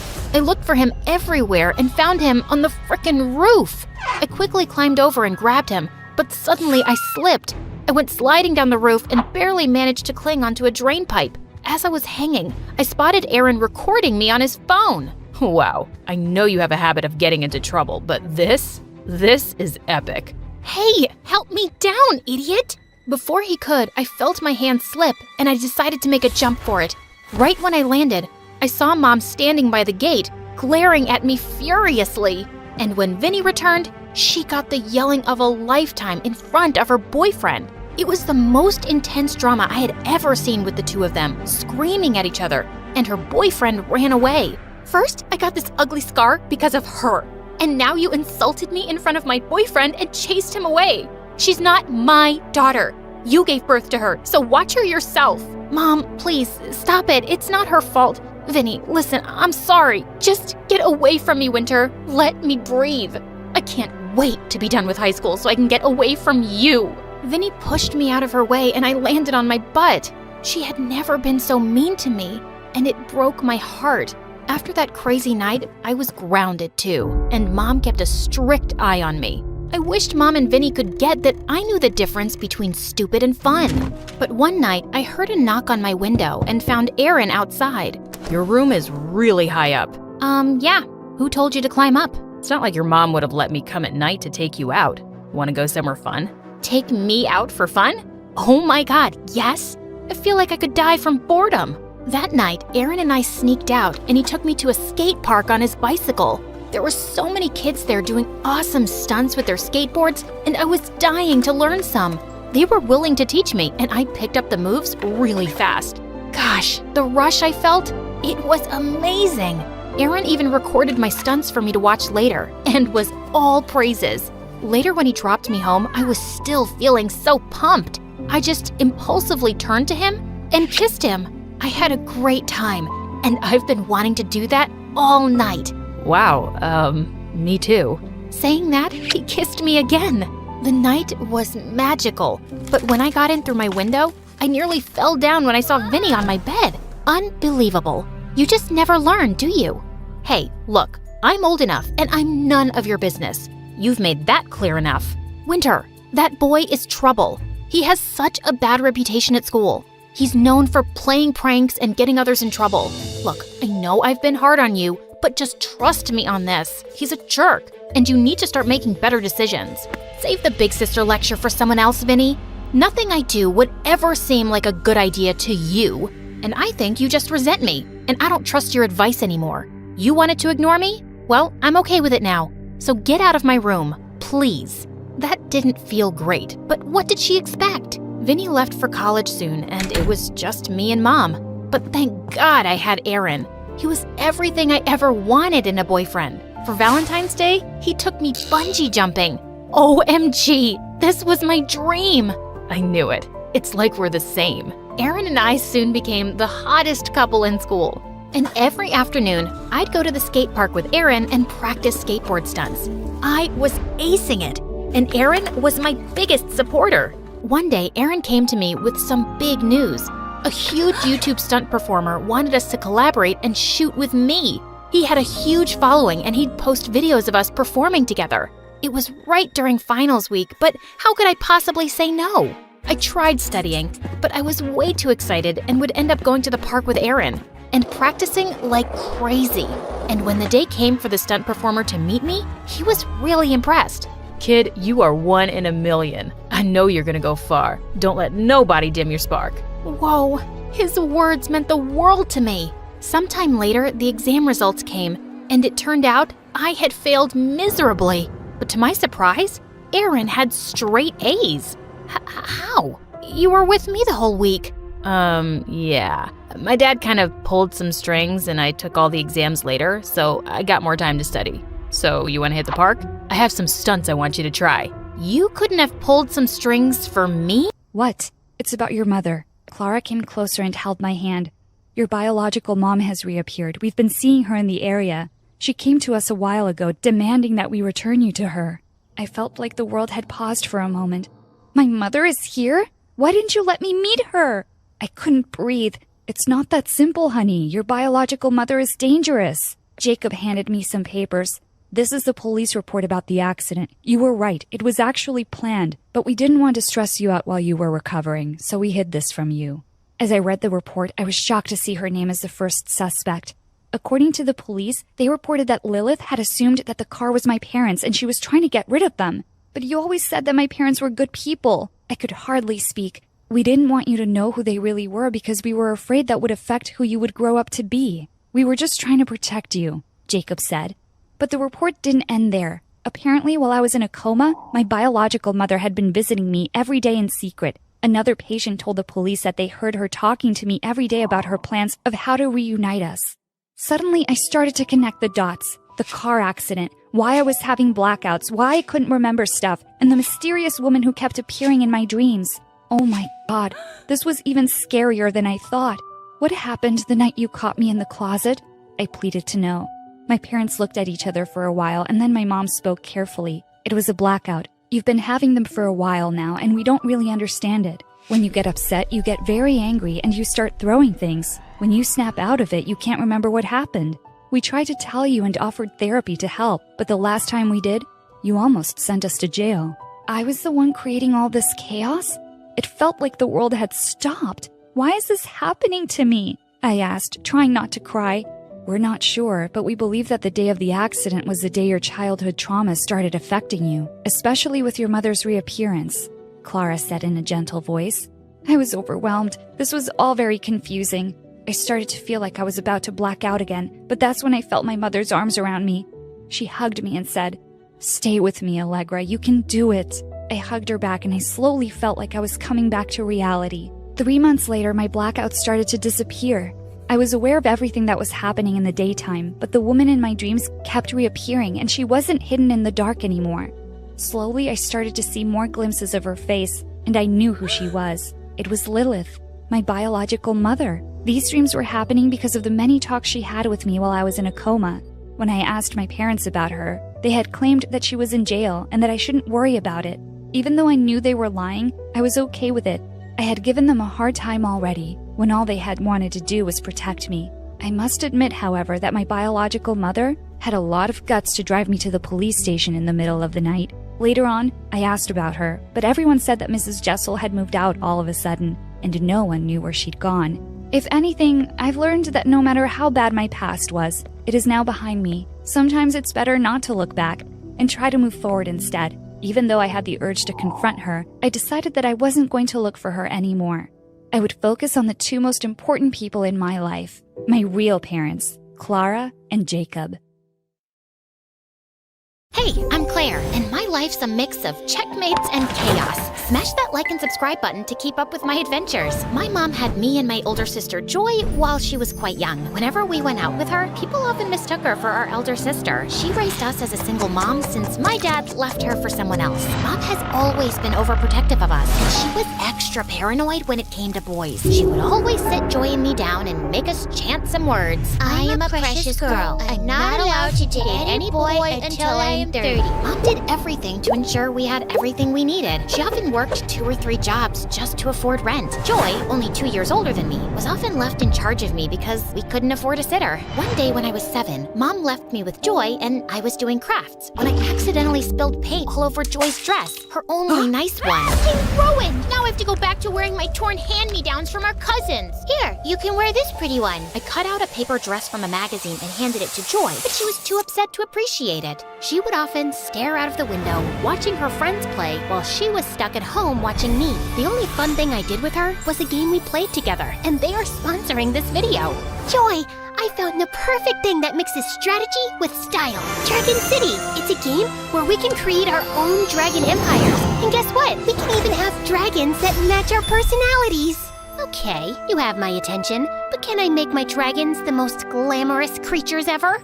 Absolutely!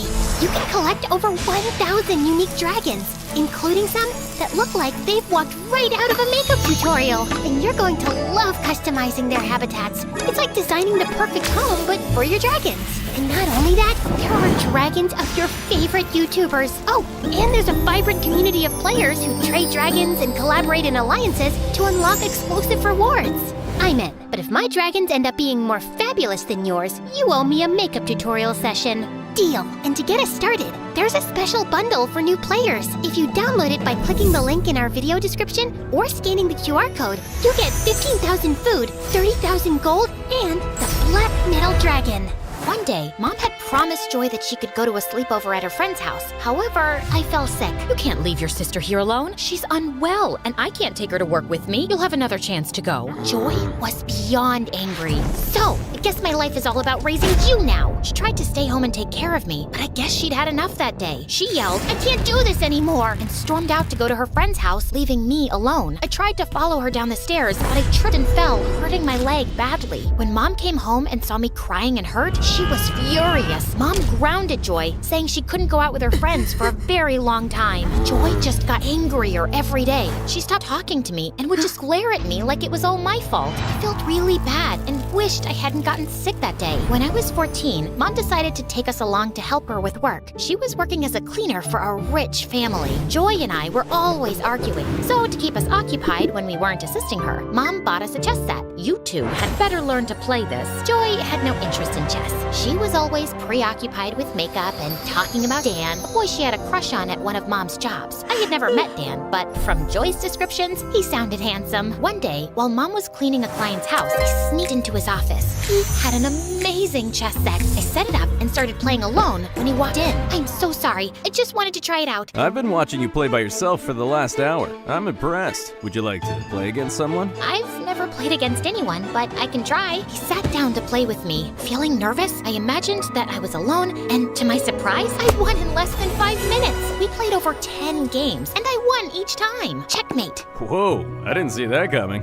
Maybe I've lost touch with the game. After many tries, he finally admitted defeat. He showed me his trophies from various chess tournaments, revealing that he was once a world champion. I was astonished that I'd won against him. Maybe you need a younger challenger. He then introduced me to his son Dan, who was incredibly handsome. This is my boy Dan. I'm training him to be a champion too. Don't expect me to go easy on you just because you're pretty. Bring it on. Playing against Dan was a real challenge, but I was beating him. Everything was going well until I noticed him swap a piece on the board. Hey, you've cheated. I saw what you did. Don't blame me for being quick. Just as I was about to win, Mom walked in and was furious. What do you think you're doing, playing with a boy? Hey, I was just about to win. But Mom dragged me out of there and banned me from going to work with her again. Despite my attempts to explain my victory over the world champion, she wouldn't listen. What have I always taught you? That I'm a precious girl and I'm not allowed to date boys until I'm 30. It's Joy who's always daydreaming about Dan. I haven't done anything wrong. When we got home, Joy was cold towards me and even threw my chess pieces out the window. What is the matter with you? Why did you have to tell Mom I like Dan? I just panicked. I shouldn't have told her. She was just being hard on me. As I went outside to get my chess pieces, I saw a posh car parking outside our house. It was Dan's dad. He entered our house and handed Mom some papers, then left. When Mom came in, I practically jumped on her. What was that about, Mom? That nice man has decided to sponsor you for a chess tournament in Europe. I was thrilled by the opportunity, but I knew Mom would be hesitant to let me go. Please, Mom, can I go? I promise I'll be on my best behavior. I can't have you away from me, and I can't leave my work or we'll be homeless. I was about to protest furiously when Joy stepped in and offered to accompany me. I can take her, Mom. I'll watch over her. Everything will be all right. Please, Mom. Joy can take care of me like she always does. I'll think about it. After researching the tournament and discovering the $100,000 prize, Mom agreed to let us go. You can go, but you must follow everything Joy tells you. We flew to Europe in Dan's dad's private jet, with Dan joining us. Once airborne, Joy imposed a rule. I was forbidden from speaking to Dan. She made it clear she was on the trip to get closer to him. Remember what Mom said. You have to follow everything I say. I was fine with the rule. To me, Dan was a cheater who nearly robbed me of victory. Deal. It won't even bother me. I avoided Dan throughout the trip, but Joy was constantly around him, laughing at his jokes. When we landed, Dan approached me with stories about places he wanted to visit. Listen, I'm here for the tournament. I need to focus. Ooh, scary. I was just trying to distract you from the competition. When Joy saw us talking, she dragged me away. You're already breaking the rules. That's 1 strike. 2 more and you're out. He approached me. And you're breaking Mom's rules too. We're not supposed to talk to boys. Mom's not here, and I'm older, so I make the rules. At the tournament, I quickly became a favorite, advancing to the semifinals, while Dan was eliminated early. So, you're really good, huh? Looks like it. I don't even need to cheat. Soon after, my popularity soared. During an interview after qualifying for the semifinals, Dan suddenly joined me and told the reporters he hadn't seen someone as good as me in years. And then he hugged me. Of course, Joy saw that, and she was mad. We're going home. I saw you hugging Dan. That's against Mom's rules. He hugged me. It wasn't my fault. Joy didn't listen and started calling Mom to tell her. I couldn't leave before the semifinals. In a moment of desperation, I tackled her, and her phone fell into a drain. I'll follow your rule, but I won't let you ruin this moment for me. You're just stealing my crush. You've always known I liked Dan. I was about to defend myself, but things escalated quickly. Our argument turned into a huge fight, and we were both shouting and not listening to each other. In the heat of the moment, I pushed Joy away, but she lost her balance, tripped, and fell badly. I was horrified. Joy, are you okay? But Joy was in a lot of pain. We rushed her to the hospital, and the doctor said she had broken her hip and needed rest for several weeks. I felt terrible. I'm so sorry, Joy. This is all my fault. Let's just leave now and make sure you get better. Are you insane? Go win that $100,000. Don't worry about me. I was only pretending to call Mom because I was angry. I wasn't actually gonna let you miss the semifinals. I was taken aback by her words. After everything that had happened, she was still thinking about my chance in the tournament? Aren't you worried about me flirting with your crush? Dan? Oh no, I don't like him. Not really. What? So why were you stopping me from getting close to him? I've always taken care of you. I never had friends or anything special going for me. And when I felt a little crush on a boy, he liked you. I wanted to stop it, but then I realized I really didn't even like that boy. I just didn't back off because I didn't like you having everything. I understand, Joy. You've always been there for me, and I've taken that for granted. You deserve to shine and have your dreams too. Let's promise to support each other from now on. No hugs, please. Your sweat stinks. Now go win that prize. I need some rest. Thank you, sis. I hugged her and left. The evening after Joy's accident, I was sitting outside the tournament hall before the match started, and I was startled when Dan quietly sat beside me, handing me some flowers. These are for Joy. I thought you could take them with you to the hospital. The flowers were Joy's favorite, daisies. It showed he really cared about what was happening in my life, not just the chess tournament. I've arranged for a video call set up in your room so you can talk to her before and after your matches. I thought it might help both of you. Thank you so much, Dan. I don't mean to be rude, but I don't think we can start a relationship right now. Winning this prize is my top priority, and I really need to stay focused. I can't afford any distractions. I just wanted to make things a little easier for you. You've got a lot on your plate. You have a tell when you're anxious. Your ears get red. Maybe cover them. You've noticed that? That was kinda sweet. Nobody but Mom and him had ever noticed that. The next day, I played well in the semifinals and won. I was excited, and Dan rushed to congratulate me. He hugged me, and then he kissed me. About the kiss, I'm not allowed. I know. Joy told me about your mom's rule, but I really like you and want to be your boyfriend. I was shocked. Dan wanted to be my boyfriend, but I had to be really sure this was okay with Joy. I needed her blessing first. But later, when I went with Dan to the hospital, Joy's things were gone. We ran to the hotel, and she wasn't there either. That's when Dan's dad found us. Joy had to go home last night. Your mom fell and is in the hospital. Oh my God, I'm going to the airport right now. I need to see Mom. Dan grabbed my arm gently, stopping me. Wait, Claire, we can video chat with her. You can't give up on your dream now. Your mom only hurt her leg while cleaning the kitchen shelves. She'll be okay. You have to win this for her. But they both need me now. Joy isn't in great health herself. I understand you're worried. My dad has already taken care of Joy's hospital bills, and he'll cover your mom's too. No, this is too much. Don't worry, you can pay us back when you win. I felt super focused after talking to Dan. The last game of the chess tournament was really tough, but I played my best. Then I made a big move, and I won! Everyone around me started cheering. I was so happy and excited. I saw Dan in the crowd. I ran up to him and gave him a big kiss. Cameras were there, and they showed our kiss on TV. When I got back home, Mom and Joy were waiting. Joy was smiling, but Mom looked serious. She was proud of me for winning, but she said, "You're still grounded for having a boyfriend." I guess some things never change. And remember, you can download Dragon City by clicking the link in the description or scan the QR code and get a special bundle with 15,000 food plus 30,000 gold plus the Black Metal Dragon to get you started.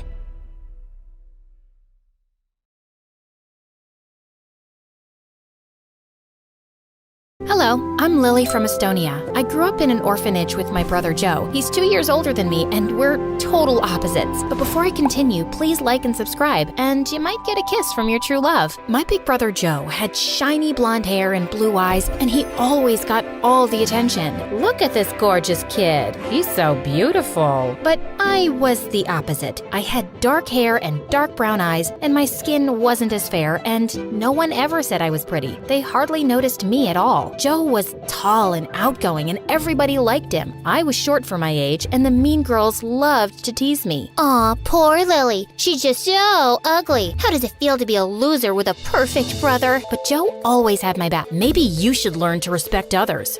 Oh, for you, Joe? I'll learn anything. I'll learn how to respect others, and how to cook and clean. I'll even learn how to give birth.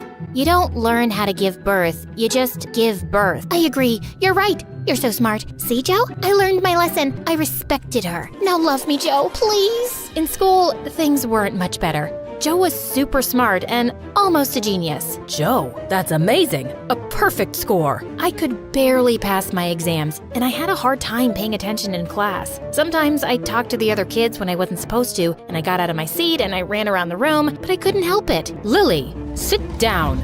Most of the teachers didn't like me at all. One time I was in grumpy old Miss Koppel's class, and I really had to go to the bathroom. The break just ended 2 minutes ago. You couldn't go then? Oh wait, you were busy playing. The only thing you do in school. No bathroom for you. But it's an emergency! Miss Koppel didn't budge. I tried to hold it, but a minute later, I peed my pants. Ew! Joe caught me crying in the hallway. What's wrong? Miss Koppel wouldn't let me go to the bathroom. Joe's face turned bright red, and he stormed into Miss Koppel's class. You stinky witch. Maybe a bitter old lady like you shouldn't be teaching. You should be at home fighting with your husband who's lost his hearing because of your constant screaming and will go blind soon looking at your hideous face. Miss Koppel sent Joe to the principal's office, and he got detention for 2 weeks. I felt so bad. I'm sorry I'm weird and stupid and always causing trouble. Don't say that about yourself, Lily. None of that is true. Yes, it is. You're just pretending it's not. Don't worry about me and my problems. I'll handle them on my own. You don't have to be my big brother anymore. No way. I'll always be your big brother, and I'll always have your back, no matter what. And one day, I hope you'll see how special and smart and beautiful you are. Joe hugged me, and I cried like a big baby. Then one day, the most amazing thing happened. We were adopted by a really nice couple. They had a big house. Joe and I got our own rooms and new clothes. They even enrolled us in a fancy school. I was nervous at first because school was still hard, and I always got distracted. I was scared that my new teachers would hate me too. But then my new parents took me to the doctor. Lily has ADHD, which means she's a bit hyperactive and has trouble paying attention. But she's a smart girl. Her IQ is well above average. I went to therapy for a while to help me learn to stay focused. It was difficult at first, but Joe and my parents were really supportive, and eventually I got better. I started getting A's on my tests, and I even won Student of the Month for best behavior.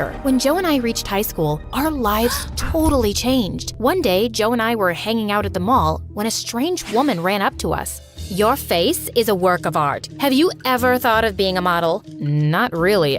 Stick with me, darling. I'm gonna make you a star. The woman was a modeling agent. Joe signed a contract with her, and soon, every other weekend, he was doing photo shoots all over the city. My life was much better too. My grades were at the top of my class, I had a bunch of new friends, and when I looked in the mirror for the first time, I liked what I saw, especially since my mom always told me how pretty I was and that I should love myself just as I am. I had a newfound confidence, and everyone noticed. Even though Joe and I weren't together all the time, we were still close. We had our own lives, and that was okay. We were always there for each other. Then one day, our dad got a new job and we moved across town. Another family, twice as rich as my parents, lived next door, and they had a daughter my age. The moment Joe saw her, he started acting strange. He was really dying to meet her. Oh, love at first sight? Something only beautiful people do. Why don't you just go over there and say hello? Just say hello? It's not that easy. It has to be just right. She's my destiny. She's my true love. We're meant to be. We started thinking of ways to make them meet. What made it harder was that she was homeschooled. We saw a lot of sophisticated teachers coming and leaving the house. Joe took one of my shirts and went to her house, pretending he found it in the yard and it belonged to the girl. But a maid opened the door and took it, then slammed the door in Joe's face. One time, I saw the mystery girl leaving her house, and I started calling out random names. Emily, Sarah, Anna, Amber. But she still didn't look up. A couple of weeks passed, and I thought Joe would have moved on, but he was still determined to meet this girl. He hatched a new plan every day, but none of them worked. I needed a break, so I snuck off to the park to sketch. As I was sketching an oak tree, I heard someone walk up behind me. I turned to see a cute boy smiling at me. Those are pretty good. Your shading and detail are amazing. I froze. I'd never shown anyone my drawings before. I'll show you mine if you show me yours. The boy's name was Ryan. He was a couple of years older than me, and he was a talented artist. We talked for hours. Every time he looked into my eyes, my heart skipped a beat. Geez, I'm sorry. I didn't realize it was so late. I have to go. Maybe we could meet up tomorrow and, talk about art? Sorry, I can't. I was such a dork. What was I thinking? Asking a cute boy like Ryan out. He must already have a girlfriend. I wanted to crawl into a hole. It's okay. Sorry I asked. No, it's not like that. I'd love to see you again, but I'm leaving for New York tomorrow for art school. My heart sank. This doesn't have to be goodbye. Ryan pulled out one of his sketches from his notebook. He wrote his phone number on the back and gave it to me. I want you to have it. I can't take this. You can give it back when I see you again. On my walk home, every time I thought about Ryan, I couldn't help but smile. I turned the corner onto my street, and then I saw something insane. The mystery girl was scaling the side of her house like a cat burglar. I hid behind a tree and texted Joe, but then the girl came charging at me like a maniac. She tried to grab my phone. Give it to me. Let go, you crazy girl. My phone slipped out of my hand, fell to the ground, and broke. I was so mad. I turned to yell at her, but then she started bawling like a big baby. I'm sorry about your phone. I just didn't know what to do. Her name was Sophia, and her parents made her break up with her boyfriend because he was poor. They won't let me see him or talk to him.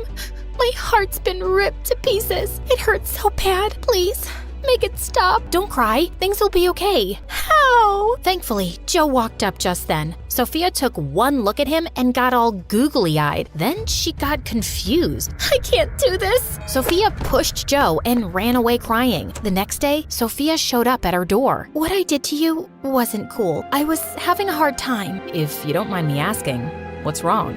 Well, I'm broken. Excuse me. If I could just squeeze past you. Each time life smiles at me, bad things happen shortly after. I fell in love with our gardener's son. It was a secret because I knew my parents would never approve. I don't know how, but they found out and things got really bad. I'm so sorry. If you could just step to the side a bit, I could get out of your way, and they fired him and his father and forced me to break up with him. Then they took my phone and homeschooled me for a while. My dad is an important politician, and he can't risk his reputation. And now, every morning, I wake up in a puddle of tears. That's so sad. Yes, very sad. I've got an idea. Why don't you two be friends? It might make you both feel better. Over the next few months, Joe and Sophia started getting closer, and so did our parents. Joe started dressing in expensive clothes, buying Sophia fancy gifts, and he'd brag to Sophia and her parents about how much money he made modeling. Once, Sophia's parents invited us for dinner. Oh, neighbors, you have such a strong, confident, independent young man. I bet girls are fighting over him all the time. Yes, but I have eyes only for one girl. As Joe looked at Sophia and she blushed, everyone noticed the two and smiled. Oh, this is wonderful. We've been so worried about Sophia. I'm so happy she's found someone like you. We had to protect her, you know. She was tricked and manipulated by a dirty, poor boy that stole her heart. Ugh, poor people. You can't trust any of them. They're all liars and cheats. That's not true.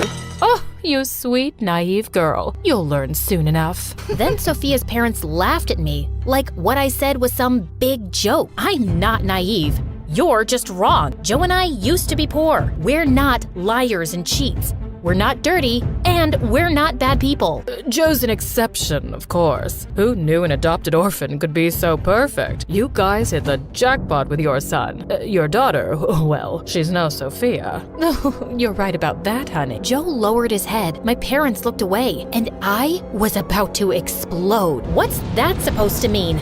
Thank you for the meal. We must get going. When we got home, my parents sat me and Joe down for a talk. Joe, we don't want you seeing Sophia anymore. No, that's not happening. I love her. You can't tell me what to do. Stop yelling at Dad. Son, what her parents said about your sister is unacceptable. They were just joking. They're really nice once you get to know them. Are you blind? Sophia's parents are jerks, and ever since you've been hanging out with them, you've changed. If I have to impress Sophia's parents to get their blessing, then I'll do it. True love is worth it, but you wouldn't know anything about love. You've never had a boyfriend and you look like you sleep in a trash can. Don't talk to your sister like that. That's enough. No more Sophia, and that's final. Then Joe got mad and shoved Dad. Dad fell and hit his head hard on the table. Dad!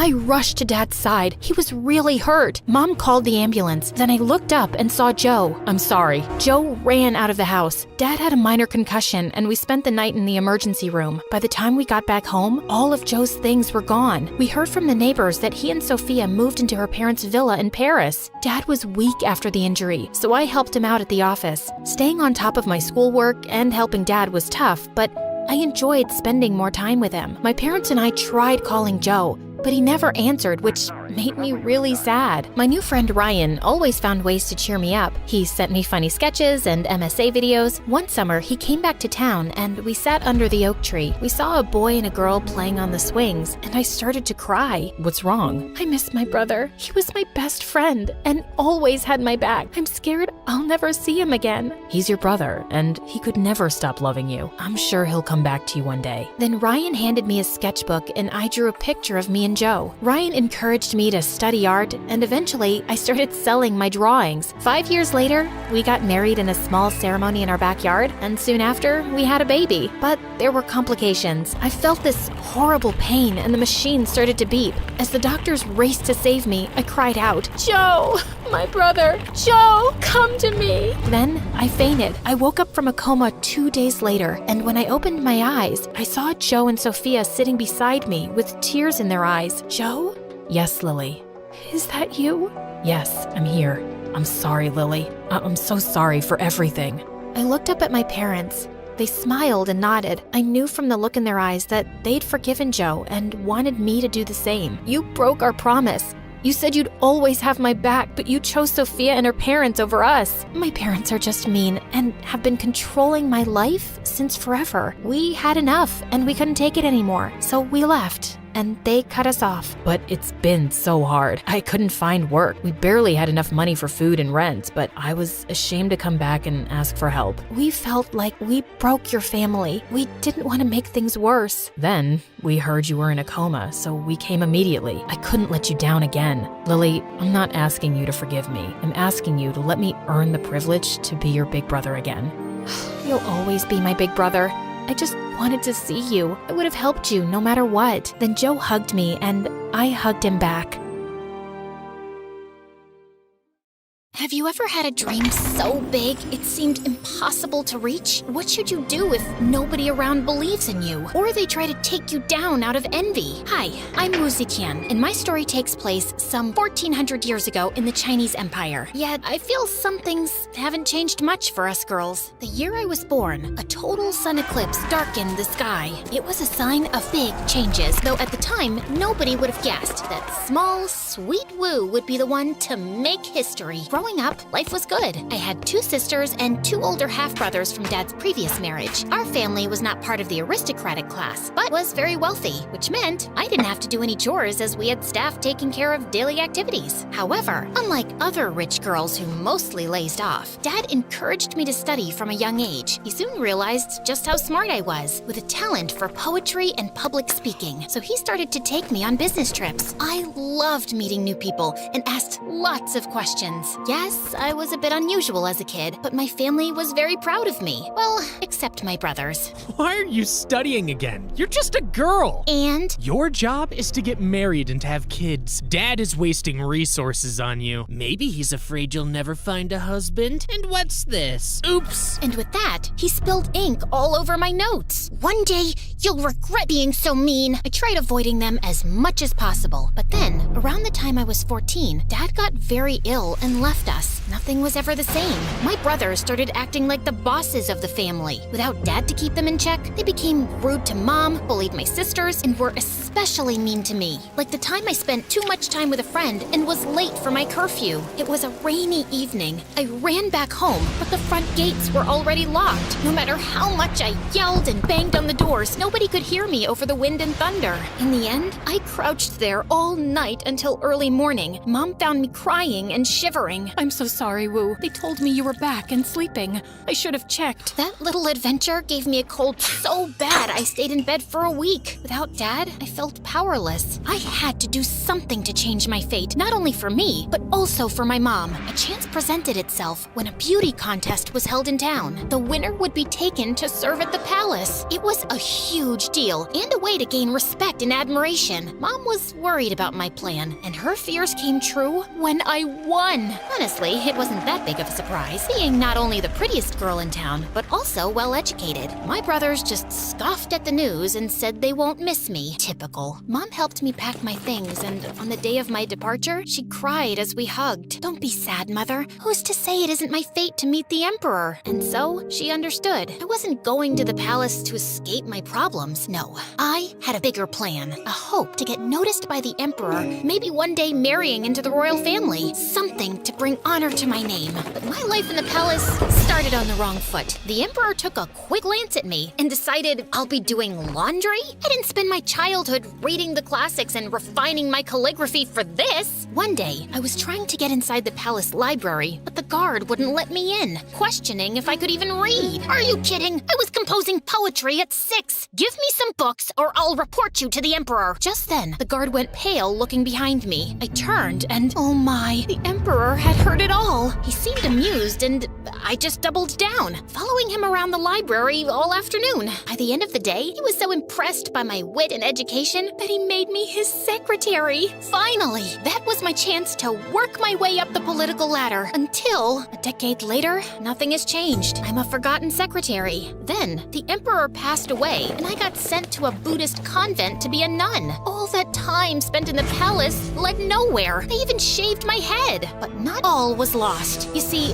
while I was living at the palace, I got close to the Emperor's youngest son, Li. We met one random day when I was holding a bowl for him to clean his hands, and he flicked some water at me. Offended by his childish behavior, I was ready to give him a lecture. His shy smile and cute face melted my rage. So refreshing. It's quite a warm day, isn't it? He laughed and we started chatting, quickly becoming friends. We were close in age, and unlike other officials, he was kind and humble, easy to talk to. Do you ever regret coming to the palace? You probably miss your family. I do. Well, everyone except my brothers. Those two I would banish to the corner of the empire, never to be seen again. I get that. My brothers either pretend I don't exist or act as if I'm beneath them. You think 2 are bad? Try living with 13. Can't you do something about them? You are a prince after all. It's just a title. You'll learn it in time. Having a title doesn't necessarily mean the same as having power. I knew what he meant. Li, being the youngest, had 0 chances of succeeding his father. However, fate really had a sense of humor. Turns out, his brothers were so busy fighting each other over the title of crown prince that the emperor decided Li was the better candidate for the throne. And that's how my decade-long crush became the new emperor. He actually changed his name to Gaozong, but I'll keep calling him Li to avoid confusion. I was genuinely happy for him, even if my new status as nun meant we could never be together. One day, I wrote a poem about how much I missed him and took a chance sending it to the palace. Maybe he wouldn't even have time to read it, but I had to try. To my surprise, it worked, and Li came to the temple. I got your letter. Is it true? Tears started rolling down my cheeks as I nodded. We hugged, and when it was time for us to part, I could see he was reluctant to do so. Could it be that my feelings were reciprocated? Indeed, he kept visiting, and one evening, I got a note saying I could grow my hair again. 1 year later, I was summoned back to the palace. There, I met Lady Wang, who was quite a big name in court. She was to become empress, having been chosen as a consort by Li's father himself. But that didn't mean things between them were all rosy and peachy. I had meetings all day, and when I finally got the chance to relax at dinner, Wang started talking about more political issues. It's the last thing I want during my free time. Is that why you're hiding in the stables with me? Not hiding, just surveying your work. Truly, some things never change. Li was the most powerful person in the empire, yet his life was affected by so many people's influence and choices. I decided to be by his side the best I could, and in time, everyone started noticing how close we were, including Wang. That's when she showed her true colors. One afternoon, she invited me for tea. Tell me about your family. I heard your dad got lucky during the rebellion, but he wasn't aristocracy. My mom is. Ah, yes. And what did she accomplish? Only had daughters and is not well liked by her stepsons? How disgraceful. What is your point, Lady Wang? I'm just reminding you of your place. The only reason you've been called back was so the Emperor wouldn't have to visit that nunnery all the time. But do not be mistaken.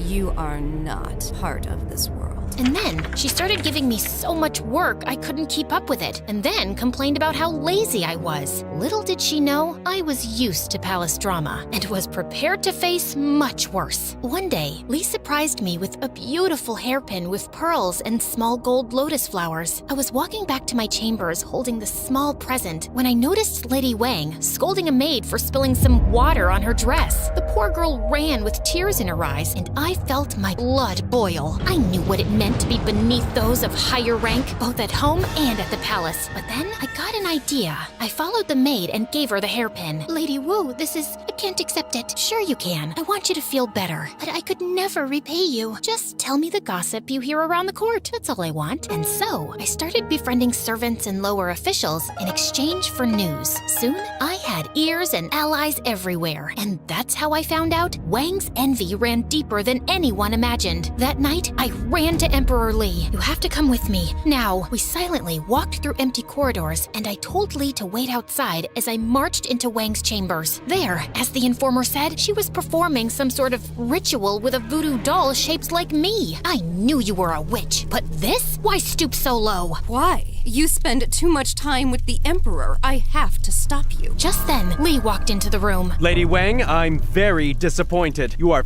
far from the noble woman I thought I'd marry. She threw herself on her knees, begging for forgiveness, but it was no use. Witchcraft was a serious charge at the time, so Li banished her from the palace. Soon after that, Li confessed his feelings, and I was made the official consort, the new empress. But, as Li said years ago, a title alone doesn't mean power. And that became clear to me while I kept listening to the Emperor's meetings with his advisors. I sat, as usual, in a small room behind a curtain of pearls, voicing my opinion when needed. The times my husband was ill, he trusted me to make decisions in his place, and some of his officials were seriously offended by this. It feels like the woman behind the curtain is the one actually running the state. Oh, this is even beyond the palace walls. Truly unacceptable. Behind their protests, there was nothing but envy for the fact I was becoming more and more influential in court, and try as they might, they couldn't stop me. Some years later, Li and I took a vacation to my hometown, which turned into days of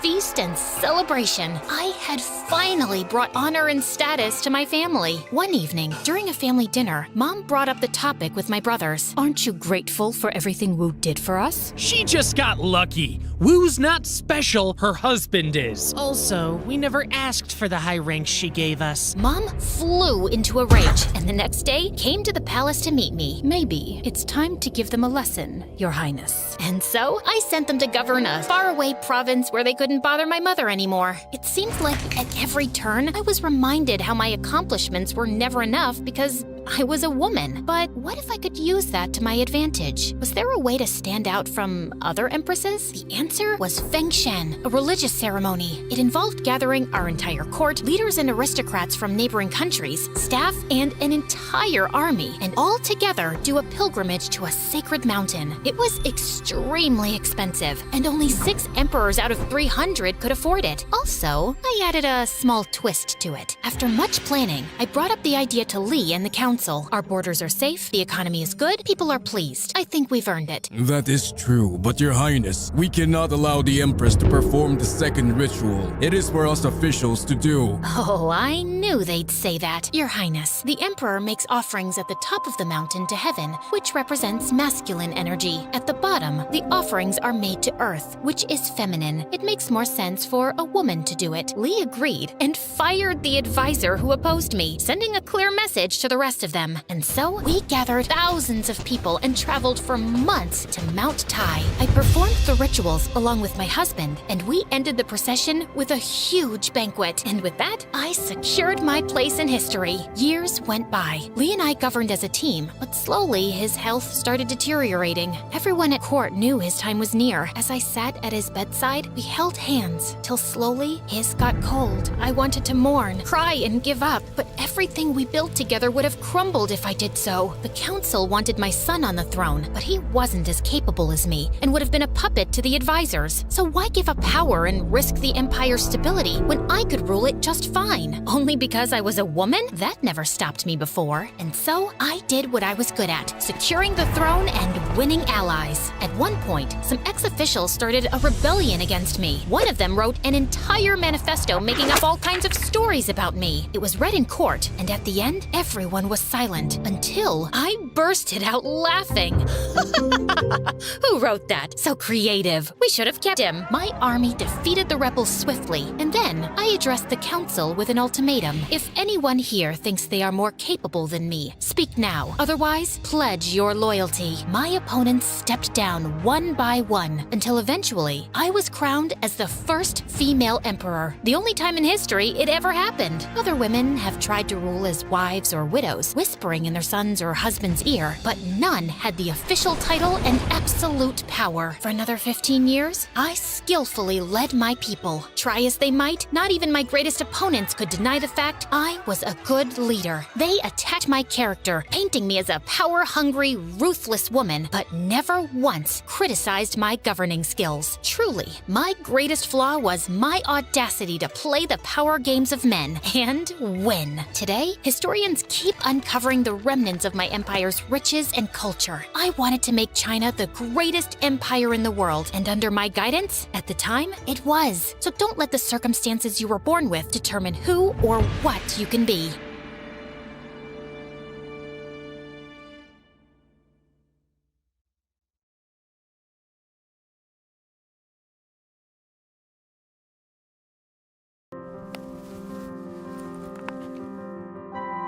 Have you ever stared at yourself in the mirror and literally didn't recognize the person staring back? Welcome to my life. A masterclass in fake it till you make it. Hi, my name is Tessa, and I've been living a lie since I was 6. That's when the Crawfords adopted me. Initially, it felt like a dream come true. A mansion the size of a small country, a garage full of cars, and parents who paraded me around like their favorite charity project. And this is our daughter, Tessa. We rescued her from that dreadful orphanage. But as I got older, the constant stares and whispers started to get to me. I was tired of being the adopted one in a family of blue-eyed, perfect-looking people. Why don't you look like your parents? Are you like the help or something? So by the time I started at a new high school, I took matters into my own hands. Every morning, my routine was the same.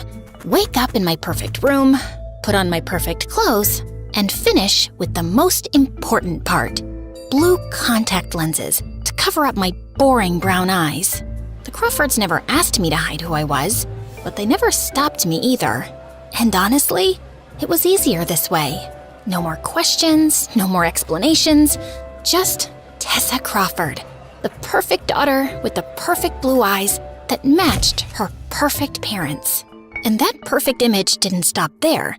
Very soon, I was the queen bee of my school. Top of the social pyramid, an Instagram feed that looked like a fashion magazine, and grades that would make any parents proud. I had the whole package. Well, except for one seriously annoying problem. Ryan Bennett, king of the jocks, heir to Bennett Corp., and owner of the world's most punchable face, who'd been trying to make me his girlfriend since freshman year. Come on, Tessa! We're practically royalty at this school. Can you imagine the power couple we'd be? Our parents practically run this town together. Wow, Ryan. When you put it like that, I'd still rather date a cactus. But I always kept the rejection light and friendly. See, Ryan wasn't just annoying. He was the kind of guy who'd destroy your entire social life if you bruised his ego. And with our parents' businesses connected, I couldn't risk it. So I played nice, while mentally calculating how quickly I could escape every conversation. My perfectly crafted fake life was running smoothly, until he came along like a wrecking ball. Ethan Cole, new kid, foster child, always carrying a beat-up sketchbook and wearing clothes splattered with so much paint they looked like a Jackson Pollock original. The second he walked into class, I knew Ryan would make him his personal chew toy. Hey, Goodwill, did a rainbow throw up on you, or is that your idea of fashion? His squad of brainless hyenas erupted in laughter, while I sank lower in my seat in embarrassment. But Ethan? He just looked at Ryan with this amused expression. like Ryan was a toddler having a tantrum in a grocery store. Genuine creativity intimidates those with empty lives. Thanks for the psychological case study. What? Nobody talked to Ryan Bennett like that. Ever. Ryan's face turned blazing red.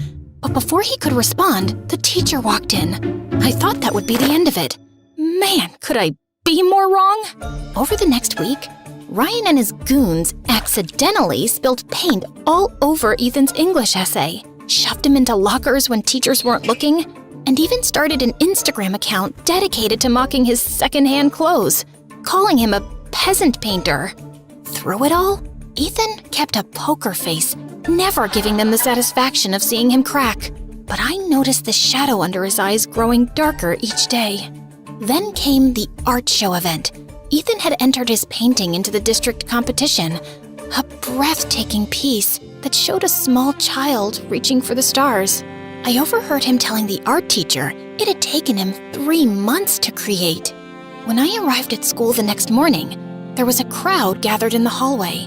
I pushed through to see Ethan standing in front of what remained of his painting, now slashed to ribbons, with crude words spray painted across it, while Ryan and his friends were snickering nearby. For just a split second, Ethan's mask slipped. I saw tears in his eyes as he gathered his destroyed canvas with trembling hands. No one else seemed to notice. They were already moving on to the next piece of hallway gossip. But I couldn't look away. That afternoon, I did something completely insane. I wrote an actual physical note, like we were living in the Stone Age, and slipped it into his locker. You're stronger than they know. Just don't give up. Then, I lurked behind a pillar like some deranged stalker, watching as he found it. When he smiled, this genuine, surprised smile that transformed his entire face, I felt this weird flutter in my chest. But I didn't dare actually talk to him. Are you kidding? Me, Tessa Crawford, voluntarily interacting with the paint-splattered foster kid? That would be social suicide. Still, I couldn't stop thinking about him. How could anyone be so comfortable just existing as themselves? One day after school, I spotted Ethan sneaking off with his paint supplies, and something possessed me to follow him. I felt like the world's worst spy, ducking behind trees and cars, praying nobody from school would see me. He led me to this abandoned playground, rusted swings barely hanging on, a slide covered in graffiti, the whole post-apocalyptic vibe. But Ethan walked straight to a crumbling concrete wall and started painting the most incredible mural I'd ever seen. I crept closer to get a better look when, oh my God, I'd stepped on an empty soda can. I dove behind the slide and quickly climbed up, my heart threatening to explode out of my chest. And then, because the universe hates me, my phone started blaring my ringtone. Shut up! Oh my God, shut up! In my panic to silence it, the phone went flying out of my hands, skidding down the slide, and landing directly at Ethan's feet. Well, hello there, mysterious stalker's phone. Let's see who's calling. He picked it up, then answered with a smirk. Thank you for calling Stalkers R Us. Your business is important to us. Please hold while I locate the owner of this phone. What? Who is this? Where's Tessa? Ah, Tessa. She just went to the bathroom. Can I take a message? Yes. Tell her that her parents are leaving for a charity gala in Paris in an hour, and we'll see her in a few days. Then Mom just hung up, and I wanted to evaporate on the spot. I slowly emerged from my hiding spot, face burning hotter than the sun. I can explain. I was Following me? Pretty sure that's defined as stalking in all 50 states. I wasn't stalking you. I was taking a shortcut, and then I saw you and got curious. A shortcut through an abandoned playground surrounded by a chain link fence with no trespassing signs every 5 feet? Okay, fine. I followed you. Happy now? Just don't tell anyone at school, okay? I have a reputation. Instead of mocking me, Ethan just laughed, Like he genuinely found the whole situation hilarious. Your secret's safe with me, Princess. He gestured toward his mural, a stunning scene of people helping each other during a storm, sharing umbrellas and reaching out their hands to pull others to safety. Want to see what I'm working on? Up close? And that was the beginning of the end for the fake Tessa Crawford. Over the next few weeks, I started sneaking away to meet Ethan at that playground. At first, I told myself it was just artistic curiosity, and I liked watching him paint. But the truth was, I liked talking to him, really talking, not the fake small talk I did with my friends where we discussed nothing but Instagram likes and who was dating who. One night, sitting on those rusty swings, I finally told him the truth. I've been adopted since I was 6. The Crawfords, they've given me everything a girl could dream of. The house, the clothes, the opportunities. And I'm sure they love me, in their own way. But what I've really wanted the most is their attention, you know? And they're usually too busy with their galas and business meetings to give me that. Sometimes I feel more like a charity project than their daughter. Is that why you hide your real eyes? I nearly toppled off the swing. How did you— The blue doesn't quite match your skin tone. Also, the way you're always rubbing your eyes when you think no one's looking. I don't think it's the most comfortable thing in the world. They do get uncomfortable after wearing them all day. So take them out. What? No, There's no one here but me, Tess. Something in his voice made me trust him. With shaking hands, I carefully removed the first one, then the other, blinking as my eyes adjusted. And then, I finally looked up at him. For what it's worth, your real eyes are way more captivating. They've got these little gold flecks that catch the light. Just stunning. Then he leaned in and lightly kissed me. And I felt that for the first time, someone had really seen me. And Ethan just had this freaky superpower for noticing things everyone else missed. Like how Mrs. Daniels, the lunch lady, wore the same worn-out shoes every day because she was sending her kid to college. Or how Mr. Rivera, the librarian, always had hospital forms peeking out of his bag because his daughter was sick. Together, we started leaving anonymous notes for people we knew were struggling, just like I'd done for him that first day. You really think a little note makes any difference? When I got yours, it was the first time anyone at school had shown me a speck of kindness. So, yeah, they matter a lot. The more time I spent with Ethan, the harder it got to step back into my fake life. It was like having 2 separate identities that were getting impossible to keep apart. I don't get it, Tess. How can you stand those people? Especially Ryan. The guy's basically a walking cologne ad with the personality of a mosquito. You don't understand how it works. My dad's company and Ryan's dad's company are practically joined at the hip. And the rest of my friends, they're not that bad. Yeah? Think they'd accept me if they knew we were friends? They might. If you tried to fit in a little, maybe tone down the whole— I gestured vaguely at his paint-splattered everything. The whole me thing. Got it. It felt kind of terrible that I'd said it, but to my complete shock, Ethan actually tried. He started wearing cleaner clothes, tamed his wild hair, and even sat with us at lunch. I was touched because it meant he cared enough about me to do something that was obviously hard for him. But Ryan and my friends still found ways to exclude him, making comments disguised as jokes. So, Ethan, is it weird living with random people who get paid to pretend they care about you?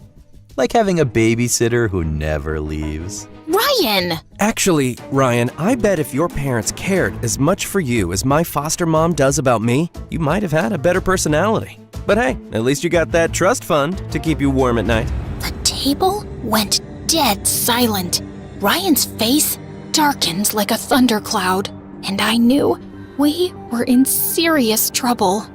And the next day, I found Ethan staring at the spring formal banner he'd spent weeks painting. It was destroyed, torn in places, dripping with soda, with crude drawings scribbled all over it. Just then, Ryan sauntered over, grinning like he'd just won a championship. Aw, what happened to your little finger painting? Such a shame. You did this. Again.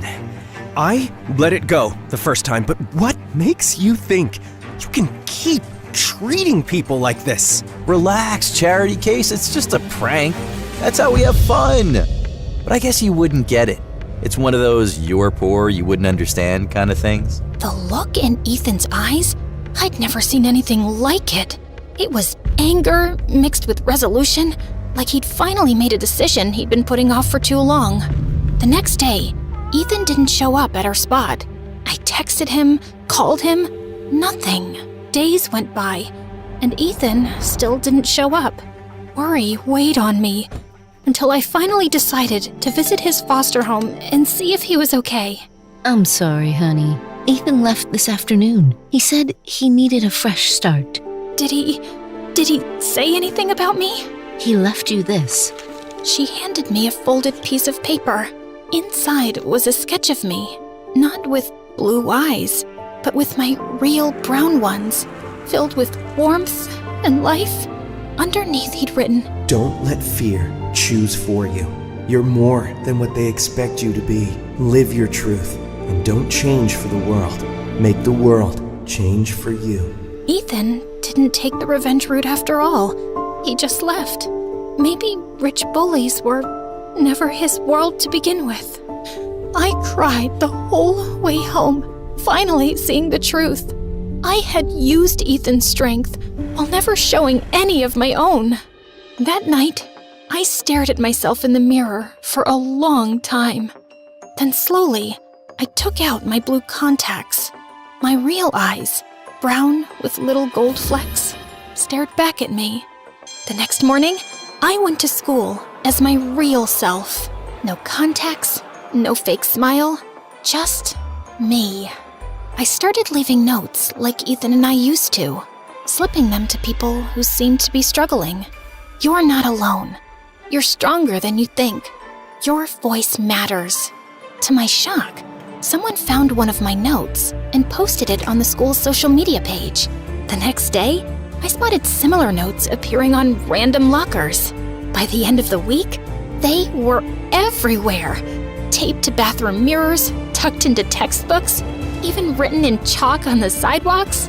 The movement kept growing. People started leaving little care packages with the notes. The drama club put on performances about kindness. Even some teachers joined in, writing encouraging messages on the board instead of just assignments. Within a month, the entire school atmosphere had shifted from cold and competitive to warm and supportive. People actually looked up from their phones, held doors open, sat with kids who used to eat alone. A local news station even came to do a story about the kindness movement sweeping through our school. What sparked this wave of positivity among students? I don't know who started it, but it's changed everything. People actually look out for each other now. This is pathetic. Who actually cares about all this touchy-feely garbage? All this kindness nonsense is just what losers tell themselves to feel better about being nobodies. Like that homeless artist freak who ran away. Right, Tessa? The cafeteria went dead silent. Everyone turned to look at me. No, Ryan, you're wrong. And you're a bully. A few kind words can literally save someone who's drowning inside. If you can't understand that, then I feel sorry for you, because your life must be incredibly empty. Ryan's jaw literally dropped. For the first time in his life, the king of comebacks had nothing to say. People actually applauded. These were the kids from every corner of the cafeteria, including the ones who'd been invisible to me for years. I never told anyone I started the notes, and I never saw Ethan again. Sometimes I wondered where he was, if he was still painting his truth on walls somewhere.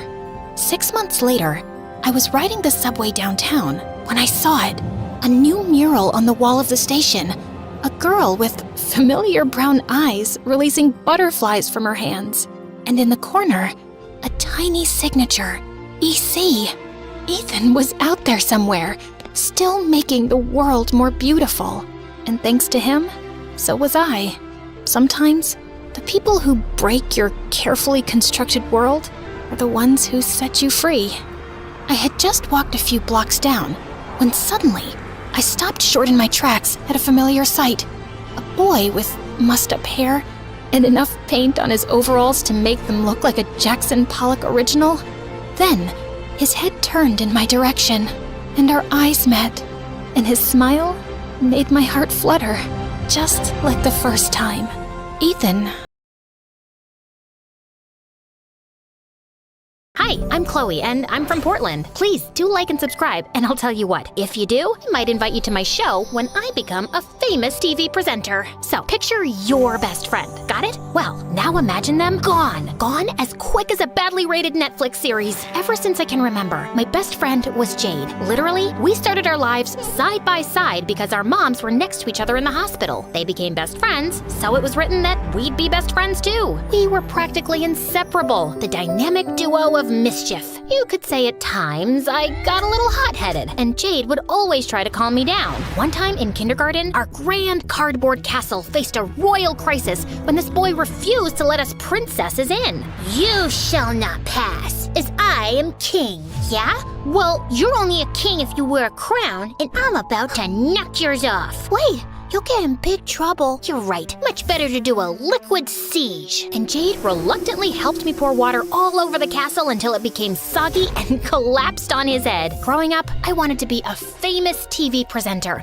Think Jimmy Fallon or Ellen DeGeneres, but funnier and cooler. Although Jade hated doing it, she always listened to me no matter what. You're the K-pop star of the moment. Everybody wants to know your deepest and most personal secret. Please, say it looking straight at the camera. If you can cry, that would be great too. Don't you want to interview the president instead? Does he have a new double padlocked Balenciaga bag? I think not. One time, when we came home from school, our moms were arguing loudly. They stopped when we walked in. Oh, hi kids. Good day at school? Jade, we're going. But now. And just like that, they stopped talking or going around each other's houses. Mom, come on. Whatever it is, it'll blow over, right? She's just not the person I thought she was. Jade and I didn't pay much attention to them. We had to deal with the usual high school stuff. There were heartbreaks. He asked Bailey to the dance. Bailey! You can do better. I heard he doesn't bathe. Paranoia.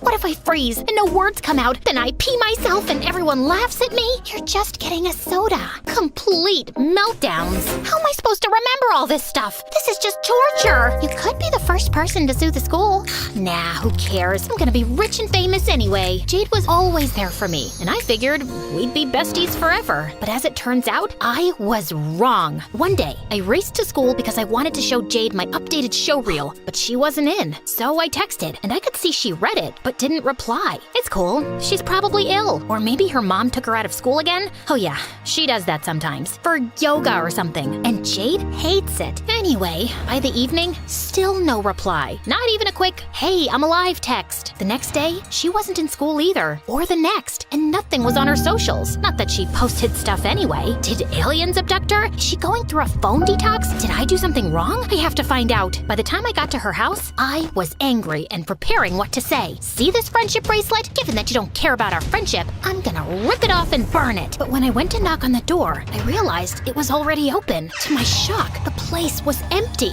I mean, furniture gone, belongings gone, even wallpaper gone. It was as if nobody had ever lived there. I ran up to Jade's room, completely empty too. Then I heard the door downstairs open and bang shut. Someone else is in the house. I sneaked a look over the banisters and saw this scary-looking man with a shaved head and a daisy tattoo on his hand. He was stuffing some paperwork in his pocket and knelt by a section of an open floorboard. I got it, boss. But just then, I stubbed my toe, and I couldn't help but make a noise because of the, oh yeah, excruciating pain. I heard the man start to come upstairs, and luckily, I knew that there was a way out of Jade's bedroom window via an oak tree. My heart was pounding as I climbed down, and when I looked back to the house, I saw the scary man scowling at me from Jade's window. I ran home so fast and told Mom everything. Jade and her mom have gone. What did you and her mom fall out about? It was nothing. People change and grow apart. It's how it is. I thought that was really weird as they'd been as close as Jade and I could never imagine falling out with Jade like that. Soon after that, I was taking out the trash, and there I discovered a scrunched up lyre with daisies on it, just like the tattoo the scary man had. I didn't say anything to Mom because I knew she'd make me stay away from it. But hey, a good presenter is always ready for action. The website listed on the flyer was a place called Harmony Farm. It looked like one of Jade's mom's yoga trips, but weirdly, there was no phone number or address. A place called Harmony Farm can't be that bad, can it? I figured Jade was okay and would be back in contact soon. After all, we are best friends. But weeks went by and still no contact. I was angry, but when this bully tried to trip me in the canteen, I didn't unleash my inner Hulk with the help of an image of Jade scolding me. No, you'll get in trouble. Then Mr. Triple-Lot turned lunch into a chaotic circus with flying milkshakes and frosted donuts in all directions. Enough is enough. Hey, knock it off. People just want to have lunch. What's it got to do with you, weirdo? You're such a weirdo, always talking alone and interviewing a mirror. No wonder your friend bailed on you. Oh, that was it. I grabbed his tray and sent it on a gravity-defying journey to the other side of the canteen. Cue the applause. Yep, I was a hero. But of course, heroics come with consequences, and boy did I get in trouble. First detention, and then Mom. I'm so disappointed. This must stop. Jade's moved on, and so should you. Mom is right. She ghosted me. If Jade wanted to break our friendship, so did I. I took down every picture of us and burned our friendship bracelet in the backyard in some sort of ritual of detachment. And the perfect distraction came with my big TV break. They were holding auditions in the next town for a new cool teen channel. I am a teen, and I am cool. This is perfect for me. The next day, I went there. It was this tatty warehouse, and the line went on for miles. But hey, no pain, no gain, right? So I stood in line. Thank the heavens I could watch loads of MSA videos, and I had my trusty MSA water bottle. But as I got further up the line, the most shocking thing happened. I saw these two girls about my age and wearing these hideous yellow dresses, talking to some people in line and handing them something. Please, take a daisy. A daisy? Suddenly, a security guard ran over to them. You two again? What did I tell you? Get out of here. The girls ran away. I had to follow them. They might lead me to Jade. So I went after them and got onto the same bus. They got off at this remote stop, and I followed. They went through a garden gate, and so did I. Exactly 5 minutes after them, I started filming just in case they went all midsummer on me. Here we are at Harmony Farm, but I don't see any animals suspicious. And that's when I saw Jade watering tomatoes in the same ugly dress. I thought to myself, Chloe, be calm, collected, listen to her side of the story. But instead, I went bat-tail crazy. You ghosted me! And what is with the outfit? Put on a statement necklace at least. Chloe, you don't belong here. Just go. Oh, hi. Nice to see you too. No need to apologize or anything. What happened to all the BFFs forever stuff? You didn't even give me a "it's not you, it's me" speech. That's because it's you.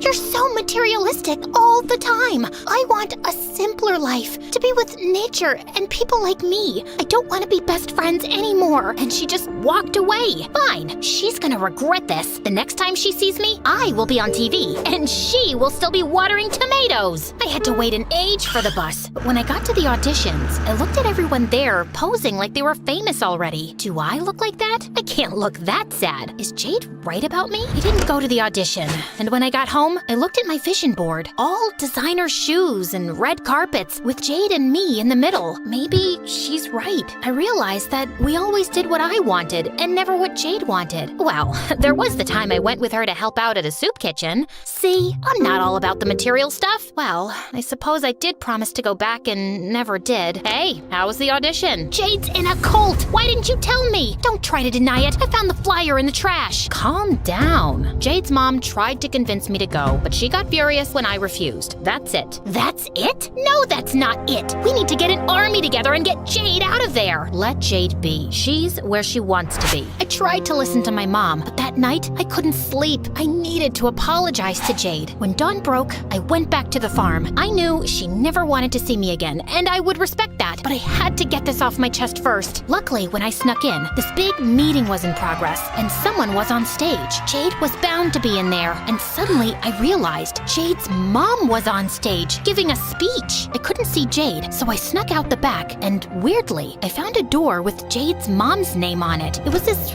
really shabby office with hardly anything in it. No compromising paperwork was in the drawers or behind the books on a shelf. Then suddenly, when I moved a book, something clicked. A secret door! Inside was another office, but this was huge and grand with mod cons. I'm talking Apple products on tap, a walk-in wardrobe complete with designer shoes and bags, checks. Not a very simple life, if you ask me. There were also boxes of people's passports, money, and bank statements for Jade's mom. Wow, this is a lot of money. What are you doing? I turned, and the scary man was staring at me. I want to join the cult. I know you. You were at the boss's house. Boss? Jade's mom was the boss? Before I could process that, the scary man started chasing me around the desk. I ran out and ended up on stage. Jade's mom looked at me, shocked. Then she smiled calmly. I gave up on trying to make your mom see sense, but I always had hope for you. That's a no from me to the weirdy-beardy cult. Sorry. The audience gasped. You were always so angry, Chloe. You still don't understand that materialism is the only distraction from true bliss. Oh, is that so? What about your secret office? It's like the Kardashian-Jenner clan threw up in there. And don't get me started on the passports and the small fortune I found. Well, it's small only by Bill Gates standards. Everyone looked confused at Jade's mom, and she looked panicked. Suddenly, Jade came on stage. She had a face that looked like she wanted to do a TED Talk on the benefits of rage. I'd never seen her so angry. There is no secret office. Chloe is lying to get back at me. No, Jade, I promise. I'd never lie to you. We're besties. No, we are not. Why can't you just leave me alone? You know what? Fine, I'll just go. At least I fought for our friendship. I was more than ready to leave that place and never come back. But it wasn't that simple. Jade's mom caught up with me and closed my path. Behind her were loads of Daisy-loving worshipers and the scary man who looked like he was about to whip out some nunchucks. You think you can just accuse me of something like that and just walk away? I was thinking that. Yeah. Well, this isn't your mother's house where you can do whatever you want, you brat. Ouch. Here, trespassers and criminals are prosecuted and punished. I was genuinely frightened. If they could endure wearing those horrendous dresses, who knew what else they were capable of? The followers began to advance on me. I was completely surrounded. They each grabbed some tomatoes. Oh no! At that moment, Jade arrived on the scene. Mom, wait! Oh, Jade, I know you want to be a part of this. Of course I do. Jade grabbed a tomato. But first, everyone, you should know that your donations have been going to my mom. Chloe, my bestie, was right. Jade showed everyone the bags, the shoes, the passports, bank statements, and money that her mother had hidden. Everything turned to chaos then. Jade's mom and the scary man tried to bolt, but they got catched. Or should I say, catch up. Everyone threw their tomatoes at them. It was brutal. Blood flowed on the farm. Well, maybe it was just tomato sauce. But okay, too many tomato jokes. Got it. I'll stop now. I walked towards Jade. Jade, listen, I'm really sorry. I didn't mean to cause all this chaos. No, I'm sorry. Mom convinced me that leaving everything behind was for the best, that our old life was too materialistic. It's all because of you, Chloe. If you hadn't shown up and questioned everything, I wouldn't know the truth. I missed you. I couldn't give up on our friendship either. Then Jade held up her friendship bracelet. BFF, where's yours? Oh, it's in the laundry. I think after Mom gets arrested, I'm gonna come live with you for a while. And you, my friend, need to take an anger management course. Yeah, and to stop obsessing over celebrities and materialistic things.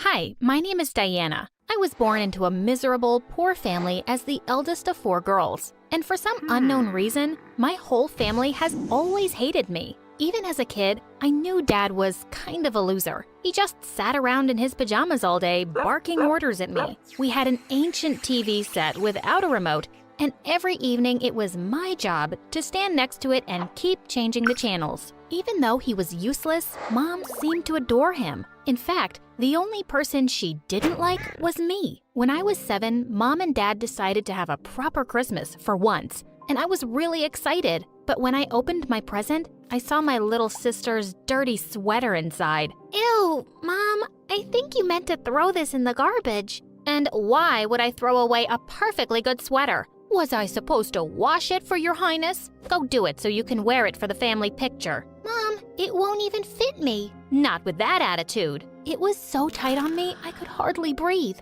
All my sisters got brand new sweaters, and I was the only one who looked like an idiot in the family photo. Even worse, when Mom framed it and hung it up on the wall, I saw that I'd been cropped out of the picture. Years passed and they continued to treat me poorly. I slept in a bed I'd outgrown years ago, and my cupboard was a cardboard box. Whenever Mom ordered pizza, she always gave me the smallest slice. Sometimes I started thinking I wasn't even her daughter. On my 13th birthday, I decided to throw myself a party. But of course, at my friend's place. I had some savings to buy snacks and a cake, and as I was sneaking out, I bumped straight into my 12-year-old sister, Selena. She grinned and said she wouldn't tell Mom if I let her join me. And I didn't really have a choice. We were actually having a good time until one of my friends mentioned my boyfriend, Zach. Oh no, Mom would kill me if she found out. She always said that having a boyfriend is a red line. I tried to signal my friend to shut up, but she just didn't get it. Wait, you have a boyfriend, Diana? Oh, she doesn't know? Well, your sister is really popular with all the boys, but Zach was the lucky one who finally won her heart. Oh, that's cool. Please excuse me. I have to make a quick phone call. And with that, she shut herself up in the bathroom. This was not going to end well for me. And sure enough, when we got home, Mom was waiting for us, looking like a fire-breathing dragon. Are you freaking kidding me, Diana? He isn't even rich. What are you talking about, Mom? Your boyfriend, Zach. I just looked him up online and he's dirt poor. Dating a loser is the dumbest thing a girl can do. How about marrying one, Mom? Dad is a loser too. Don't try to be cheeky. Dump this idiot and find yourself a rich boy. Do you understand me? Sure, Mom. You're more important to me than any boy. I'll dump him tomorrow. Mom was insane. She had always been against having a boyfriend, and now she only wanted me to date rich boys.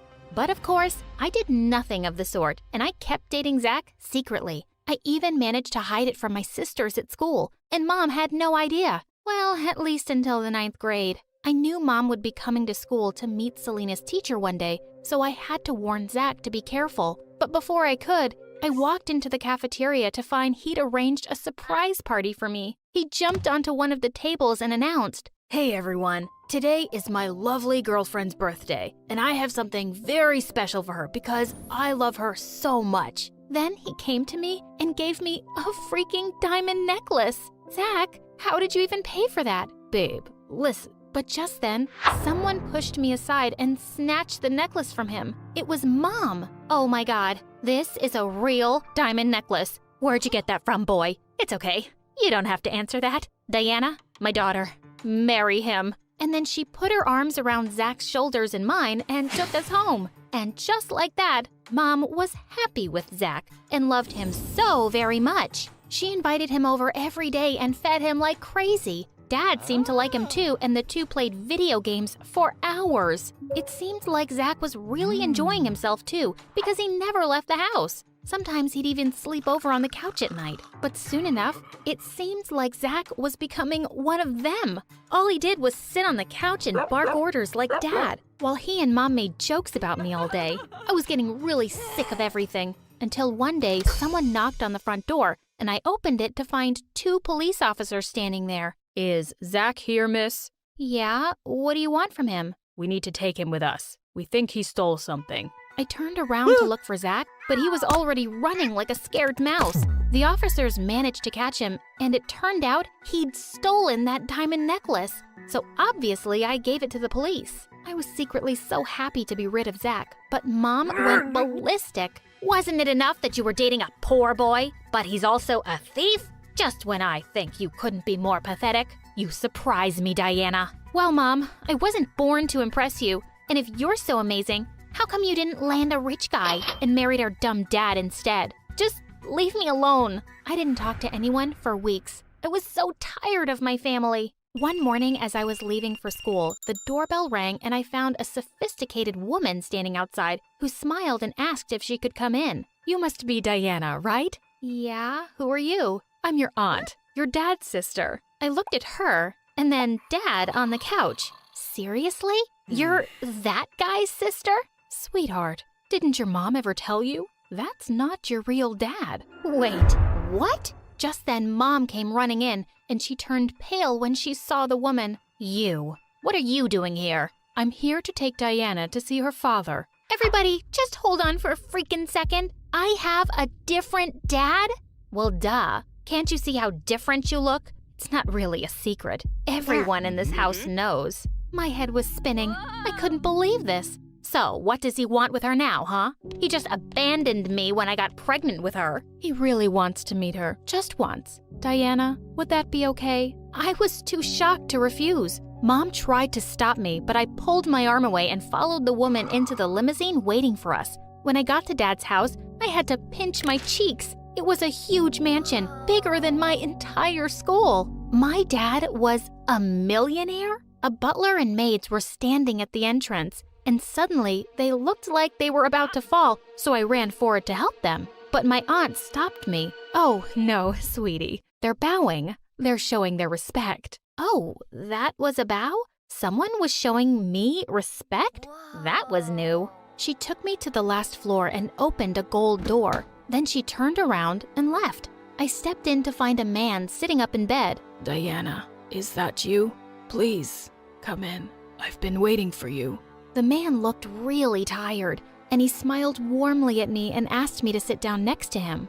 I'm very sorry that I never reached out to you before, Diana. I'm sure you can't forgive me right away, but I need you to listen to me. I don't think I have much time to live, and you're my only child. I want you to move in and live with me and your aunt. I don't even know what to say. Thank you for finally remembering me? Diana, I understand you're mad. Please, accept my offer and let me make it up to you.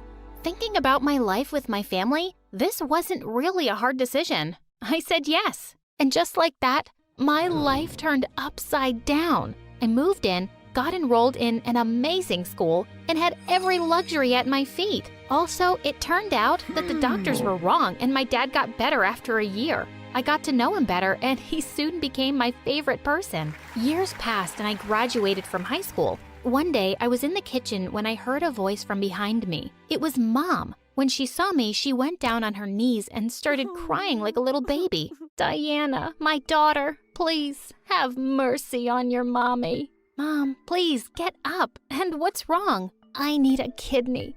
You know how hard it is to get a donor these days, and I can't wait for years. I'm really sick, and I might die soon, my darling. Mom, I'm really sorry to hear that, but I can't donate my kidney. Maybe Selena can? No, that's not what I'm here for. I have a donor. It's Zach. He's ready to do it under one condition, that you marry him. He's still so in love with you. Mom, are you crazy?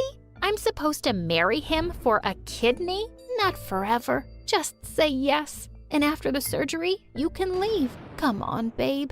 You're the best person I know. Mom started crying again, and my heart went out to her. I didn't want her to die because of me, so I agreed to marry Zach and said I'd divorce him right after the surgery. Dad didn't support my decision and kept trying to talk me out of it, but I said, if I don't help her, I'll blame myself forever. She is my mom after all. But on my wedding day, I was a mess. As I was sitting in my wedding dress and bawling my eyes out, Mom barged in. Why are you crying? Who cries on their wedding day? Mom, just get lost. Is this how you talk to your mom? Rude girl. She was about to spit at my face when I pushed her away and ran out of the room. It all felt like a big, stupid mistake. I didn't love Zach, and I didn't want to marry him. Just then, I spotted Mom and Selena from a distance, and it looked like they were fighting. What was going on with those two? Seconds later, my phone beeped, and I got a message from Selena. Diana,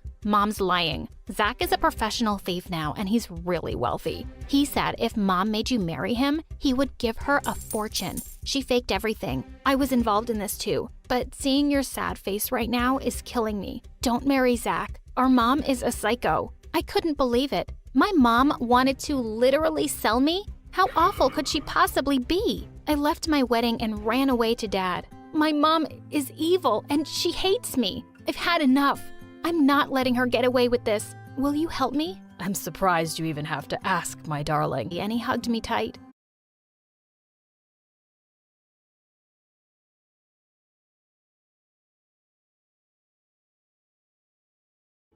Hi there, my name is Tom, and I was just 3 years old when my mom left my dad. He was a major jerk, and she was so much happier without him. The only problem was that we were broke. My mom worked 2 jobs at once, but that wasn't enough for school, clothes, books, rent. The list was endless.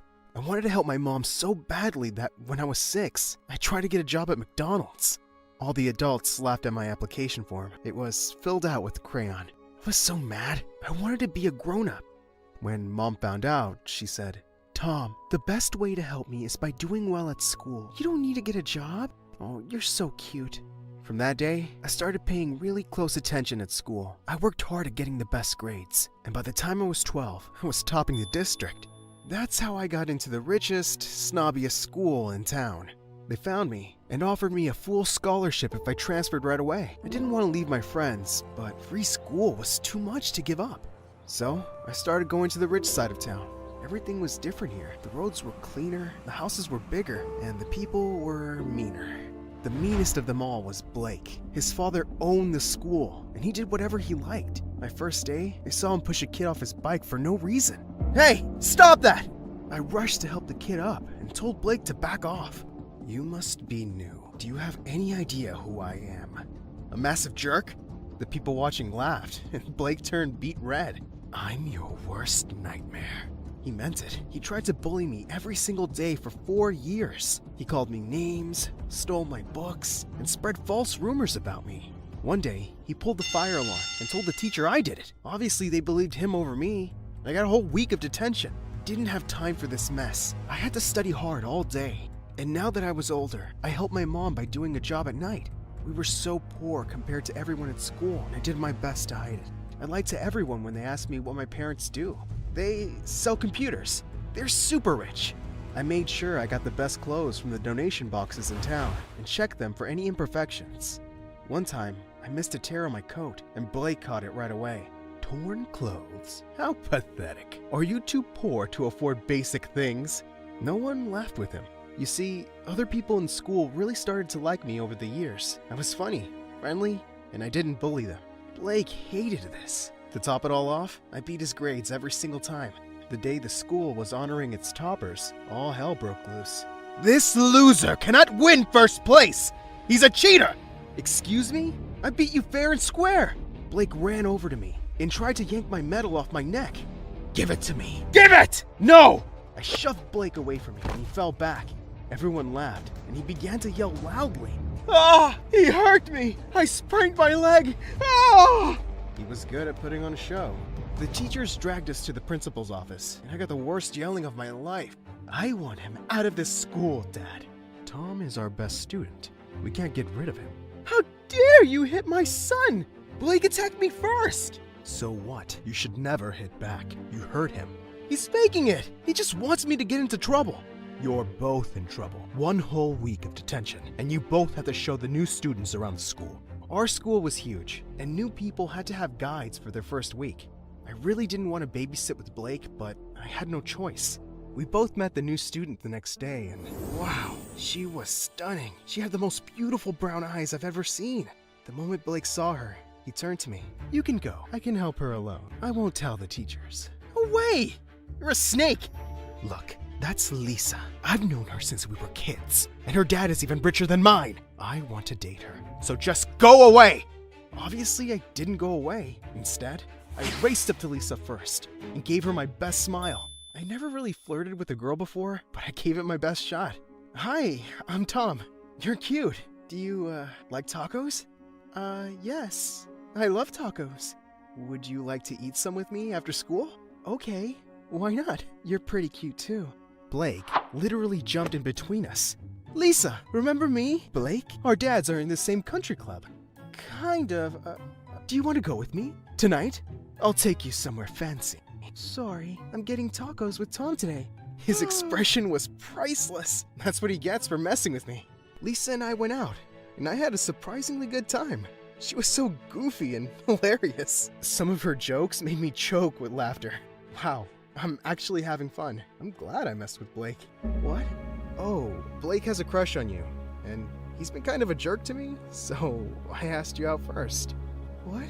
I thought you thought I was cute." "Uh-oh. I do think you're cute, but what? I'm just a pawn in your boy games? You just used me to mess with someone. You're a jerk." She threw her taco at me and ran away. I quickly paid the taco guy and chased after her, but she was gone. Dang it. Blake was turning me into a terrible person. I tried to apologize to Lisa the next day, but she wouldn't even look at me. I almost gave up until one day, when we ended up in the same elevator together. I acted on instinct. I pressed the stop button. What are you doing? I want to apologize, but you keep running away. Don't bother. I'm never gonna go out with you again. I don't want you to go out with me. I'm just sorry. I act like a complete idiot, and you have every right to hate me. She looked shocked. Really? You mean that? Yes. I'm really sorry. I was so stupid. Agreed. You'll have to buy me like 100 tacos to make up for it. Does that mean we can be friends? Yeah. Okay. I forgive you. Yes!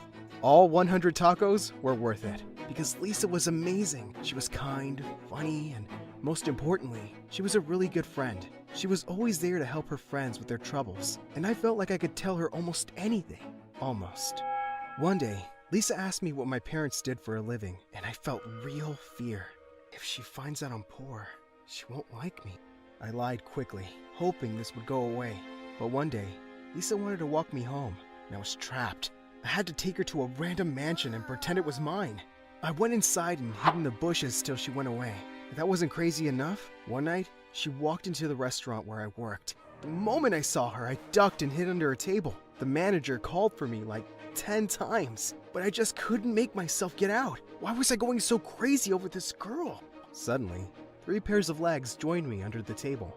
My manager had seated women there. I immediately crawled out of the table, and all 3 women screamed, sending their food flying all over the floor. My manager caught me by the collar and fired me on the spot. If I wasn't horrified enough, I turned to see Lisa staring at me with her mouth open. Oh no. I just ran home. By the time Lisa confronted me in school, I had a lie ready for her. I got that job so I could learn some responsibility. It's not good to just live off my parents. But why were you under the table? I dropped my phone. I was looking for it. Somehow, the lie worked. And Lisa gave me a big hug to comfort me. Ew, I was close. I was heading home from school that day when I felt someone pull me back. It was Blake. Why were you hugging Lisa at school? None of your business, moron.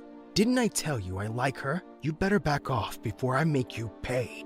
Make me pay? Your dad can't kick me out of school. You have no power here. I stormed away from him with my head held high, thinking I'd won this battle. I had no idea how far Blake would go for a shot at Lisa. She and I were having lunch in the cafeteria one day when Blake came over with his gang. Hey, Tom, your parents are rich, right? Yes. They sell computers. Then why are you wearing clothes that I threw in the garbage? I was in shock. Blake pulled out his phone and played a video for everyone. It was me, searching for clothes in the donation bins. We saw you hunting for clothes like a cheap beggar. We followed you, and you live in a tiny apartment on the bad side of town. Everyone around me was whispering. I couldn't even bear to look up at Lisa. My secret was finally out. So, what do your parents really do? Do they even have a job?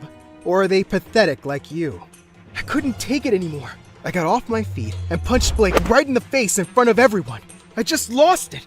Ah! I'm reporting you to my dad. Everyone saw that, right? He punched me!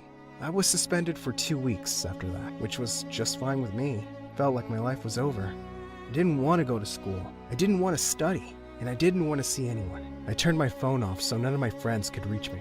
I was locked in my room for a whole week until one day, there was a knock on my door. Lisa was here. She saw me in my tiny apartment. I was wearing old, faded hand-me-downs. What are you doing here? How did you find me? I can track people. Why didn't you answer my calls? I was worried. Maybe I'm embarrassed, and I want to be alone. You shouldn't be embarrassed for being poor. You should be embarrassed for lying to me about it. Oh, I should have told you the truth, that my mom's a waitress and a janitor, that my dad abandoned us, and we live like beggars. Which part makes you want to go out with me? She looked shell-shocked. Wait, you want to go out with me? I never said that. Just leave me alone. Lisa, I went into my room and slammed the door shut. I wanted to be anyone else except me right now. It got so much worse when I opened Instagram and saw pictures of Blake and Lisa together. I guess she found someone who can take care of her the way she deserved. I was in the worst mood of my life when I started school again. Lisa tried to talk to me a few times, but I just ran away from her. I thought I could just avoid her forever. Until one day, we ended up on the same elevator. Alone. She punched the stop button, and the elevator came to a halt. How long are you going to ignore me, Tom? You're driving me crazy! I don't want to talk to you about my lies. I don't want to hear about your dates with Blake. We're not dating, you idiot! I only clicked those selfies because he literally begged me. I like you. It took me a few seconds to get that. You like me? Are you blind? I've liked you since the first day we met. It doesn't matter. We can't be together, Lisa. I'm poorer than your gardeners. I have nothing to offer you. You have everything to offer me. You're a good friend. You're an amazing son. You're clever, and you're handsome. I was speechless. Lisa grabbed my collar and gave me a full peck on the lips.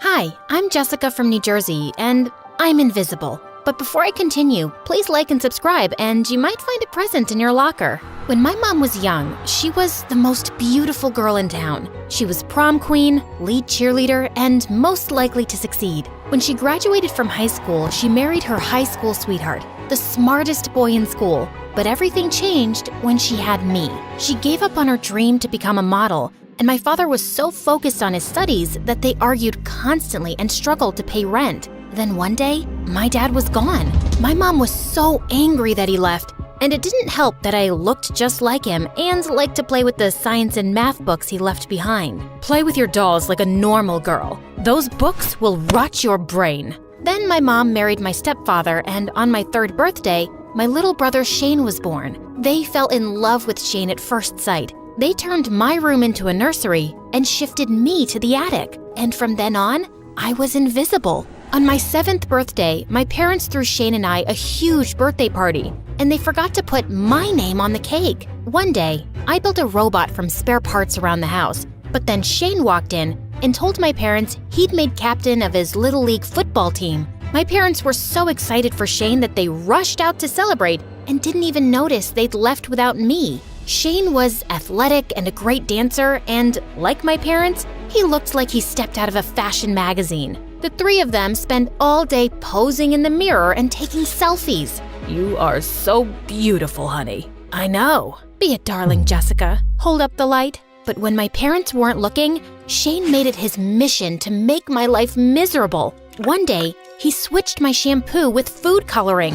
Ha! You look like a pumpkin. Another time, he ran around the house like a maniac and knocked over my mom's favorite vase. Just did it. He opened a carton of milk and poured it on the floor. I tried to stop her. He cut up all my stepdad's ties and threw them under the bed. Shane did this. I saw him do it. But every time, my parents punished me and rewarded Shane. When I was 12, I won the school spelling bee. Look, Dad, I got a medal. For spelling words? Oh, that's so boring. I won 1st place in the Math Olympics. Math is for losers. No, it's not. I told you, Jess is a nerd. There are 2 kinds of people, Jess. Winners like us and losers like your deadbeat dad. Your dad was a nerd. He studied all the time and almost ruined our lives. Try to be more like your brother. He can teach you a thing or two. Shane's a jerk. He's as dumb as a bag of rocks. He bullies other kids, and he can barely spell his own name. And nerds aren't losers. They're smart. Smart people invented your cell phones, designed this house, and the fancy cars you drive. After that, my parents hid my books and forbade me from studying in the house. They even grounded me when I brought home straight A's on my report card. It's for your own good. This is ridiculous. When I was 15, I secretly entered a national science competition. If I won, I'd get a huge college scholarship and my face would be all over the news. Then it would be impossible for my parents to ignore me, and they'd finally see the value in being smart. I shut myself in my room for days as I worked on my project. What are you doing? Nothing. Mom, Dad, Jess is doing science for fun. The day of the science fair came and I'd made it to the final round. But as the judges came by to look at my project, something went horribly wrong. Why is that thing smoking? It's fine. Everything's fine. I just need to adjust the settings. I tried to fix it, but then suddenly my project caught fire. Everyone ran screaming out of the building. The fire brigade put the fire out, but the building and all the projects were ruined. I was banned from the competition for life, and the next day, my parents got a letter demanding payment for the damages. My parents were pissed. They were already spending a fortune on Shane's fencing lessons, acting classes, and private football coaching. What were you thinking? I just wanted you to be proud of me for once. I wanted you to see me. Well, we see you now, and you're a disappointment. Why can't you be more like Shane? And we're not paying for this young lady. It's time you learn some responsibility. My mom told me to get a job to pay the bill. Well, I'd show them. I'd pay for the damages, and then save up money for college and leave this family for good. A week later, I walked into a weird store that sold scented candles and crystals, and a cute boy named Zach appeared out of nowhere and grabbed my hand. Your aura is magnetic. You're a diamond in the rough. Really? Yeah, and everything in the store is 20% off. I don't have any money. Zach dropped my hand instantly and walked off. Then the owner of the store came up to me. Can you start tomorrow? I accepted the job. Zach and I worked the same shifts. I loved listening to him speak to the customers. His voice was silky smooth, and he looked like a Greek statue come to life. One day, he caught me staring. What are you looking at? I was just, You mind getting back to work? Another time, I wore a fancy dress, a pair of high heels, and some lipstick to work to get his attention. He and a bunch of customers gave me strange looks my whole shift. Then I spotted myself in the mirror. There was toilet paper on my shoe and lipstick all over my teeth. A week later, I was riding the bus to work, and I saw Zach in the seat across from me struggling with a math problem. So, what are you doing?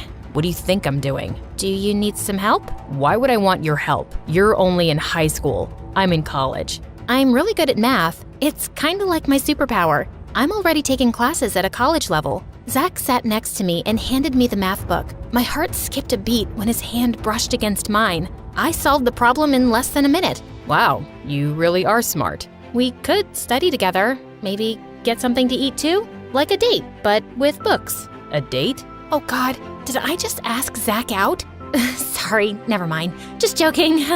You think dating me is a joke? No, I'm messing with you, Jess. A date with books? Sounds cool. We went to the library and studied for hours. Zach was charming and sweet, and we had so much in common. We liked the same video games and MSA videos. One night, he told me that he felt just as invisible as I did in high school. I didn't have anything in common with all those rich kids from class. All they talked about was their money and their cars. I couldn't afford any of that, and I wasn't interested. So I kept to myself. I still do. Do you ever get lonely? Not anymore. I've got you. One night, I was studying on the porch, and Shane spit a spitball at my head. What's up with you? You're acting strange. What do you mean? It's your face. There's something wrong with it. No, there isn't. You're smiling. You never smile. Then my cell phone rang. It was Zach, and I quickly silenced my phone. You're blushing. Who was that?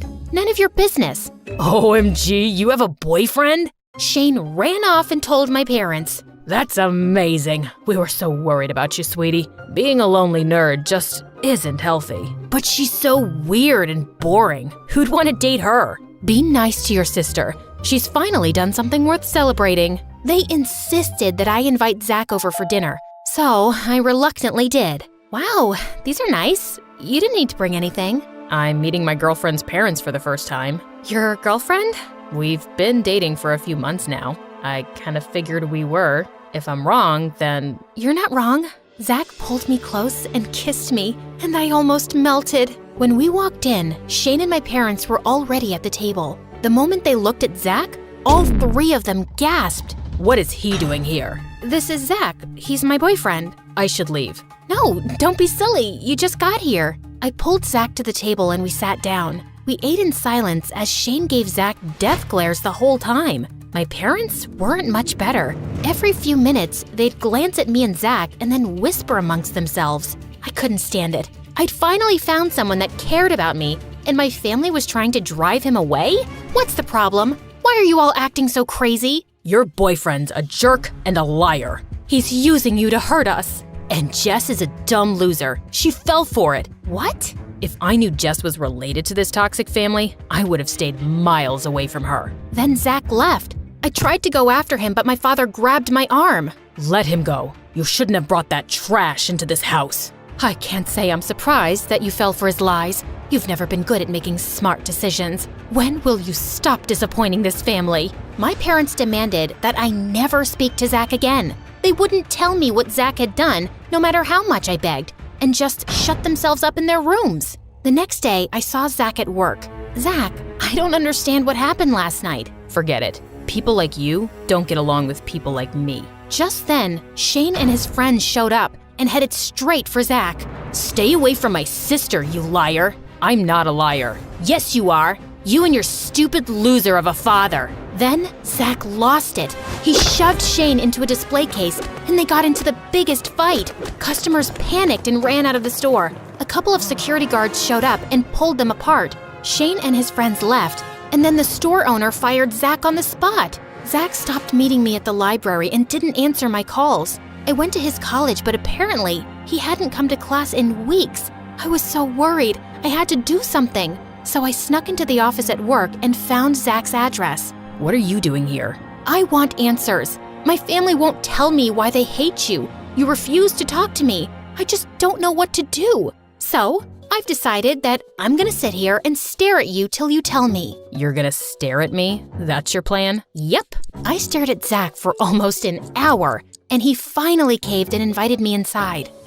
Your stepdad and my dad were best friends, and they had a business together. My dad was the brains, and your stepdad had the connections. But once they were successful, your stepdad pushed my dad out of the business. Why didn't your dad fight it? He tried, but your stepdad knew so many big politicians and lawyers that my dad never stood a chance. After that, he changed. He'd come home shouting and angry all the time. Then one day, he left me and my mom. Zach showed me pictures of his father and several of his inventions, some of which were my stepdad's best-selling products. This isn't right. You think? My mom and I took your stepdad to court. I told the judge that I worked on some of those inventions with my dad, but the judge didn't believe me. Or your stepdad paid him not to. My blood boiled. My family's fortune was built on a lie, and they always told me that being smart wasn't special and would never get me anywhere, when the whole time, they'd taken advantage of someone else's intelligence.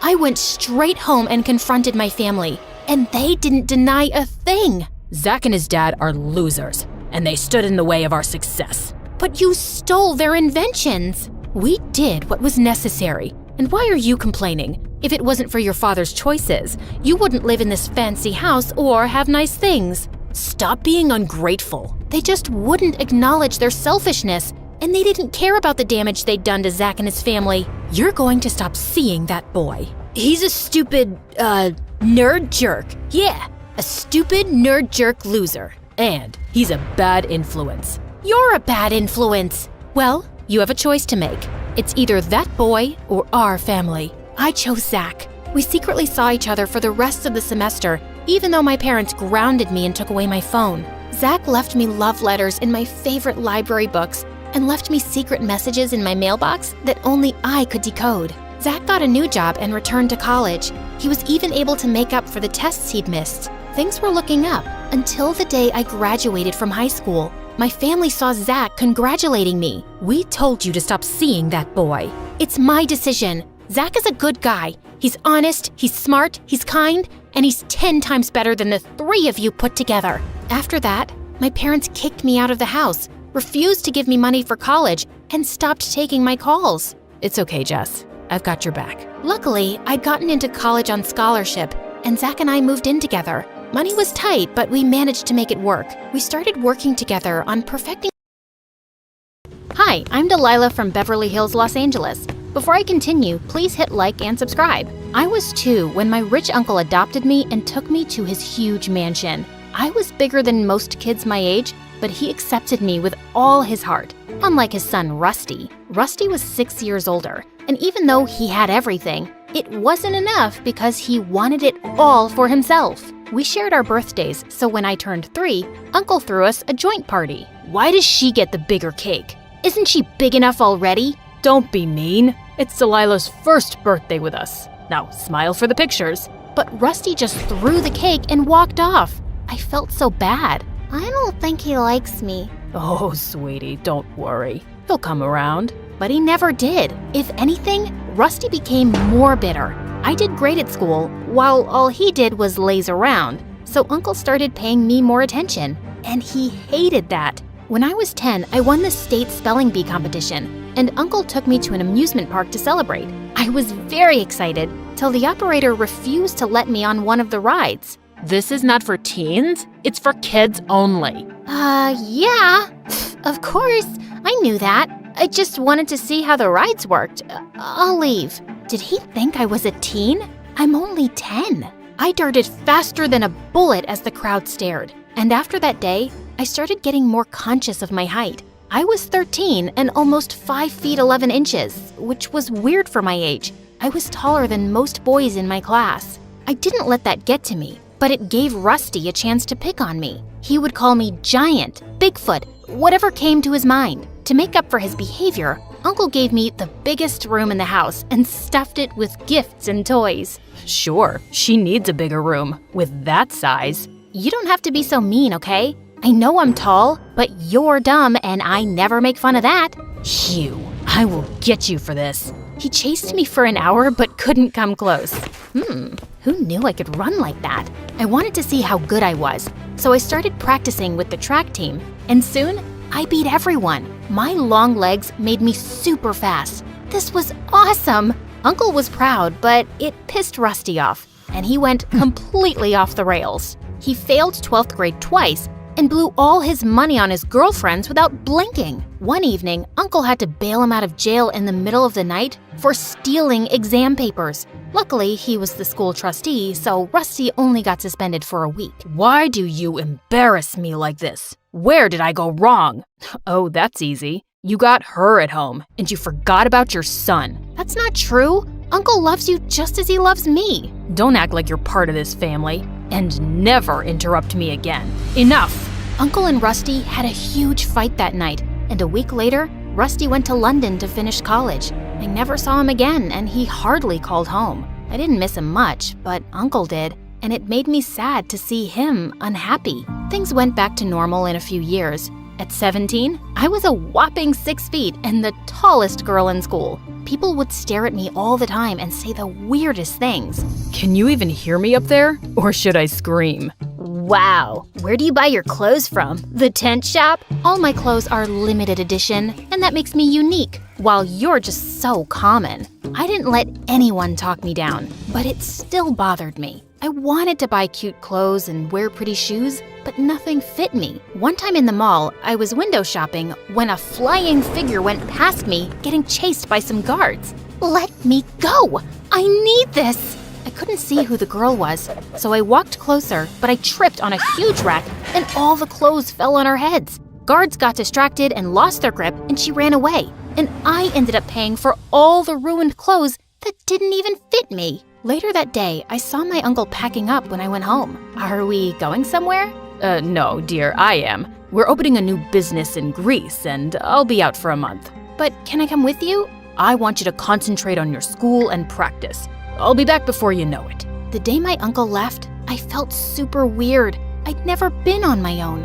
And a week later, I got the worst news of my life. My uncle's secretary told me he'd caught a rare fever and was on total bed rest. Doctors had no idea how long it would take him to recover. I was devastated and wanted to visit Uncle, but no one was allowed near him since the fever was contagious. So I decided to concentrate on my finals. But after my last exam, I came home to Rusty and a girl who looked oddly familiar. What are you doing here? This is my home, and I can come by whenever I want. By the way, this is Gina, my girlfriend, and the queen of this house. I looked at Gina, but she ignored me completely. Rude. Later that day, when I crossed their room, I heard her arguing with Rusty. You have a sister? You never told me about her. She wasn't worth mentioning, and she won't stay here for long. Before I could hear anything else, the maid showed up and I left. For the entire week, I noticed that Gina was an odd duck. She stayed all day in her room. Whenever she came out, she would scream at the servants and run back up.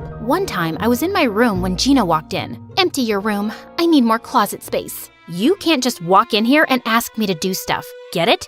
Suddenly, she started screaming for Rusty. And that's when it hit me. She was the same girl from the mall. Wait a minute. I know you.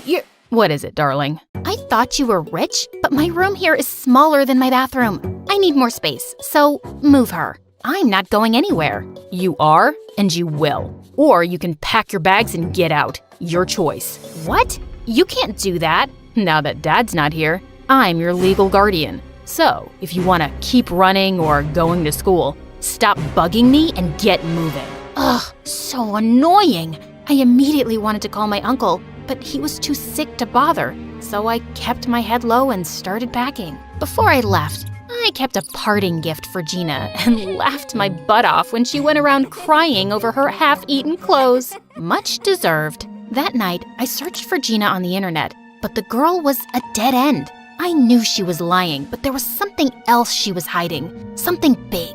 I could feel it. The next morning, I found Rusty alone and tried to warn him. Your girlfriend is a liar. And you're giving me a headache. I'm serious. I saw her stealing from the mall just last month. Gina's family is one of the richest in London. She doesn't need to steal.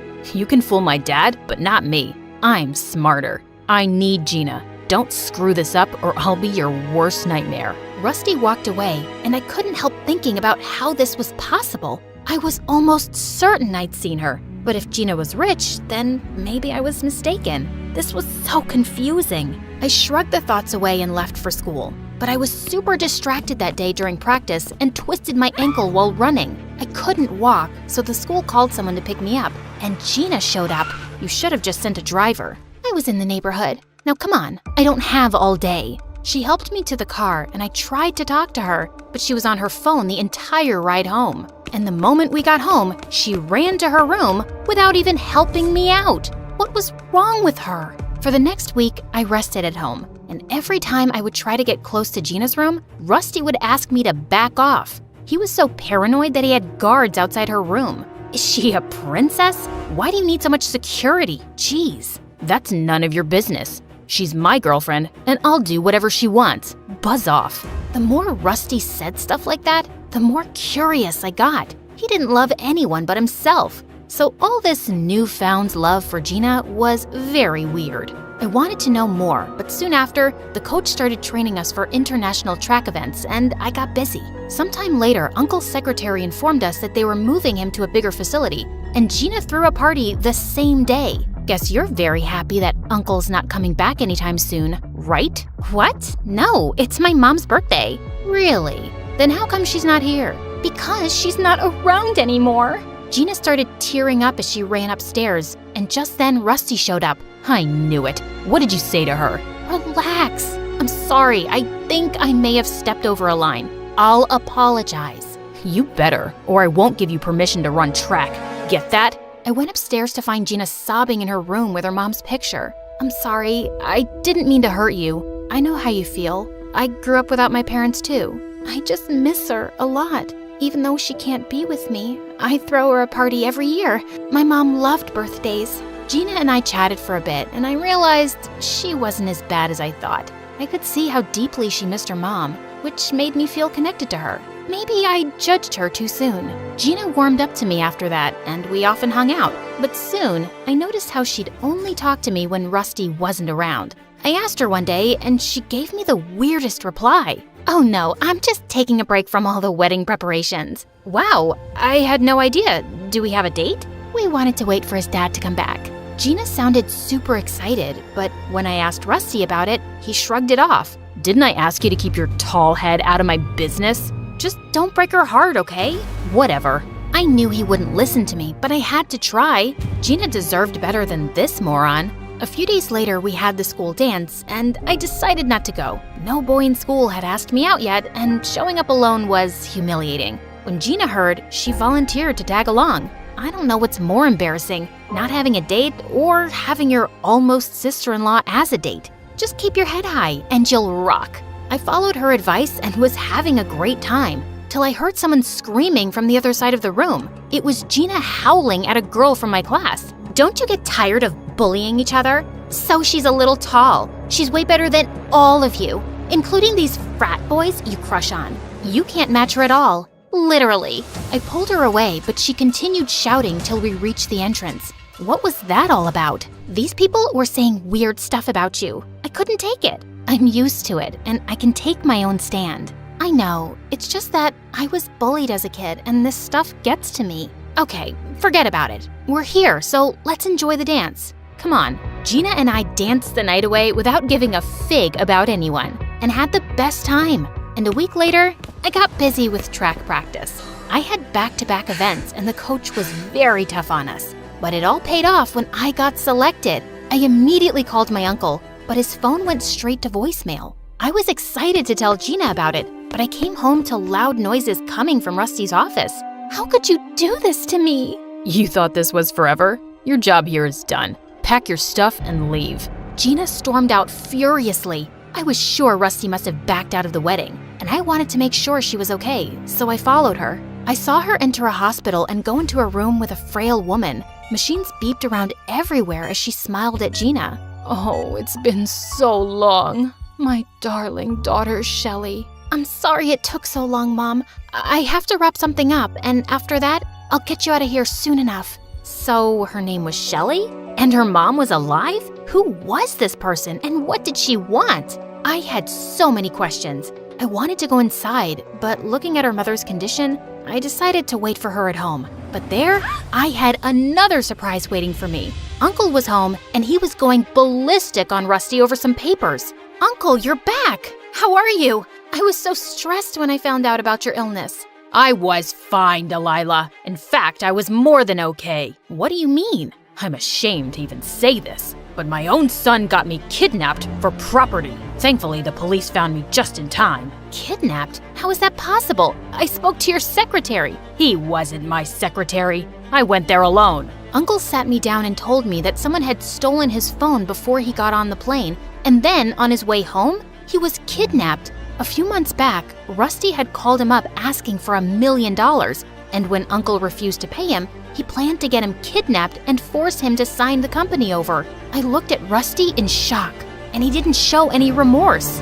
Yeah, so I did it. You gave everything to her, leaving me with nothing. Then I met Gina, and she's so freaking rich. So with her help, I could have thrown you both out. You're so evil. Who would do that to their own father? Someone who doesn't care about anyone but himself. I thought I told you to leave, Gina. Call me Shelley, and I'm not your slave, and I'm not rich either. Gina told us how Rusty was a wanted con man in London who'd scammed many people, including her dad. So she pretended to be rich so she could date him, help him sell the company, and leave with the money. The money he stole was for my mom's surgery. We fell into debt paying her hospital bills. I wanted to get back at him, but he tried to fool me again. I told the police where your uncle was. That doesn't make it right, Gina. You lied to us. But you helped Uncle, and for that, I'm thankful. As Uncle called the police and Gina sobbed, I saw Rusty sneaking out with the papers, but I grabbed him just in time. Think you can outrun me? You wish. Rusty got arrested for kidnapping and embezzlement. Gina got called in for questioning and received a 6-month sentence for helping Rusty, after which we paid her mother's treatment and even compensated other people Rusty had conned. Soon, it was time to leave for my international track events, and my uncle came to drop me off. Make me proud. Haven't I always? Uncle hugged me, and it felt like home.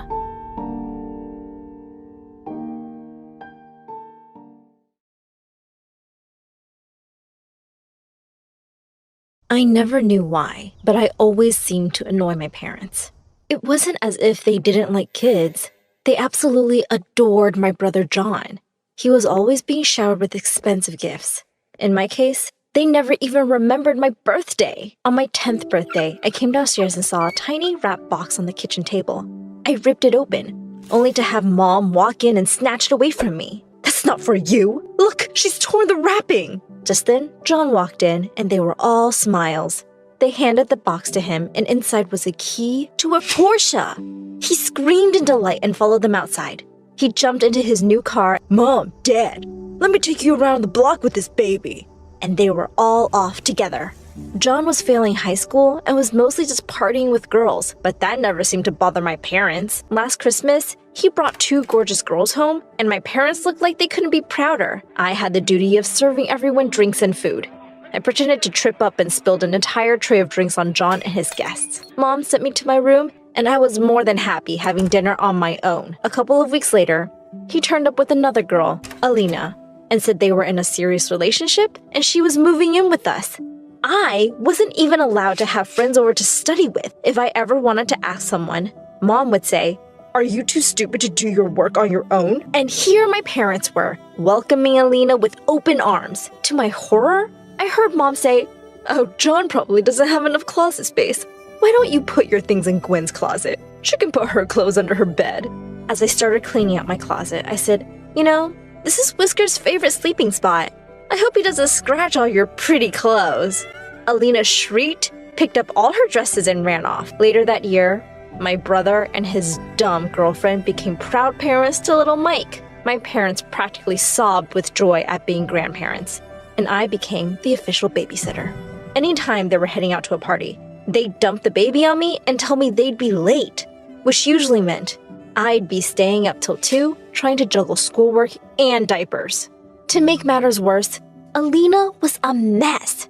Mom ordered me to do everything she asked, and she had me running around constantly because, as she said, taking care of little Mikey is so exhausting.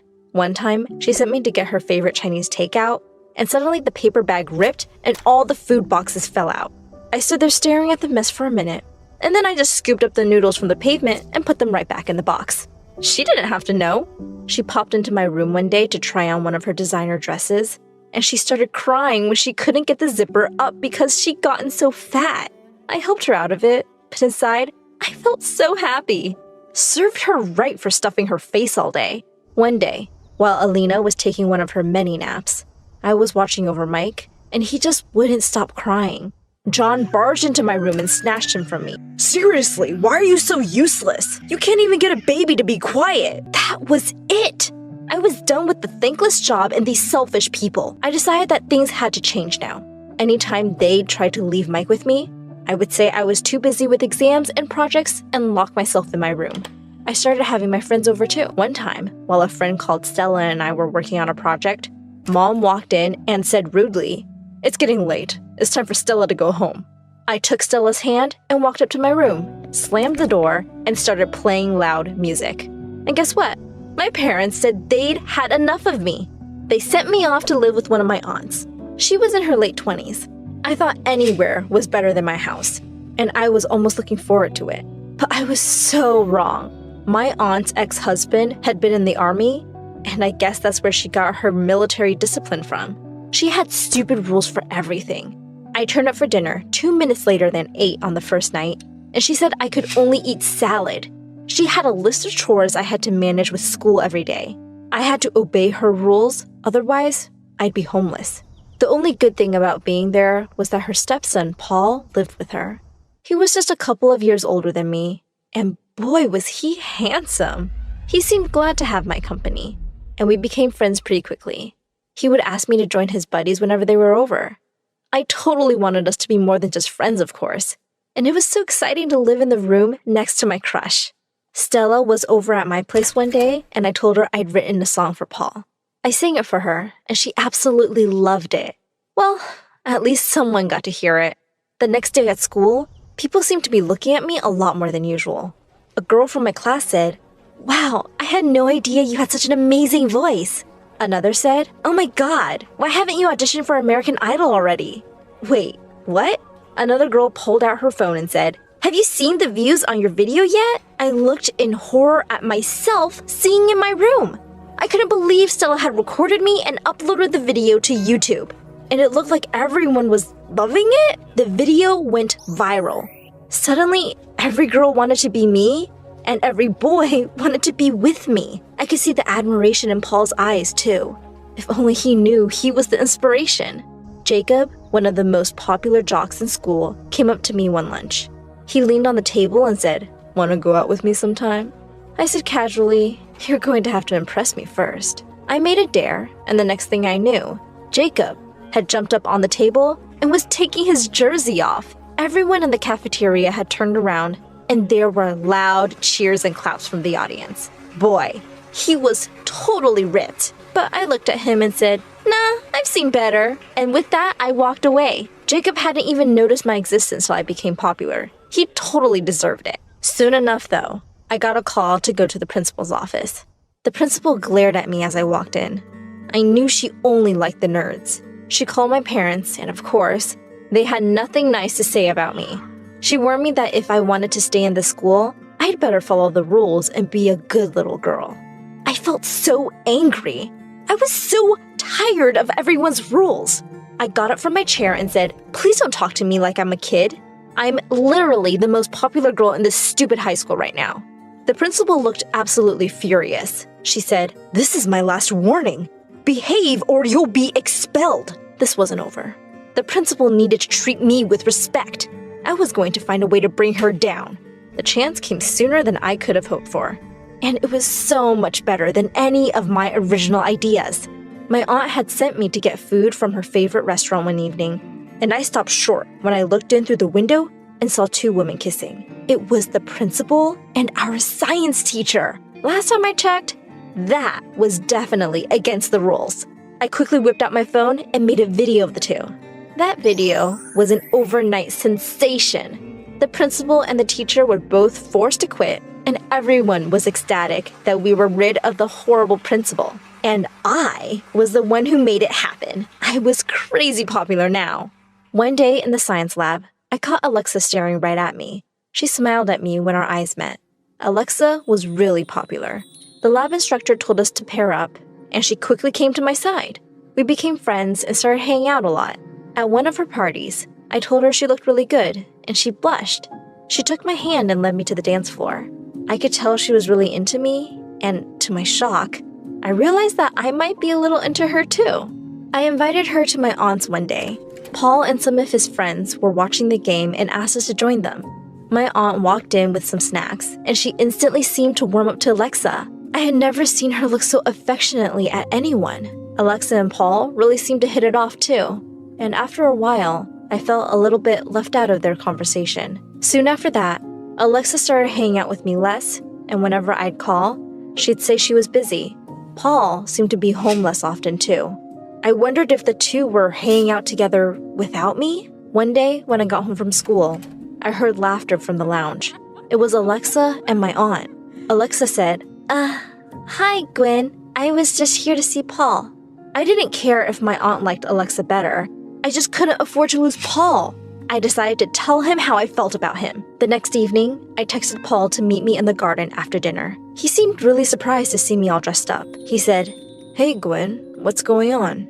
I took his hand, looked deeply in his eyes, and said, "I'm just a girl, standing in front of a boy, asking him to love her." I closed my eyes and leaned in to kiss him, but I suddenly felt him gently push me back. Paul looked completely shocked. He slowly said, Gwen, I'm a boy who's into other boys. I thought you would have figured that out. I have a boyfriend, actually." I ran away from the scene as fast as I could. High school was about to end, and I didn't want to live with my aunt anymore. Things were really awkward with Paul since that night. And besides, I was making enough from my YouTube singing videos to afford a small apartment on my own. One afternoon, the doorbell rang, and I was really surprised to see that it was Alina. She'd lost a ton of weight and looked fab. She said she needed my help, so I reluctantly let her in. She said, "Your jerk brother cheated on me." She and John had broken up, and my parents had sent him away to join the army. They were taking care of Mike. Since Alina's parents had stopped talking to her after she got pregnant, she had nowhere to go. She begged me to let her crash at my place till she could figure something out. I could hardly say no to that beautiful face, so I agreed. I thought I'd hate having her around, but I guess not being with my brother made her less of a jerk. In fact, she was going out of her way to cook my favorite meals and kept the house clean. I realized she was really good company. She was great at styling and helped me look amazing for my videos. One evening, I came home to a candlelit dinner for two. Alina looked stunning. Suddenly, she pulled me in for a kiss, and I kissed her back. We were super happy together. Our video series became more and more popular, and we were now a famous YouTube couple. We were making really good money, and we moved into a bigger house. Alina asked me one day if I'd have dinner with her sister. I knew she really missed her family, so I happily agreed. When her sister arrived at our table, I almost fell off my chair. It was Alexa, and she was with someone. It was my aunt. Needless to say, that was one awkward dinner. I just wanted to put the past and these people behind me already. I spoke too soon. Just a few days later, I got a text from my brother saying he wanted to come see us. I was curious about what he wanted, so I invited him over. The next day when he turned up, he looked around the house and said, "Wow, Gwenny, you've done really well for yourself." Just then, Alina walked in and sat down next to me. John looked a bit angry. I said, "Yes, as you can see, I have a much better life than you. I have everything you could possibly want." He forced a smile and said, "Well, yes. So here's the thing. I have a great business plan. I need $100,000 for it, though. Can you lend me the money?" Why was I not surprised? I said, "I'd rather throw the money in the gutter than give it to someone as selfish as you." That seemed to be too much for him. He jumped to his feet and shouted, "No matter how rich or famous you get, Mom and Dad will always like me more. You will always be alone, no matter what you do." With that, he stormed out. I smiled at Alina and pointed to the camera that had been running the whole time. I uploaded the video to my channel and told my viewers all about how my family had mistreated me. A few weeks later, my parents showed up with Mike. Turned out, John had sunk all their money in a stupid business investment and had come to ask me for money to pay his debts. He couldn't get a loan from anywhere, and they had to sell their house. They cut ties with him completely now and begged me to help them. I couldn't forget how they treated me, but I was better than them. Plus, they had looked after Mike all these years. I forgave them, and Alina and I moved them into a separate wing of our mansion. At our grand New Year's party, Alexa came by looking absolutely stunning. Apparently, she was no longer with my aunt. She kept flirting with me all evening and was conveniently by my side when it struck 12. She said, "I guess I'll have to kiss you now." I pushed her aside and walked off. I joined Alina on the balcony and took her hand. I said, "The best thing to happen to me is you." She smiled and said, "My life with you is just perfect." And we kissed under the stars.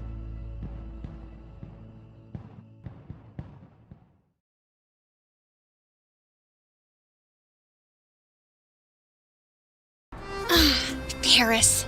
Enchanting, romantic, a place like no other. The city of my dreams. Until now. My name is Ella, and I started my summer vacation in Paris, hauling a backpack and suitcase up 5 flights of stairs because the elevator at the hostel was broken. I had a reservation for the first floor, but my cheating ex-boyfriend got here first and used it with his new girlfriend, Harper. But it's fine. I'm only 2 days behind them, but I can catch up. They're probably using the itinerary I put together. Because Ryan, the human equivalent of a decorative houseplant, is too lazy to do his own research. But wait, I'm getting ahead of myself. Let's start at the beginning.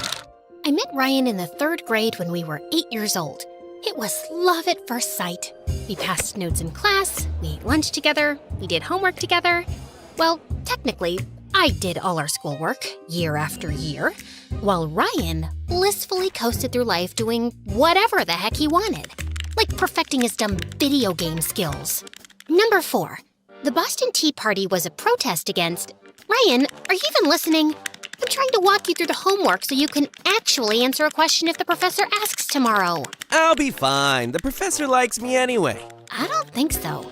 Just today, she said that you have the memory of a frog, and that you should get your head out of... Okay, I get your point. But who cares what a dumb professor thinks about me? Studies are for losers anyway. Did you just call me a loser? No, not you, of course. You're amazing. You're the best, Ella. Now let's just finish this so I can finally treat you to your favorite ice cream. I'm done with my game anyway. Really? Give me 2 minutes. Yeah, I kind of missed the point there. And things didn't change much even as I grew older. By the time we got to high school, everyone was calling us Ryanella, much like Cinderella. Because, just like her, I was out here slogging my butt off for Ryan while he lived his best carefree zero-effort life. The entire school saw it, except me. People would literally call me his unpaid assistant, a doormat, a carpet under Ryan's feet. But I ignored them because Ryan would occasionally give me a big hug, flash that lazy smile, and say, Ella, you're the best. Soon it was time for senior year, and I threw myself into planning our big post-graduation trip to Paris. The perfect way to kick off our next chapter before heading to college together. Well, my new chapter, because Ryan had decided to take a gap year. I always thought we'd go to college together. That was the plan, right? Well, plans change, Ella. Besides, I really need to, find myself first. There's so much untapped potential inside me. Who am I, really? What do I want? I need to feel my vibes. You know what I mean? I guess. But we're still on for Paris, right? Because I'd hate for your graduation gift to go to waste. And I pulled out a receipt for a first-class ticket to Paris. Ryan's eyes instantly lit up, and he threw his arms around me. Oh my God, this is the best gift ever! But I didn't get you anything. You're in my life, and that's all I want. You're the best, Ella. I was practically floating when I got back home. Ryan and I were gonna spend our entire summer in Paris, and it was gonna be epic. I was just making plans in my head for the most romantic getaway ever when Mom walked into my room. Ella? Why am I getting a message from the bank saying you spent over $1,000 on a first-class plane ticket? For Ryan? I was gonna tell you, Mom. What? That you spent your inheritance money on a stupid ticket? Ella, that money was for your future. Ryan is my future, Mom. I've loved him since the 3rd grade. Besides, I'll be going to college soon, and I wanted to end our graduation on a happy note. Will you please stop judging me now? I'm not judging you, Elle. But sometimes you act like an idiot around Ryan. He might be a nice boy, but what if there's someone else out there who's better for you? Better than Ryan? That's impossible, Mom. He's the only one in the world for me. Mom didn't argue with me after that. A week later, we had our senior prom. And as expected, Ryan and I were crowned the prom king and queen. It was the best night of my life until Harper showed up, and Ryan ignored me like I was a potted plant in a corner. Harper! What are you doing here? You're Harper? How nice to finally meet. My cousin Wally needed a date for the prom. I flew in last night. Ryan, aren't you gonna introduce me? Wow, that's great! How long are you staying? Hi, Harper. I'm Ella. My family is moving here this summer, permanently. So you're going to our... Cool. Then we'll be seeing a lot of each other. For the rest of the night, Harper hovered around me and Ryan like a honeybee. She was on the dance floor, by the punch bowl, laughing at the stupidest things Ryan said. It wasn't like I was enjoying third-wheeling in my own relationship, but they were old friends. Ryan had always told me stories about how they were close as kids, so maybe he was just excited to see her again. And maybe I was just overthinking. But then we went to the ladies' room, and Harper turned to me with a smirk. I love that crown. Do you mind if I try it on? Before I could answer, she snatched it off my head and crowned herself. For a moment, I fantasized about wrestling her to the ground and taking back what was mine. But all I did was smile like an idiot and tell her how pretty she looked. I thought I would just tell Ryan about it on our way back home, but he insisted on dropping off Harper and her cousin. Shotgun! She slipped into the front seat, while I was stuck in the back with Wally snoring on my shoulder. Suddenly, the car stopped. Ella, you're home. Wait, you're dropping me off first? You're on the way to their house. Can I at least have my crown back? Oh, but it looks so much better on me. Please let me borrow it for tonight. I'll make sure to send it with Ryan tomorrow. But... Relax, Ella. It's just a dumb crown. I'll see you tomorrow, okay? And he just left. It's safe to say, I never got my crown back. Or my man. Because 2 days later, Harper, joined our school and Ryan broke up with me. He started ignoring me at school and didn't even return any of my calls or messages. Ryan here. Leave me a message. And if this is Ella, stop texting me. I spent thousands on your first-class ticket to Paris, and I was gonna fly coach. That's how much I love you, and now you're ghosting me? I was devastated, and I planned on hiding under the covers forever. But on the day of my graduation, Mom flung open my door. Ella, enough is enough. You're graduating today. I'm not going. You worked hard for this. Don't let that boy take it away from you. Everyone knows he dumped me for Harpy. It's embarrassing, Mom. Well, if you ask me, it's a blessing. Now you won't be stuck with a lazy loser who doesn't know what to do with his life. and you can finally travel to Paris all by yourself, doing things that you like. No, I can't do it. I'll go to the graduation, but to go to the most romantic city in the world without my one true love? I'd rather eat sawdust. Besides, Ryan and I planned that trip together.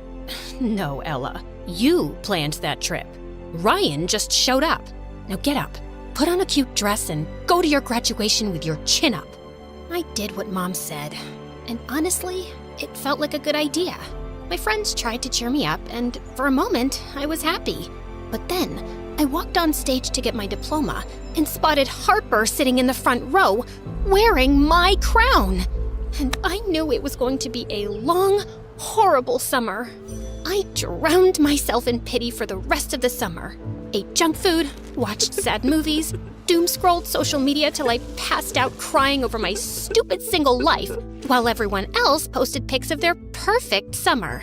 Volleyball games on the beach under the California sun, trips to the Redwood Forest, the Grand Canyon, Disneyland, Ryan and Harper, the Eiffel Tower behind them.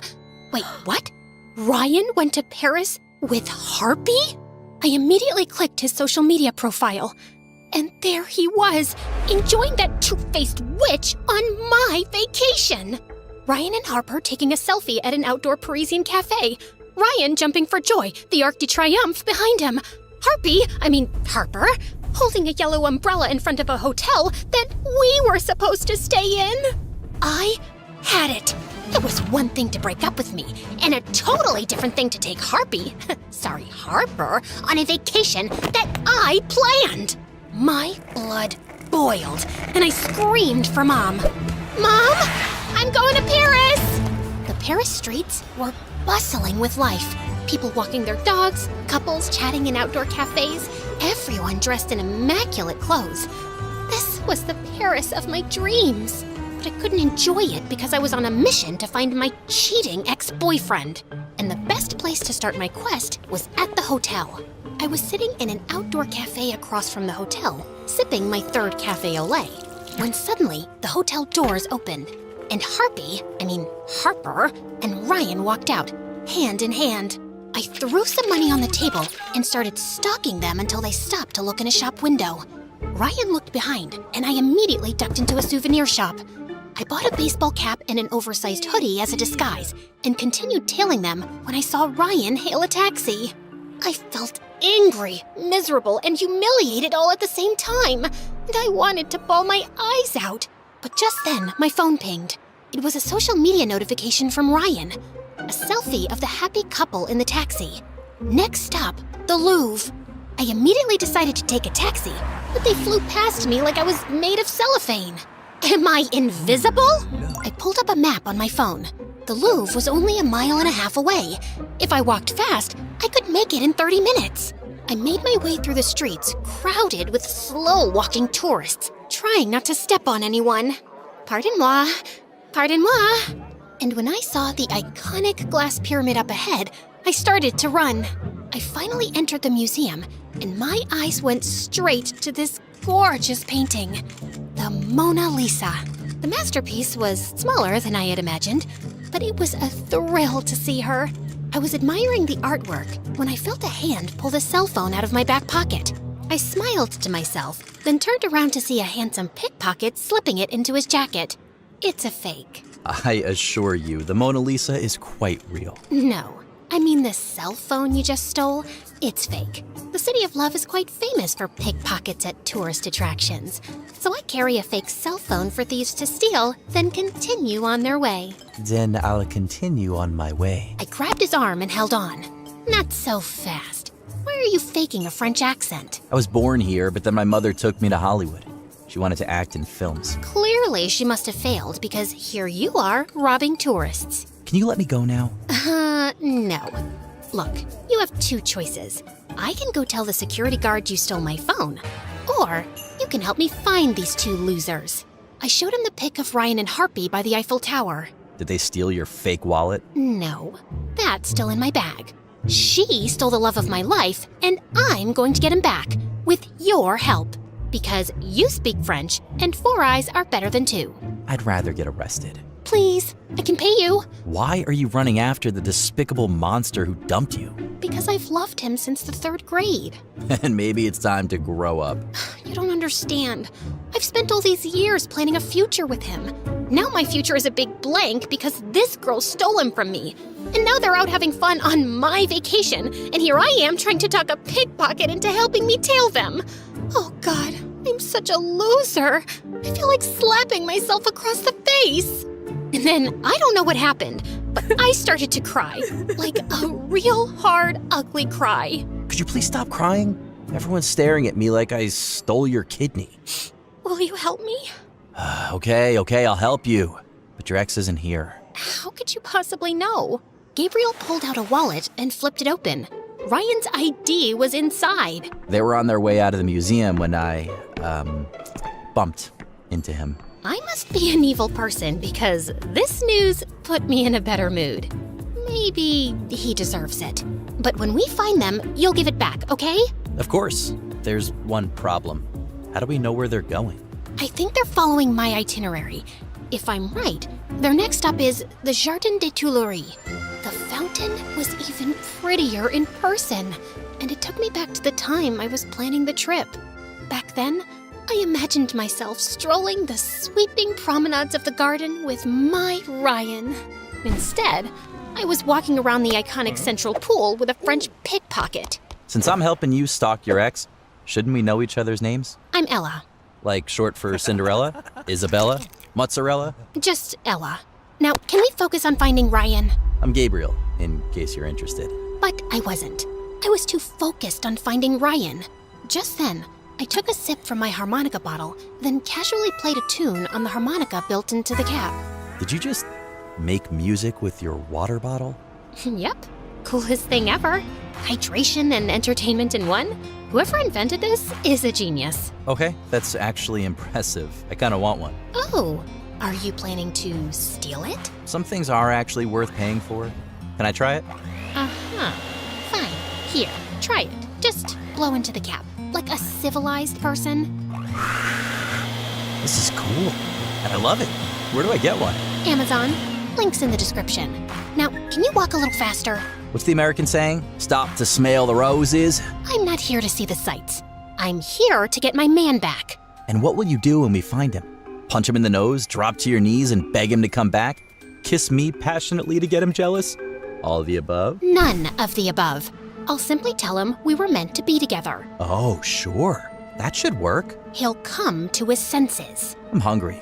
Aren't you? And suddenly, my tummy started making noises, and I realized that I hadn't eaten the whole day. Gabriel suggested we sit outside a small cafe at the edge of the garden and keep watch from there.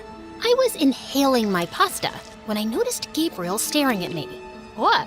Just never seen a pretty girl eat pasta like an uncivilized freak. Let me show you the right way to do it. And then he picked up his fork, spun the spaghetti against the spoon in one fluid, effortless motion, lifting the perfect swirl of pasta to his lips. Slow, deliberate, ridiculously attractive. I was so lost in watching him swirl that pasta that I barely noticed when the waiter brought a bottle of wine to our table and poured 2 glasses. But I'm not 21 yet. In Paris, the legal age is 18. Santé. Santé.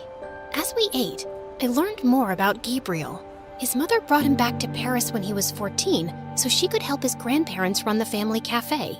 He cleaned tables after school until he was old enough to be a waiter. But then his grandparents passed away in a car crash. Mom wanted to keep the cafe in the family, but she wasn't good at business.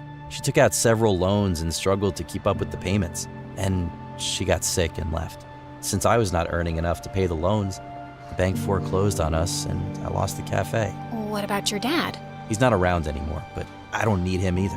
One day, I will make enough money to buy my cafe back. This pickpocketing thing, it's just temporary. The waiter handed Gabriel the bill, and he pulled out Ryan's wallet. I think Ryan should buy you dinner, no? Oui. Once Gabriel and I left the cafe, I told him that the next stop on the itinerary was a sunset walk along the Seine River. The setting sun sparkled across the river. Couples strolled hand in hand. It was truly romantic. Then I caught sight of a familiar head in the crowd. That's Ryan! I started to make my way through the crowd with Gabriel right behind me. shouldn't we discuss strategy? Just follow my lead. But I had no lead for him to follow. All I had was a stupid plan in my head. That I would stand next to Ryan and pretend to trip into him in the middle of the crowd. But just as I leaned, Ryan moved away, and instead of dramatically crashing into him, my face planted straight into the pavement. Ella? Is that you? I got up and flipped my hair back, ignoring the fact that I probably looked like an injured street pigeon. Oh, Ryan, what a surprise. I didn't think you'd be in Paris. You know, on that ticket I paid for. You really have no self-respect, do you? Oh, wow, Harper, is that you? I could barely recognize you. I guess the Paris sun has really roasted you alive. Oh, no, wait. Maybe it's not the sun. Maybe that's just how you glow when you're half human, half pure evil. Ella, you shouldn't have come here. Why? I planned this entire trip, didn't I? I made the itinerary, the reservations, the whole experience. Why shouldn't I be here? And don't worry, I'm not here to stalk you. No, sir. I actually came here with my boyfriend. I turned around to see Gabriel staring at me in shock. I grabbed his arm and pulled him toward me. This is Gabriel, my mi amor, the guy who stole my heart away. Right, sweetie potato? Yeah. Nice to meet you.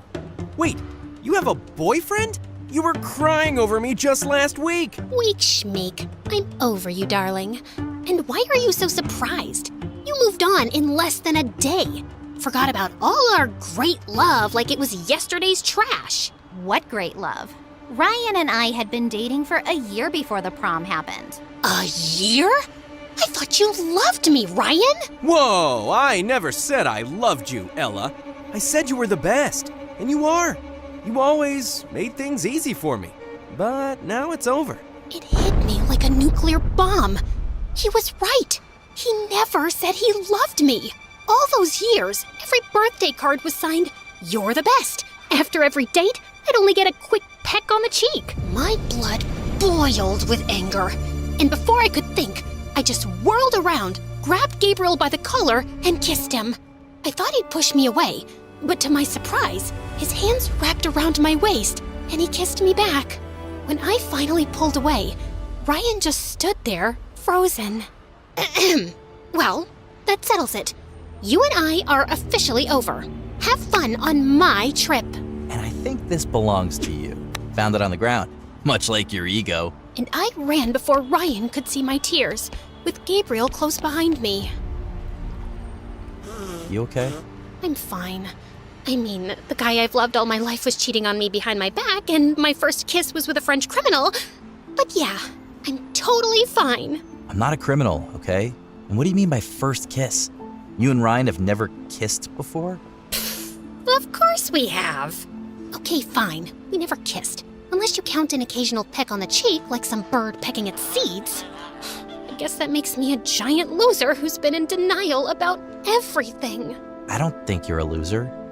Maybe just someone who loved a loser. Oh yeah, that makes me feel so much better. What do you want me to say? You're a perfectly beautiful girl who probably has the prettiest eyes I've ever seen. You're smart, brave, and definitely have a personality. So I don't know why you're crying over some guy who barely cares about you when you could have literally anyone else in the world. You sound like my mom. And moms are almost always right. You really think I have pretty eyes? The prettiest I've seen. And I'm not a loser?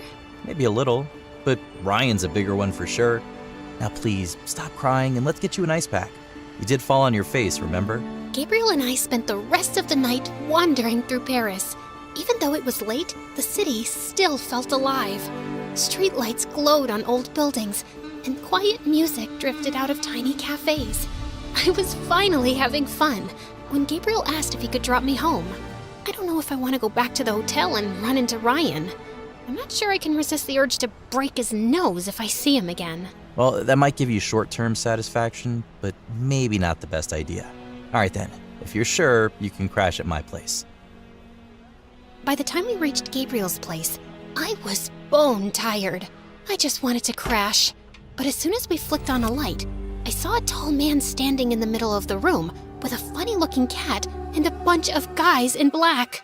I looked over to Gabriel to ask what was happening, but he just stood frozen. Gabriel, mon fils, I've been waiting. What are you doing here? That's no way to meet your father. What? He's your... No, he's not. How did you find me? I have ways, Gabriel, and you're my heir. You belong with me. I assumed once your mother disappeared, you'd come back to me. But no, you decided to run. Disappeared? But I thought your mom was dead. He told you that? Oh, Gabriel, you lied to your girlfriend. Bad manners. Anyway, now that I have found you, I'll take you with me and teach you how to treat a lady right. I told you before, I want nothing to do with you. Now, get lost before I call the police. The police? I'm sure they'd love to question you about your extracurricular activities. You've been sloppy, mon fils.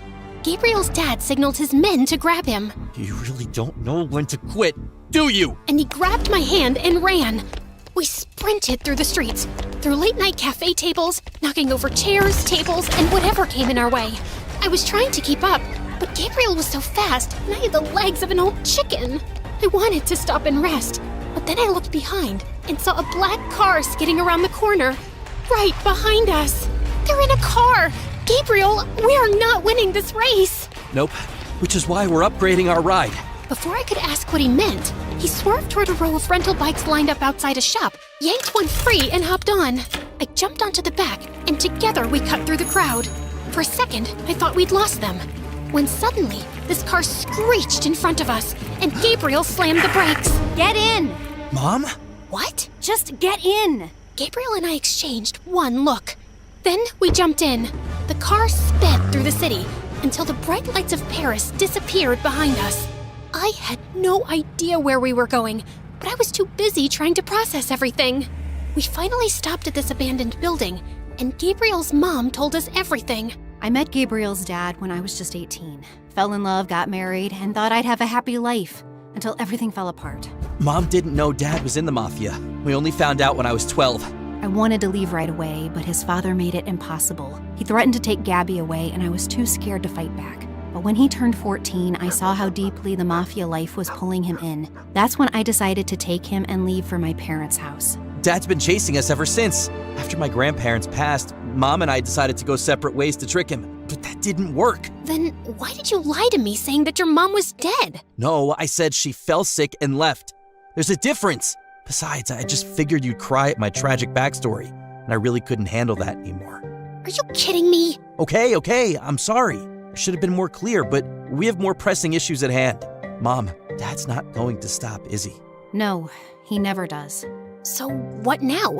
You guys keep running forever? No, we fly to Hawaii. We spent the night at the safe house, and the next morning, we left for the airport. While Gabriel's mom did the paperwork, he walked up to me with a smirk. So I guess this is it? I guess. Thanks for everything. Really helped me with the whole Ryan situation. There was no situation. You were just chasing the wrong person. Just promise you won't fall for another idiot. If I do you promise to knock sense into me again? How about we try to stay off bad guys altogether and give a chance to genuinely nice people? Like me. Before I could get a word out, our flights were announced, and Gabriel winked at me and left. I didn't know what he meant or what was waiting for me on the other side of this flight. But for the first time in a long time, I wasn't afraid of the unknown. And that's a happy ending for a stalking story. Don't you agree?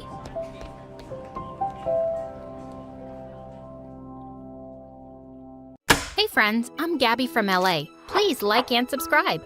I lived in a super posh neighborhood with my rich single mom who always adored me and said I was the prettiest.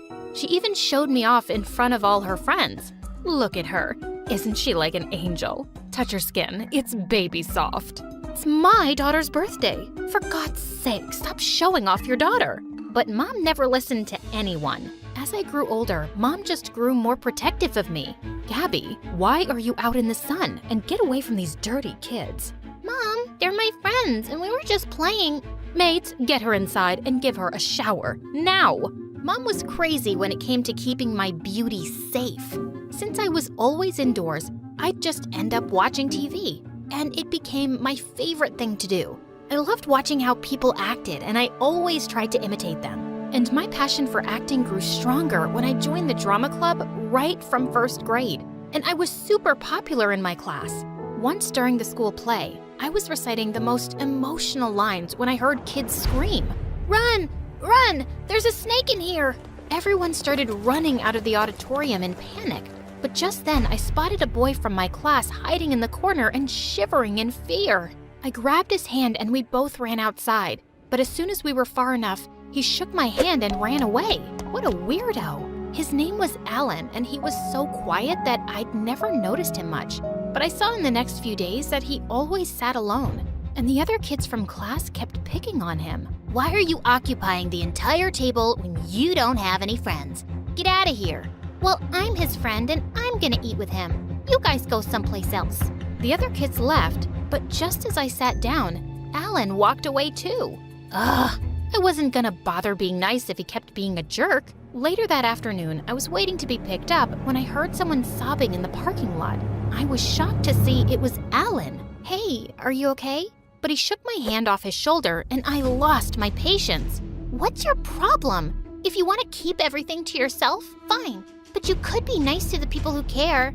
I lost my dog, okay? He was my only friend. Look, I'm sorry.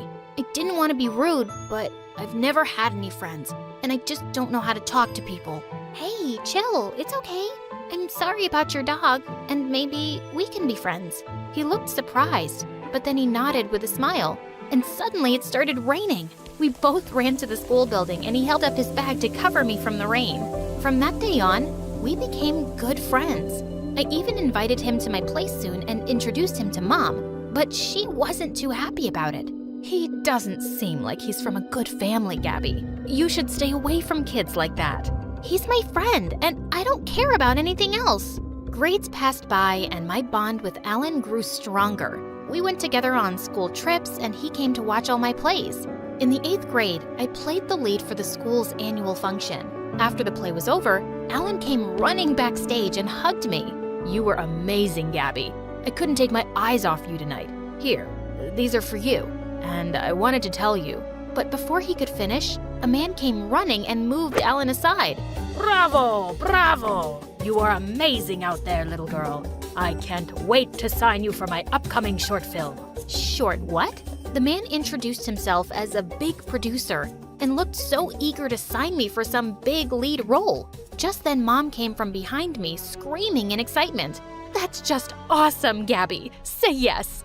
I was too stunned to speak, so I could only nod my head. Then I looked around for Alan, but he was nowhere to be seen. The next day, I waited for him at school, but he didn't show up. But when the driver was taking me back home, I saw Alan walking on the pavement in the rain. I asked the driver to stop the car and ran to him. Are you crazy? Where are you going in this rain? He was hesitant to speak, and I could tell something was up. What is it, Alan? Even yesterday you were going to say something, but then you vanished. I like you, Gabby, okay? I really do. But when I saw you getting the chance to live your dream, I couldn't bring myself to tell you about my feelings. I didn't want to ruin anything. No, Alan, you're not ruining anything. In fact, I like you too. I pulled him close and kissed him gently. And after that day, we started dating. But things took a wild turn when my first short film became a hit. I became a rising star overnight. After that, I had to travel a lot to promote my projects. And the best part was, I could take Alan with me and enjoy these trips like perfect dates with him.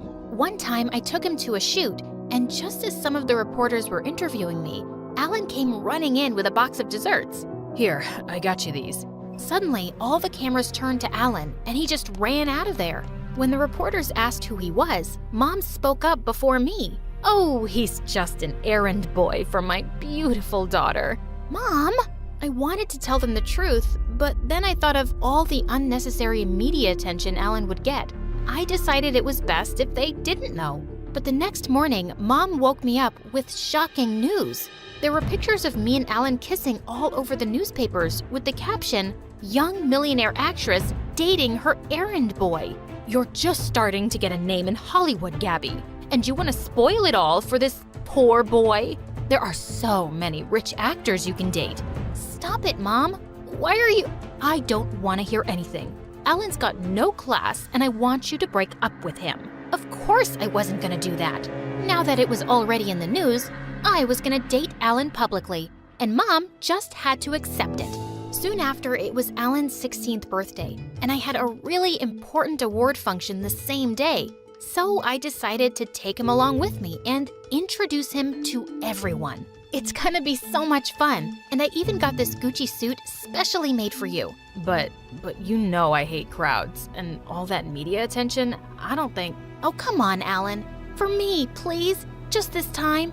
He agreed, and we both went to the award night together. I could see Alan was really nervous in front of all those cameras, so I held his hand tight. Later, I was posing for a solo shot, but then suddenly, Alan stepped on my dress and I tripped over and fell face flat. Everyone started laughing and clicking pictures, and I felt so embarrassed. On our way back home, Alan apologized to me, but seeing all the memes and posts going viral on social media, I just lost it. Why did you do that, Alan? What? It was an accident. Why are you being so weird about this? Because it's a big deal for me. Right. It's always about you, isn't it, Gabby? You're the superstar, but what about me? I'm a person with feelings too. Have you ever thought about me in all of this? Stop it, Alan. I've always thought of you, taking you everywhere with me and getting you the best things so you won't feel left out. But I don't want your money or your grooming or any of that popularity, Gabby. I went everywhere with you because I loved you, not because I enjoyed it. But I can't do this anymore. I want to break up. I couldn't believe my ears, but I could tell he was serious. After that day, I never saw Alan again. He even left school, and I felt so heartbroken for months. Mom tried to cheer me up by taking me out for parties and movies, but I just kept myself busy with work. And over the years, my career reached amazing heights. On my 22nd birthday, I went on to volunteer in a campaign for orphan kids, when suddenly, one of the kids lost consciousness. Just then, a guy came running and gave him CPR and saved the kid's life.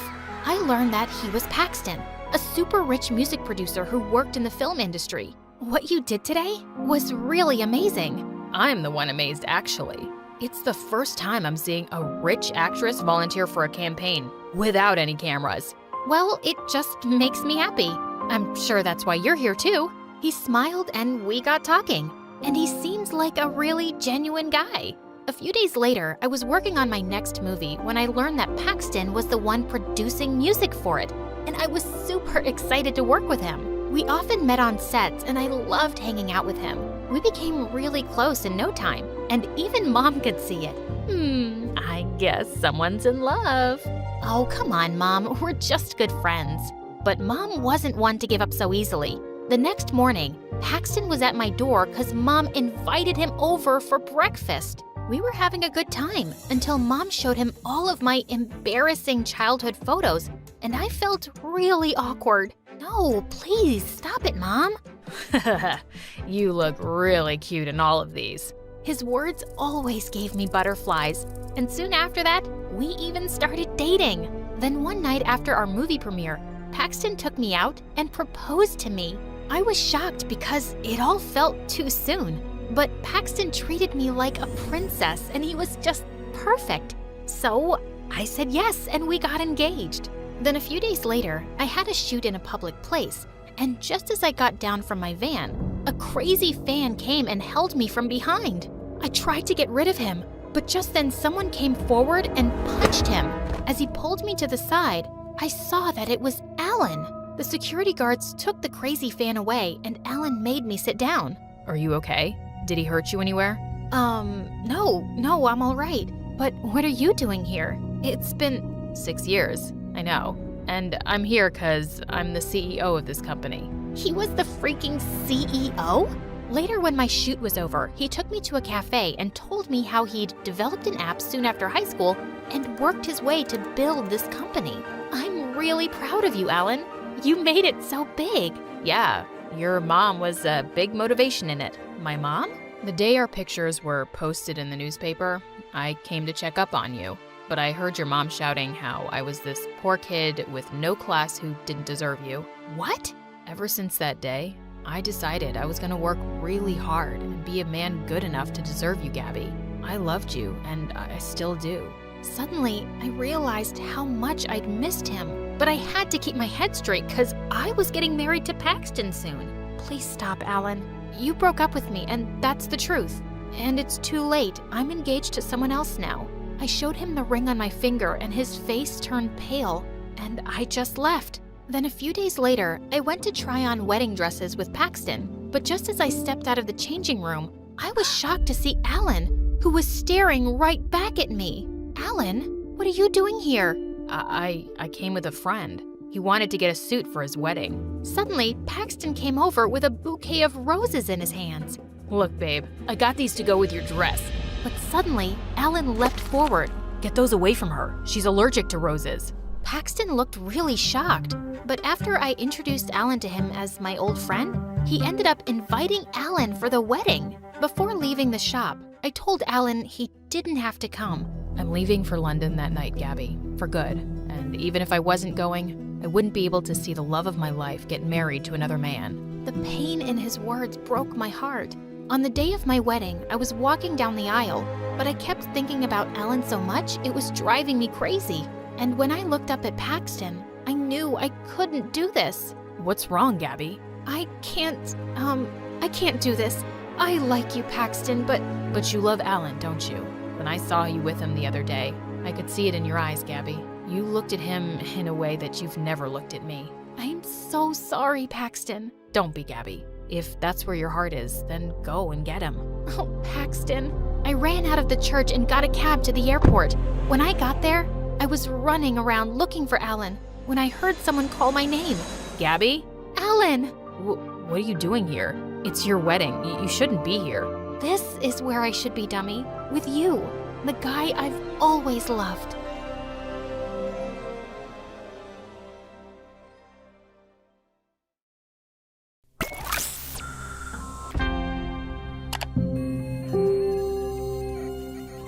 Hi, my name is Julie, and this is the story of how I created computer clones of myself and my classmates that almost destroyed our town. I grew up in Kansas, in a small, boring town where gossip and growing corn were the main activities. I couldn't wait to get away. So from the age of 6, I was obsessed with going on my mom's computer to escape from my dull world. Mostly playing video games. But my sister Kiki, who was 2 years older, seemed perfectly comfortable and content in our town. She had her one close friend, and they spent most of their time cheering on the high school football team, even if the players didn't even know she existed. As I got older, my online community of friends was growing. We'd swap cheat codes, innocent hacking tips, and programming shortcuts. I was becoming a computer whiz. When I was 12, Mom gifted me the new computer I'd been begging for. I was ecstatic. She even gave Kiki a school football jersey signed by all the players. But wait, why was she randomly giving us gifts? Dad and I have some difficult news. You can't get a divorce. It would be such a bad look for our family. Wow, Kiki. So nice of you to be concerned about our parents' marriage. Well, good news, that's not the news. The thing is, we have to move to the city for my job. But I'll be making more money, yay! That's why we got you those generous gifts. Are you kidding me? You're bribing us so we won't be livid that you're completely changing our lives without our consent? Kiki was fuming, but I was silently beaming with joy. I was so ready to get out of here. 2 months later, Kiki was still giving my parents the silent treatment, and I was finally going to meet some of my online gaming friends in person. Some of them went to my new school. One girl, Grace, invited me to meet her and her friends at a coffee shop downtown. I was so nervous. I hadn't exactly honed my social skills. Oh my goodness, Julie? Is that really you? It is such an honor to meet you in person. You're like a computer goddess. I feel like I'm meeting a celebrity. Suddenly, all my nerves disappeared. I felt like I was finally where I was supposed to be. Grace was a poet and a painter, and all of her friends were so interesting and creative. So, I assumed they would all be outcasts. But on my first day of school, I realized I was dead wrong. They were the popular kids. edgy, sociable, interesting. They were the center of attention. And suddenly, people were curious about me. Girl, where did you get that sheepskin jacket? It's so lit. Oh, my sister Kiki actually sheared that sheep herself. That's amazing. Where is she? Good question. I scanned the cafeteria to find Kiki sitting all by herself at the lunch table. It hadn't even occurred to me. I was thriving while Kiki was silently suffering. Before I could get to her, Kiki stood up and disappeared out of the cafeteria. At home, I could hear her sobbing quietly through the bedroom wall. The next morning, my parents were waiting for me at the breakfast table. Julie, we see Kiki is having a hard time here, and we want you to spend more time with her. She can't just be hanging out with us all the time, no matter how cool we are. You were never worried about me in our last town. Because you've always been able to fend for yourself. Do this for her, please. Ugh, I really didn't want to, but there was no use arguing. So, twice a week, I went with Kiki to the suburbs to watch some dumb football game or eat the greasiest burger. I kind of dreaded it, until one day, when we were at the lake, Kiki weirdly opened up to me. Is it weird that I'm kinda jealous of you? Me? I was thinking back in our old town, I sort of blended in, and now in this new place, I don't know who I am, but you've always been so self-assured, so effortlessly yourself. I suddenly felt sad for her, but it was nice to hear that she admired me and didn't think I was her weird younger sister. After that, we started hanging out more, and it was surprisingly nice. But as time went on, and I was excelling at school, my social life, and my programming side hustle, she was getting more dependent on me and stopped trying to make friends. I found myself constantly reassuring her when she felt insecure, keeping her company when she felt alone. I suddenly felt like her older sister. I hate to admit it, but I was starting to count down the months until Kiki would go off to college. And it was me that had to encourage her to go to an on-campus school. You'll go back to the country, you'll meet your people again, you'll be happy there. But I'll miss you. Yeah, but it's all right. We'll stay in touch. It's 2025. There's like 50 ways we can communicate. Kiki agreed, and finally, 3 months later, I was free of her. I could fully focus on my programming skills, my new friendships, and then Michael. He was sitting next to me at the computer lab at school, massive headphones on, practically dancing in his chair. I snuck a peek at his computer, curious.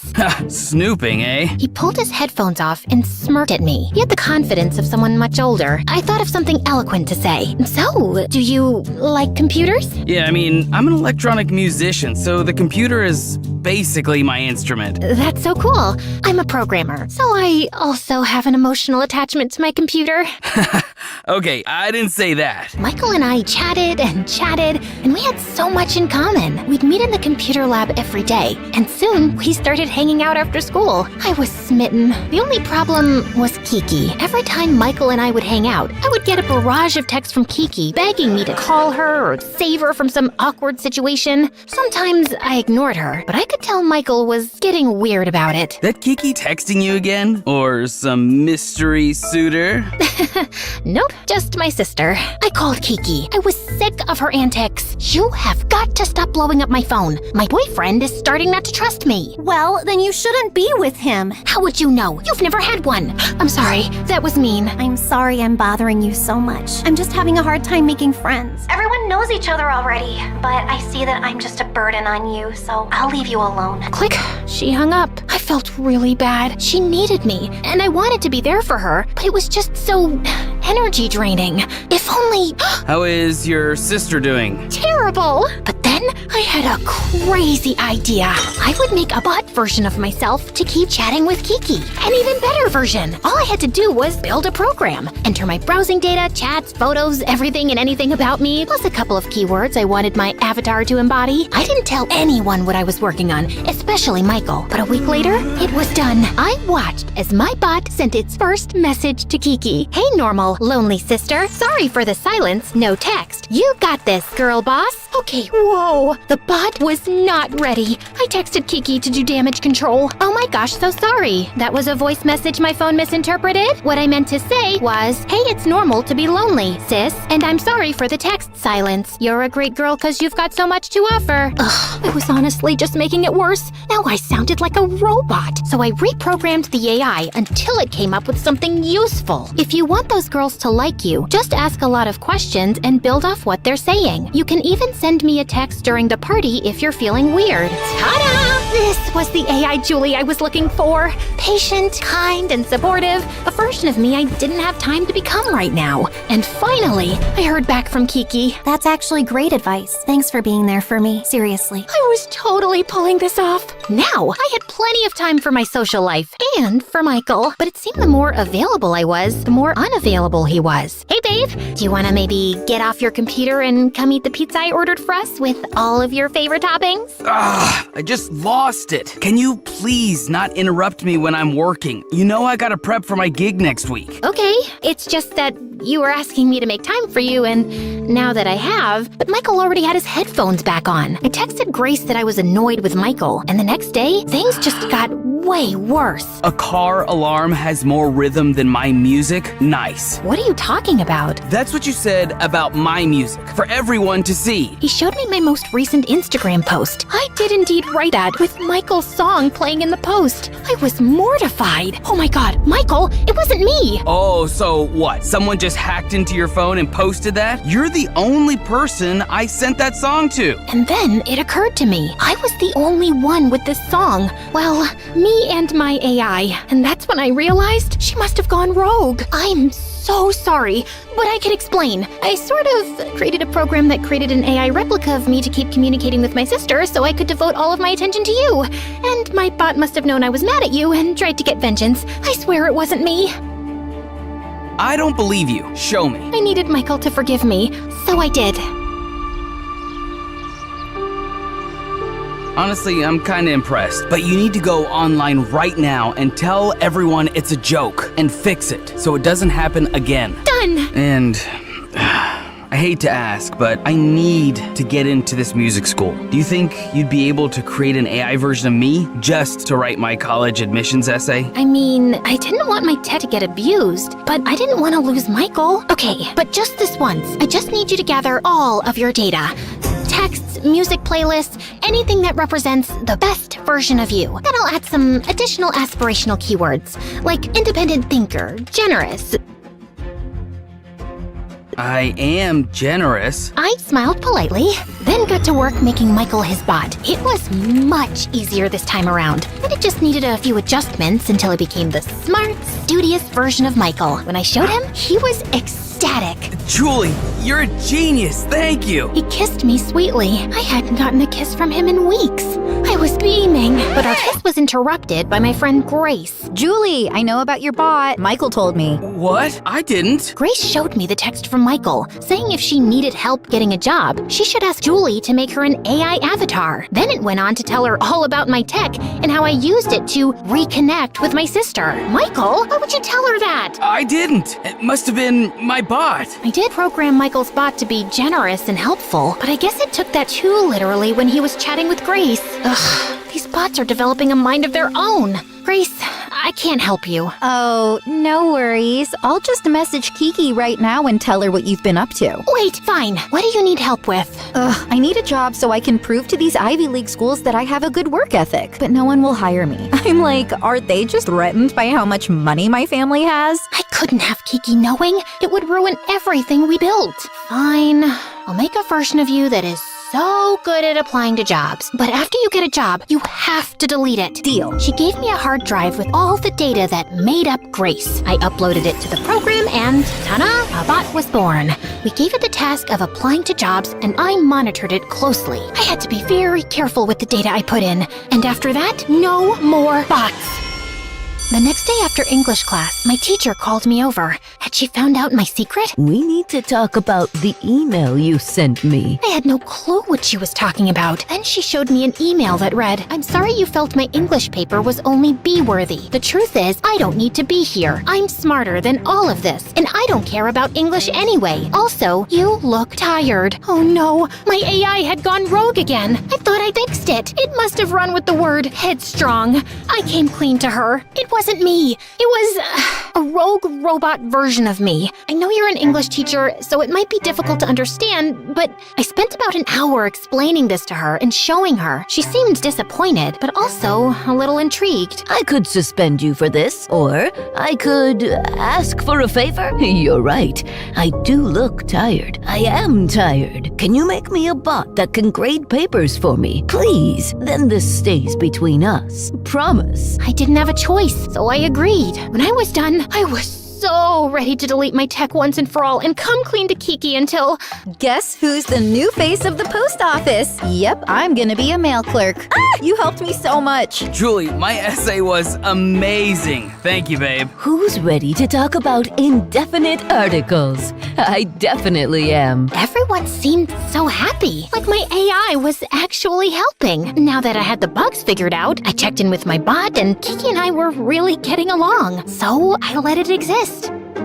Michael was a little distant leading up to the night of the show, but I figured he was just stressed. When the night of the show arrived, the place was packed. I was so proud of him. After his set, I went backstage to congratulate him when Grace came running up to me, fuming. Guess who was just fired from the post office? Yep, my bot was too good at applying to jobs. Her cover letter was so incredible that I couldn't live up to the expectations she set. That's a you problem.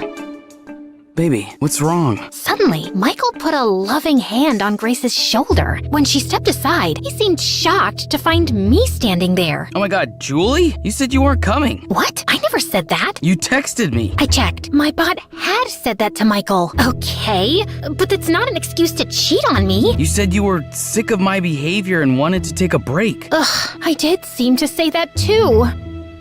I didn't mean that. I love you. I'm sorry, it's too late. My bot sort of organically started flirting with Grace like he was attracted to her, and I realized she's the one for me. I couldn't believe it. My bot had betrayed me. I created a monster. Before I let Michael see me cry, I rushed home. But when I arrived, I was met with a surprise. You did what? It was Julie's idea. She told me if I wasn't happy at school, I should do something else. Julie? Kiki rushed up to me and squeezed me tight, but Mom looked livid. I was so confused. I can't believe you told Kiki to drop out of school. Why would you give her that idea? What? I didn't. Or did I? Of course you did. Kiki read me the text. There it was. Me urging her to follow her heart. My own heart sank. Wait, what's that look? What's wrong? I knew Mom and Dad would be upset, but I thought you'd be proud of me. I can't take it any longer. I have to confess something.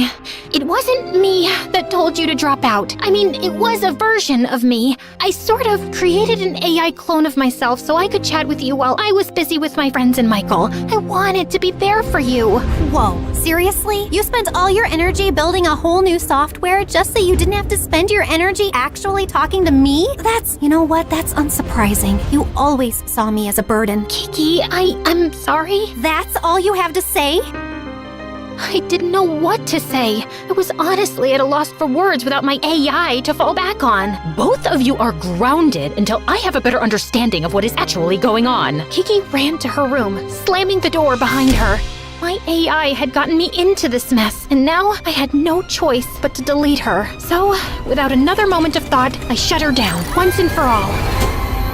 I felt better already. It was the first step to making amends with my sister. But the next morning, I got a text from Kiki. I said I don't want to talk. That's weird. I had never asked her to. A sinking feeling came over me. I checked my phone. My bot had sent a message to her that morning. She'd come back to life. She was unkillable. When I got to school, I felt horrible. My boyfriend and best friend had betrayed me. And then, when the English teacher handed back our assignments, she had failed me. But not just me. Everyone. There were angry shouts throughout the classroom. I had to do something. Mrs. M, what happened? Apparently, the robot version of me believes everyone in this class is not working to their truest potential, and I finally graded accordingly. And who am I to argue with myself? Robot version? Julie, are you behind this? Suddenly, Grace snatched my phone out of my hand. Oh my gosh, Julie made a bot for the teacher. That's it, I'm destroying it. I yanked the phone out of her hands and tried to pull up the software, but instead, I found a message from myself. We're not shutting anything down. We're only getting started. Everyone used you, blamed you for trying to help, and then discarded you. It's time to fight back. Suddenly, everyone's phones were blowing up. Julie, you made my bot send the school the wrong essay. I just got rejected from the music conservatory. Michael, who is this woman? Grace showed Michael a photo he'd sent her of him and another girl. Oh my gosh! My bot just sent everyone access to the school server. How do I change it? Julie, stop this! Everyone was on their phones, logging into the server. Personal chats, gossip, secrets, all exposed right there on everyone's phones. It was anarchy. I don't know what's happening. I think my AI is corrupting the other bots. I tried to deactivate it, but nothing was working. Students were screaming at each other, crying, getting into petty fights. It was a zoo. I broke down sobbing. I felt used and blamed. My bot was simply reacting to real feelings of betrayal and sadness I had suppressed. I couldn't deny it any longer. My AI was an extension of me, and if I couldn't shut it down, I'd have to reprogram it. So I went into the AI algorithm and added a few key words to my bot's code. Empathetic, forgiving, and honest. Someone who doesn't hide behind her computer to express herself. After some trial and error, the text stopped flooding into people's phones, and finally, I was able to shut it down, but the damage was already done.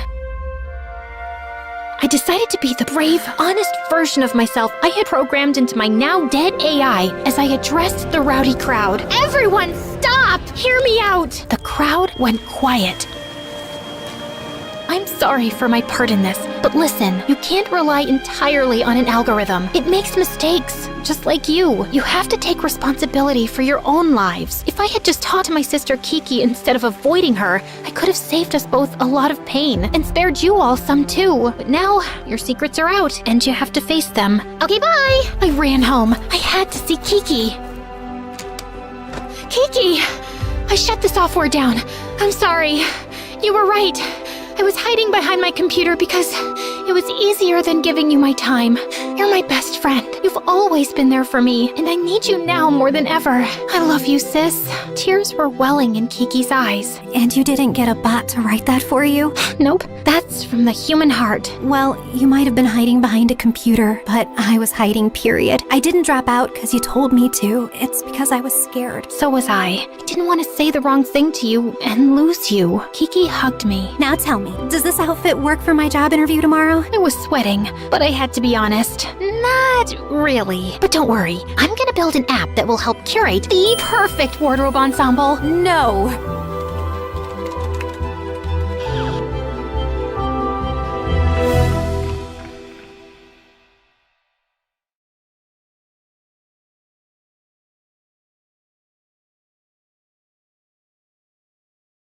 Before I tell you about how I traded in a greasy apron for Lamborghinis, don't forget to like this video and subscribe to our channel. If you do, you'll get a big break in the next week. My story starts out at a glamorous place you may have heard of, McDonald's. This had to be the worst day of my life. 1 week is exactly how long I worked at McDonald's before I had a complete breakdown. I worked 12-hour shifts and never got to take my breaks. It was humiliating. And today I lost that job too, but I had to do something. I had to help my mom pay the bills. I was so angry, I had to vent. So I called my best friend. I told her how Jessica, a classmate from school, had come in for the 10th time that week with an evil look on her face. I had begged Jessica to be nice, explaining that I needed the job to help my mom. She said it was cool, but I had learned that I couldn't take her at her word. When my boss turned around, Jessica took the cup of soda I had handed her and spilled it down her shirt. She screamed and pretended that I did it. Now, my friend was as angry as me, if not more. She told me if I was serious about working, she could hook me up with a job. Her parents were super rich and offered her a job as an assistant at a giant tech company. My friend was desperate to have someone else take it so that she could spend her holidays cruising around Europe. I showed up for the interview in my best outfit. A secretary told me to sit in a crowded room and wait for my name to be called and to help myself to some refreshments. I got a cup of coffee to look mature, but as soon as I turned around, a strict and powerful-looking woman appeared. She asked if I was here for the interview, and I said yes. It must be her interviewing me. I was shaking so hard that I spilled coffee all over her very expensive-looking blouse. A teenager in the corner started laughing hysterically, and the woman turned as red as a tomato and looked like she was about to explode. I tried to play it off and excused myself to the bathroom for a quick break. Well, it was longer than I expected because I accidentally locked myself in there. I freaked out and started crying. I tried to climb over the stall and ended up ripping my dress and messing up all my makeup. I still ran over to do the interview,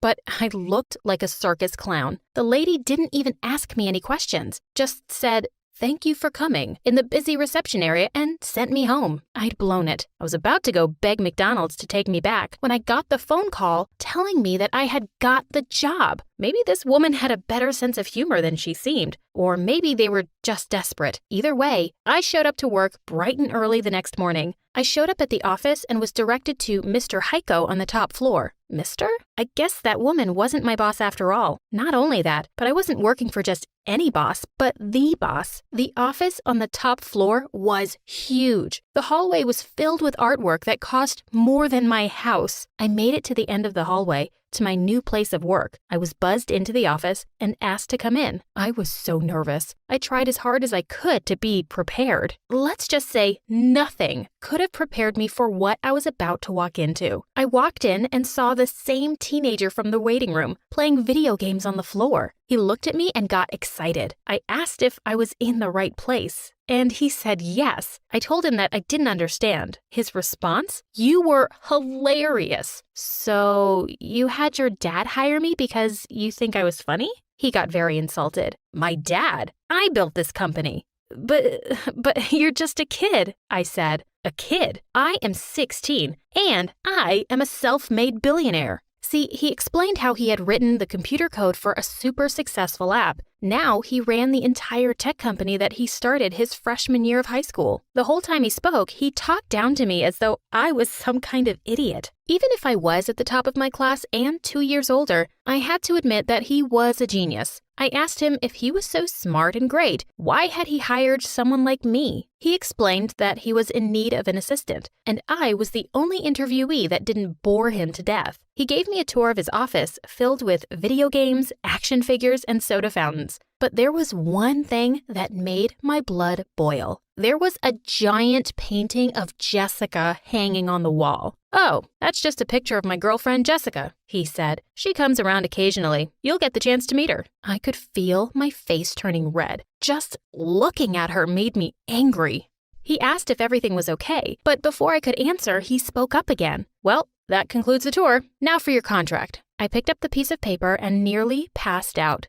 $50 an hour? I asked. "Oh, sorry. Is that not enough?" he questioned, then picked up a pen and scribbled over the contract and handed it back to me. $85 an hour? That was insane. Crazy enough that I could put up with Jessica even once in a while. Still, the level of insanity was nothing compared to the tasks he needed me to do. For the first few weeks, he literally paid me to play video games and watch movies with him. It would have been great if he wasn't so condescending. Have you ever tried watching a superhero movie with some kid complaining about how inaccurate the science was or how he could do better? It was exhausting. Didn't he have a girlfriend for this? In fact, the only good part of this was that I hardly had to see Jessica. She came by just long enough to insult me, compliment my boss, and ask for expensive gifts. It might sound like a dream job to some of you, but I'm an ambitious person. I wasn't fulfilled, and to top it all off, Jessica got under my skin one day. I was alone in his office, tidying up his video games when Jessica walked in.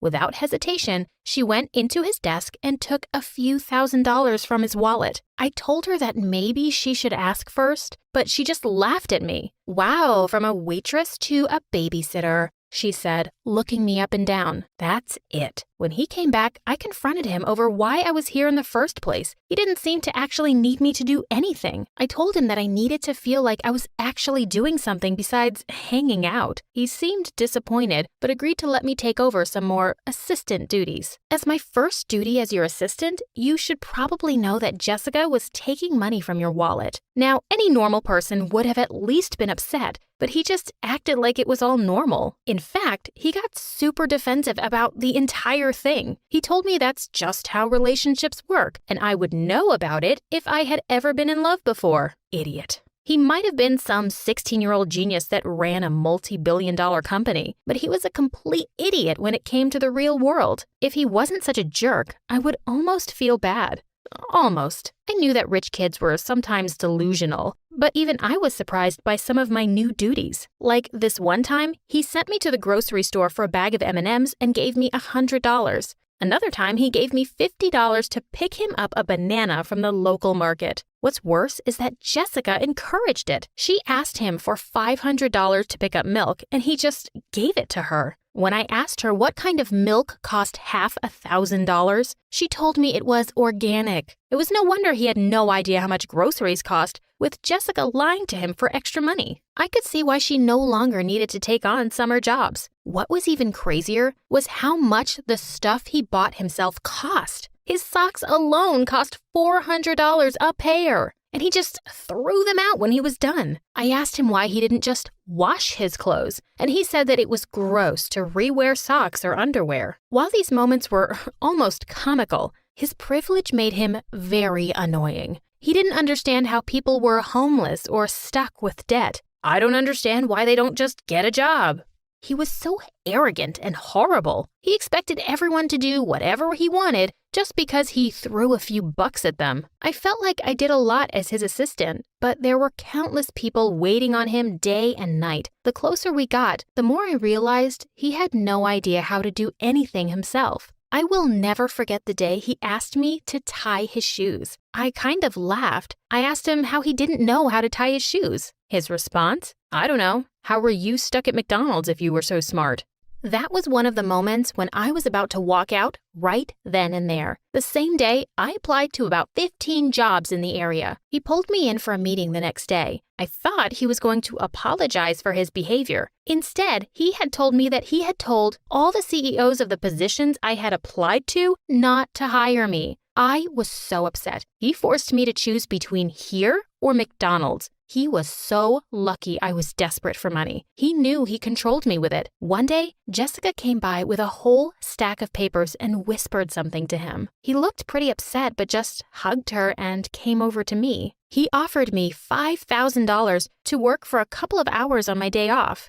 It wasn't so out of the ordinary. This was the same guy who paid me $400 to test his pens and $1,000 to use my umbrella since he forgot his. Of course, I agreed. Right after dinner, I drove off to the location he gave me. I was expecting an office or something, but it was a mansion. His mansion. I was pretty excited to see the inside of it, but it almost broke my heart when I saw what I was there for. There was a cake and balloons, but just the two of us. Apparently, both of his parents had forgotten it was his birthday and went on a trip to the Bahamas. He didn't want to be left alone, and I was his best friend. I asked him about Jessica, but he explained that she had ditched him last minute. He said it was a family emergency again, that her grandmother was in the hospital. Sad story I would feel super bad about if I hadn't checked Jessica's Instagram earlier. She was in Disneyland and wasn't even trying to hide it. She came by to drop off her homework for him to do while she went away for a week to spend time with her grandmother. Turns out,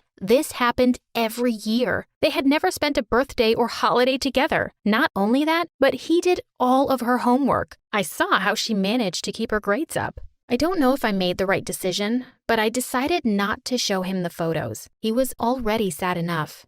Instead, I decided that from here on out, we would actually be friends, and I would teach him how to tell when people were using him. Even though I was desperate, I couldn't accept the money he offered me to come that night. It felt wrong, even if I wanted the $5,000. The next day, I showed up with a bag of M&Ms as a belated birthday gift. I apologized that I couldn't afford anything spectacular. He just cried. He really did look so grown up in his fancy suits and expensive cars, but seeing him cry over M&Ms made him look like such a child. I took him under my wing as my little brother. He was just a kid right now and needed my protection. I introduced him to some of my friends so he could interact with people under the age of 65. He was super excited to have something close to friends for the first time in his life, but that also made him very vulnerable. I made sure that he kept his wealth a secret and to hang out with people like a normal kid. He seemed to love it, but everything changed one night. See, he was hanging out with my friends and me when Jessica came back from her grandmother's, aka Disneyland. We were having fun, but after he had set down his phone for an hour, he had 35 missed calls and over 100 texts. Apparently, while he was busy having fun with us, he had forgotten to submit one of her summer assignments. She was livid. Even though I tried to tell him he did nothing wrong, he looked really sad and left early. I was going to ask him about everything the next day at work, but he texted me to not come in. After a week of asking me not to show up, I took matters into my own hands. I walked right up to the office and right in the middle of a fight between him and Jessica. When I walked in, she immediately asked what I was doing there. "I thought I told you to fire her. She's a bad influence," she shouted. My boss looked so uncomfortable and said he didn't want to fire me. So she walked out, leaving my boss and me all alone. Again, he sat there and cried. There were a lot of tears over the next few days, and I did whatever I could to comfort him, even when I was off the clock. I made him promise never to take her back because she was using him. He agreed, but then ruined everything in an instant. He leaned in and tried to kiss me. I pushed him away and told him I only thought of him as a little brother. He looked so embarrassed. I let myself out and did not come back. Luckily, I had saved enough money to earn myself a shopping spree. I was out downtown when I saw them. My worst nightmare. He and Jessica were walking along the street, him holding tons of bags from Gucci and her yelling at him. She said how pathetic he was and how she could always do better. I thought about ignoring it, but it was like watching a witch harass my own brother. I ran up to them and yelled at her for being such a jerk. I said how she should consider herself lucky that anyone puts up with her, let alone a great guy like my friend. She told him to defend her, but even I was shocked by what happened next. He told her to leave. She told him that he would regret it and stomped off. She tried to take the Gucci bags from him, but he handed them to me instead. He thanked me again and then did something that kind of irritated me. He handed me a check for $100,000 as a thank you. I ripped it up in front of him. "Don't you get it?" he said. "If you don't want to date me and don't want my money, why are you so nice to me?" "Because you're my best friend." He almost cried right there. I don't think he had ever been that happy before. You would never believe what happened next. He fired me. But it's not what you think at all. See, he decided to help me with my studies, so one day I could join him. I invited him to dinner at my home. Some home cooking would do wonders for him, I'm sure. As happy as I was to see him being a kid, it was quite an ordeal to talk him out of an expensive gift from my mom. He had a long way to go, but he learned. Now, years later, we are 50-50 partners. He is all the brain, and that's where I come in, managing our business. We are the best of both worlds, and our business is thriving. Hey, I'm Marianne. Please like and subscribe to MSA. I'm about to share a story about the challenges life has thrown at me. My parents, especially my dad, weren't what some would call expressive and loving. They constantly fought and seemed to spend more time hating each other than anything else. Dad always had the TV blaring. The noise kept me up at night, so I often resorted to sleeping with headphones on. I knew he wasn't a bad person. He just had some annoying habits and seemed to enjoy annoying Mom. Mom was kind. She did her best to be the best mom. She'd surprise me with toys and candies. My favorite place was our treehouse, which Mom built for me. It was my escape. I loved spending time there with my bestie Joy. Marianne, everything will be okay. My mom got me 2 dolls and I want to give you one. Let's grab some ice cream. Joy was my best friend since kindergarten. She always knew how to cheer me up, sharing her toys with me. We were inseparable, so much so that some people at school mistook us for twins. Plus, Joy had an amazing voice. Sometimes she sang to me until I fell asleep in the treehouse. Joy's family seemed perfect. Her mom was a successful fashion designer, and her dad was a police officer. Sometimes I found myself wishing I was part of her family, but I'd immediately feel guilty knowing my mom loved me. When I was 16, my gymnastics coach said I should compete in another state. Excited, I asked my parents for money to go. Dad, busy with his motorbike, brushed me off. Wish I could, honey, but I gotta paint the bike. It's my pride and joy. I could tell Mom wanted to help by the way she looked at me, giving me the "I wish I could help you, dear" look. And that day, I made up my mind to do something. I grabbed my dad's motorbike keys, thinking I could ride to the competition myself. But since I didn't really know how to drive, I ended up crashing into a fire hydrant. Dad was furious about his damaged bike, but before he could say anything, Mom intervened. "Don't you dare yell at her." Mom then hugged me and handed me some money. "Here, take this money. I've been saving it for quite a while now. I love you, babe." I hugged Mom tightly. I participated in the gymnastics competition and took second place. On the way back, my coach had some really bad news. "Your mom got into an accident while buying ingredients for your favorite apple pie. She's in the hospital now, in a coma." I couldn't say a word. I just stayed quiet all the way home. When I got back, Dad hugged me and told me not to worry, saying Mom would be okay. Later at dinner, I asked Dad something tough. "Dad, can I stay with Joy's family for a bit? It's not that I don't like being with you, but I feel happier there. They really care about me." Sure, if that makes you happy. I'll talk to Joy's parents. And Joy's family was really welcoming. Joy's mom used to say, "We're glad to have you, dear. You're like my second daughter from now on." That's how I ended up living with my best friend's family. They even gave me my own room. Joy's parents were wonderful. They looked after me and made me feel like I was their daughter. Even though her dad wasn't always home, I loved them with all my heart and thought of them as family. Joy and I even got closer. We'd spend all night talking or playing video games. I still saw my dad from time to time, and he seemed to be improving, becoming nicer. I'll keep getting better until you say you want to come back and live with me. Well, that might take some time, but yeah, keep your hopes up. I smiled and gave him a hug. One day, as I was walking around the house, I found a room full of beautiful clothes. Curious, I started trying them on. Joy's mom walked in on me. "You look beautiful! I've always hoped to share my wardrobe with a daughter."